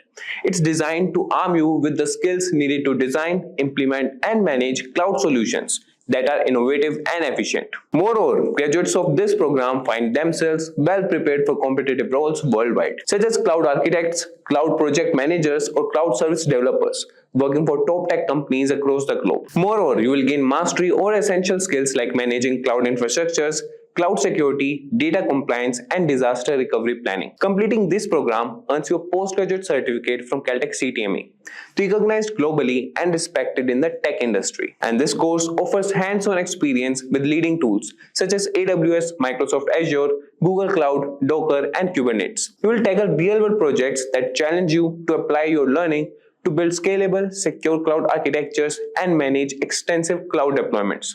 If you're ready to start your journey in cloud computing with a top-rated program, visit the description box or pinned comment to enroll. So next on our list at number 2 is the Cloud Solutions Architect Master's Program. So let's delve into why this course is crucial for those aspiring to become cloud architects. This master's program is designed to turn you into a solutions architect capable of designing and implementing robust and scalable cloud solutions. This course ensures you gain comprehensive knowledge and skills. So choosing this program means selecting a path to mastery in cloud architecture. It's perfect for IT professionals who want to excel in creating high-performing cloud solutions that meet critical business needs.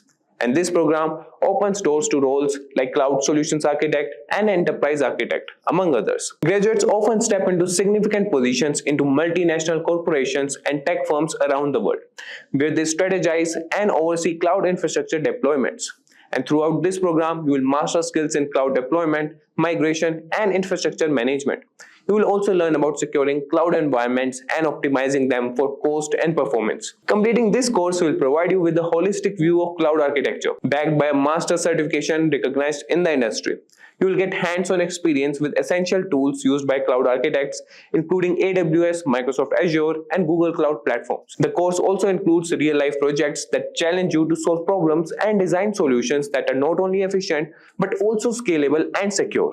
If designing top-tier cloud solutions is your goal, then the Cloud Solutions Architect Master's Program is your stepping stone. Visit the description box or pinned comment to check out the course link. Moving on to the third course in our series, we have the AWS Cloud Architect Certification Training.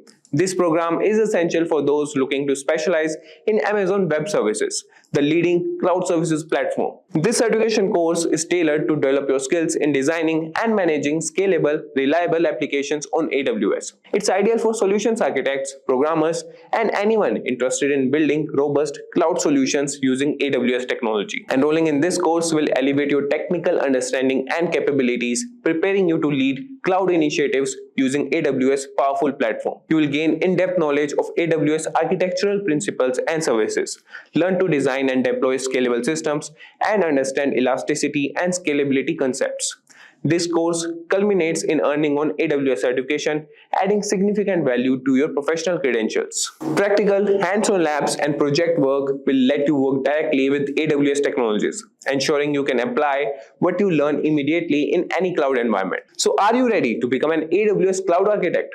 Sign up for this course today to start your specialized training with the link mentioned in the description box and pinned comment. Next up at number 4 in our series is the Azure Cloud Architect Certification Training.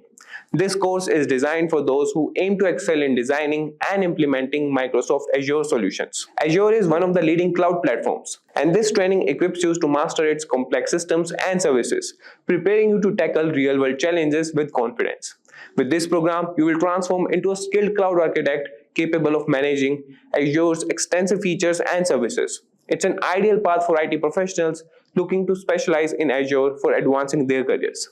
The course covers a range of key areas including Azure administration, Azure networking, security, and identity management. You will also prepare for the Microsoft Certified Azure Architect Technologies exam, a highly respected credential in the industry. Moreover, hands-on labs and projects throughout the course ensure you gain practical experience with Azure. This training includes simulations and real-life scenarios to provide you with the skills needed to succeed in any Azure environment.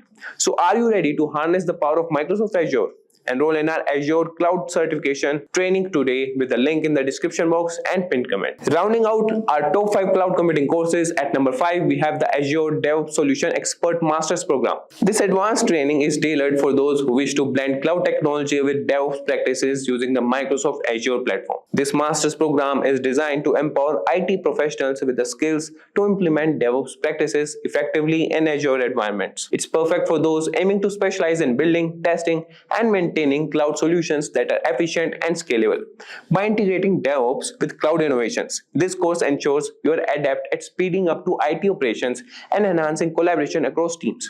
It's an essential skill set for increasing business agility and IT efficiency. The program covers a comprehensive range of topics, including continuous integration and delivery, CI/CD, infrastructure as a code, and monitoring and feedback mechanisms. Graduates are well prepared to lead DevOps initiatives and handle complex cloud infrastructures. Moreover, you will work with popular tools like Jenkins, Docker, Ansible, and Kubernetes alongside Azure-specific technologies. Real-world projects are integrated throughout the course to provide hands-on experience and insights into actual DevOps challenges. If you are ready to advance your career by mastering Azure and DevOps, enroll in our Azure DevOps Solution Expert Masters program today. Check out the link in the pinned comment and description box. So thank you for joining us as we explored these top 5 cloud computing courses. Each program is designed to not only meet but exceed the demands of today's digital landscape, preparing you for a future where cloud technology is ubiquitous. You can check out pinned comment and description box for respective course links. Moving on to the top 10 cloud computing projects, we have divided this video into 3 parts. The first part is for beginners. Moving on to the first project for beginners, we have a cloud-based file storage. In this project, you will create a simple cloud-based file storage system similar to a Dropbox or a Google Drive. Users can upload, download, and manage files stored in the cloud. The part to create this project will start by choosing a cloud storage service. Select a cloud storage service provider like AWS S3, Google Cloud Storage, or Azure Blob Storage. The next step is creating an account. Sign up for an account with the chosen cloud provider if you don't already have one. The next step is to set up a bucket or a container. Create a storage bucket or container to store your files. The next step is to develop a web interface. Create a web-based interface for users to interact with your storage system. You can use HTML, CSS, and JavaScript for this. The next step is to implement file upload and download. Add functionality for users to upload and download files to or from their storage bucket using the cloud provider's SDK or API. The next step is user authentication. Implement user authentication to secure access to files. You can use services like Firebase authentication or build one of your own. The next step is testing and deployment. Test your file storage system locally, and once satisfied, deploy it to the cloud. Make it publicly accessible if needed. The key learning points of this project is you will learn the basics of cloud storage services, file uploading and downloading, and user authentication. Moving on to project number 2, we have a website hosting service. This project involves setting up an essential website on a cloud platform like AWS, Azure, or Google Cloud. You will deploy a static or dynamic website and make it accessible to users worldwide. Let's move on to the path to create this project. The first step is to select a cloud hosting service. Choose a cloud hosting platform like Amazon Web Services, Azure, or Google Cloud. The next step is to design your website. Create the content and design for your website. You can use HTML, CSS, and JavaScript for static websites or web frameworks for dynamic ones. Then register a domain name. Purchase a domain name from a domain registrar, for example GoDaddy, Namecheap, etc. The next step is to configure DNS. Configure the DNS setting to point to your cloud hosting server's IP address. The next step is to set up a virtual server. Create a virtual server instance on your chosen cloud platform. For example, AWS EC2, Azure VM, and Google Compute Engine. The next step is to install web server software. Install and configure web server software like Apache on your virtual server. And the last step is to upload website files. Upload your website files to the server, and then you are done with the project. The key learning points of this project: you will learn how to configure a web server, you will deploy web applications and manage domain names, and finally you will ensure high availability. The next project we have for beginners is a cloud-based calculator. Create a simple web-based calculator application and deploy it on a cloud platform like Heroku. Users can perform basic calculations using this calculator. Let's talk about the path to create this project. You will start by selecting a cloud platform. Choose a cloud platform like Heroku, AWS, or Azure for deployment. Then develop the calculator. Create a simple web-based calculator. You can use HTML, CSS, and JavaScript for this. Then set up a development environment. Install necessary development tools and libraries on your local machine. Then move ahead with version control. Use version control systems like Git to manage your project. Then create a cloud account. Sign up for an account with your chosen cloud platform. Then comes the deployment part. Deploy your calculator application to the cloud platform of your choice. For Heroku, this might involve pushing your code to a Git repository. And then comes the testing part. Ensure that the calculator functions correctly on the cloud server. Let's talk about the key learning points of this project. You will gain experience in setting up cloud server environments, deploying web applications, and understanding server-client interactions. Moving on to intermediate level projects. These projects are for people with decent knowledge of cloud computing basics. The first project we have in this category is an IoT data analytics project. Build a system that collects data from IoT devices, sensors, smart devices, etc. and stores it in cloud databases, for example, AWS DynamoDB or Azure Cosmos database. Implement analytics to gain insights from the collected data. Let's talk about the path to create this project. The first step is IoT device setup. Set up IoT devices or sensors to collect data. Then choose a cloud database. Select a cloud database service, for example, AWS Dynamo database, Azure Cosmos database for data storage. Then comes the data ingestion part. Write code to send data from IoT devices to the cloud database. Then comes data analytics. Implement data analytics tools or scripts to analyze the collected data. Then comes data visualization. Create visualizations to present insights from the data using tools like AWS QuickSight or data visualizations libraries. And then the last part is monitoring and scaling. Implement monitoring and scaling mechanisms to handle increased data volumes. So let's talk about the key learning points of this project. You will explore IoT data ingestion, cloud database management, data analytics, and of course data visualization. Moving on to the next project, we have a video streaming service. So you will create a video streaming service where users can upload and stream videos from the cloud. Implement features like video encoding, content delivery, and user authentication. Let's talk about the path to create this project. You will start by selecting cloud services. Choose cloud services for video storage, for example AWS S3. For encoding, you can choose AWS Elastic Transcoder, and for content delivery, you can choose AWS CloudFront. The next step is to design the application. Plan the architecture of your video streaming platform, including user interfaces for uploading and streaming.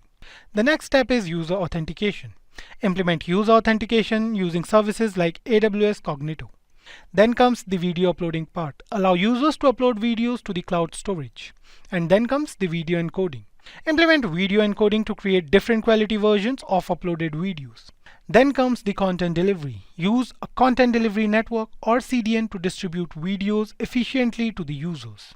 And the last step is testing and scalability. Test video streaming and ensure it scales to handle concurrent users and varying network conditions. Let's talk about the key learning points for this project. You will learn about video processing, content delivery networks, and secure user access control. Moving on to the next project, we have cloud-based e-commerce website. Build an e-commerce platform hosted on cloud. Develop features like product listing, shopping carts, and secure payment processing. Let's talk about the path to create this project. You will start by selecting cloud platform. Choose a cloud platform, for example AWS or Azure, to host your e-commerce application. Then comes the e-commerce framework. Choose an e-commerce framework, for example, WooCommerce or Shopify, or build a custom solution. Then comes the product listings part. Add product listings and descriptions with images. Then comes the shopping cart. Implement a shopping cart functionality for users to add products. Then comes the secure payment processing. Set up secure payment processing using payment gateways like Stripe or PayPal. Then comes the user authentication part. Implement user authentication for customer accounts. And finally, the testing and security. Thoroughly test your e-commerce website, ensuring it's secure and capable of handling transactions. What are the key points of this project? You will gain experience in building scalable web applications, handling online transactions securely, and managing customer data. Talking about advanced level cloud computing projects. For advanced level cloud computing projects, you should master cloud infrastructure and cloud services. The first advanced level project we have for today is machine learning with cloud. Develop a machine learning model and deploy it on a cloud server for scalable processing. This project involves working with large data sets and real-time data analysis. The first step is machine learning model. Develop a machine learning model using libraries like TensorFlow or scikit-learn. Then comes the data preparation part. Prepare and clean the data for training and testing. Then choose a cloud machine learning service. Select a cloud machine learning service, for example, AWS SageMaker, Google AI Platform, and etc. Then comes the model deployment part. Deploy your machine learning model on the cloud platform. And finally, the scalability. Ensure the model can handle real-time predictions and scale as needed. Let's talk about the key learning points of this project. You will delve into machine learning, cloud-based data processing, and model deployment.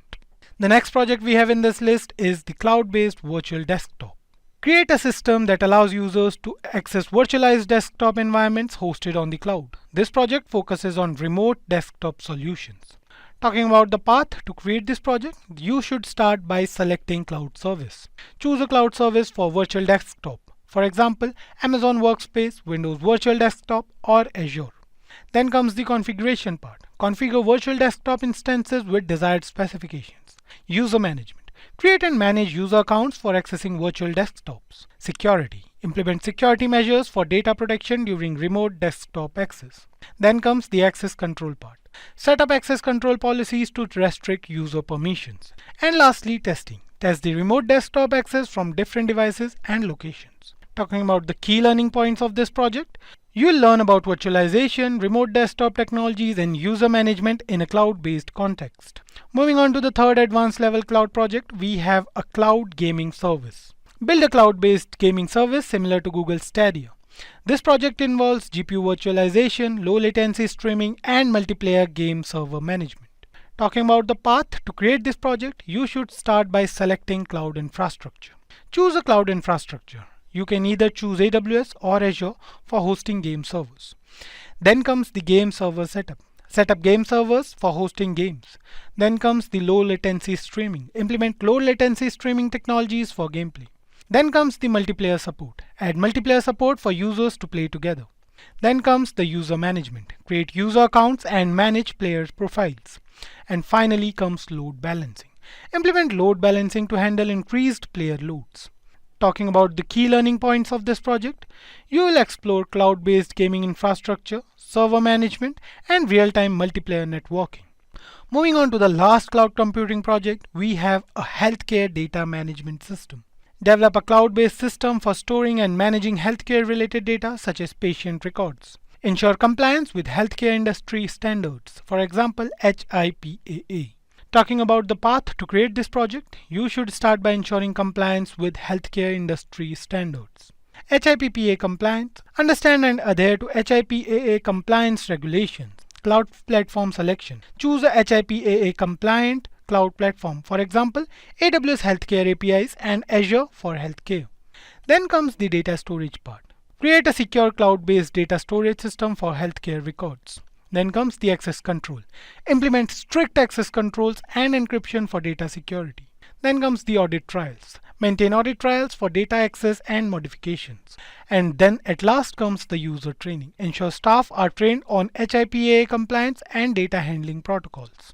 Talking about the key learning points of this project, you will gain expertise in cloud security, data privacy, and compliance while addressing real-world healthcare data challenges. These projects provide a progressive learning path allowing individuals to start with basic cloud concepts and gradually advance to more complex and impactful cloud computing applications. Each project offers valuable experience and skills that can be applied to real-life scenarios and career development in the cloud computing field. So that's a wrap to our full course. If you like this video, don't forget to like, share, and subscribe for more helpful content. See you in the next video. Staying ahead in your career requires continuous learning and upskilling. Whether you're a student aiming to learn today's top skills or a working professional looking to advance your career, we've got you covered. Explore our impressive catalog of certification programs in cutting-edge domains, including data science, cloud computing, cybersecurity, AI, machine learning, or digital marketing. Designed in collaboration with leading universities and top corporations, and delivered by industry experts, choose any of our programs and set yourself on the path to career success. Click the link in the description to know more.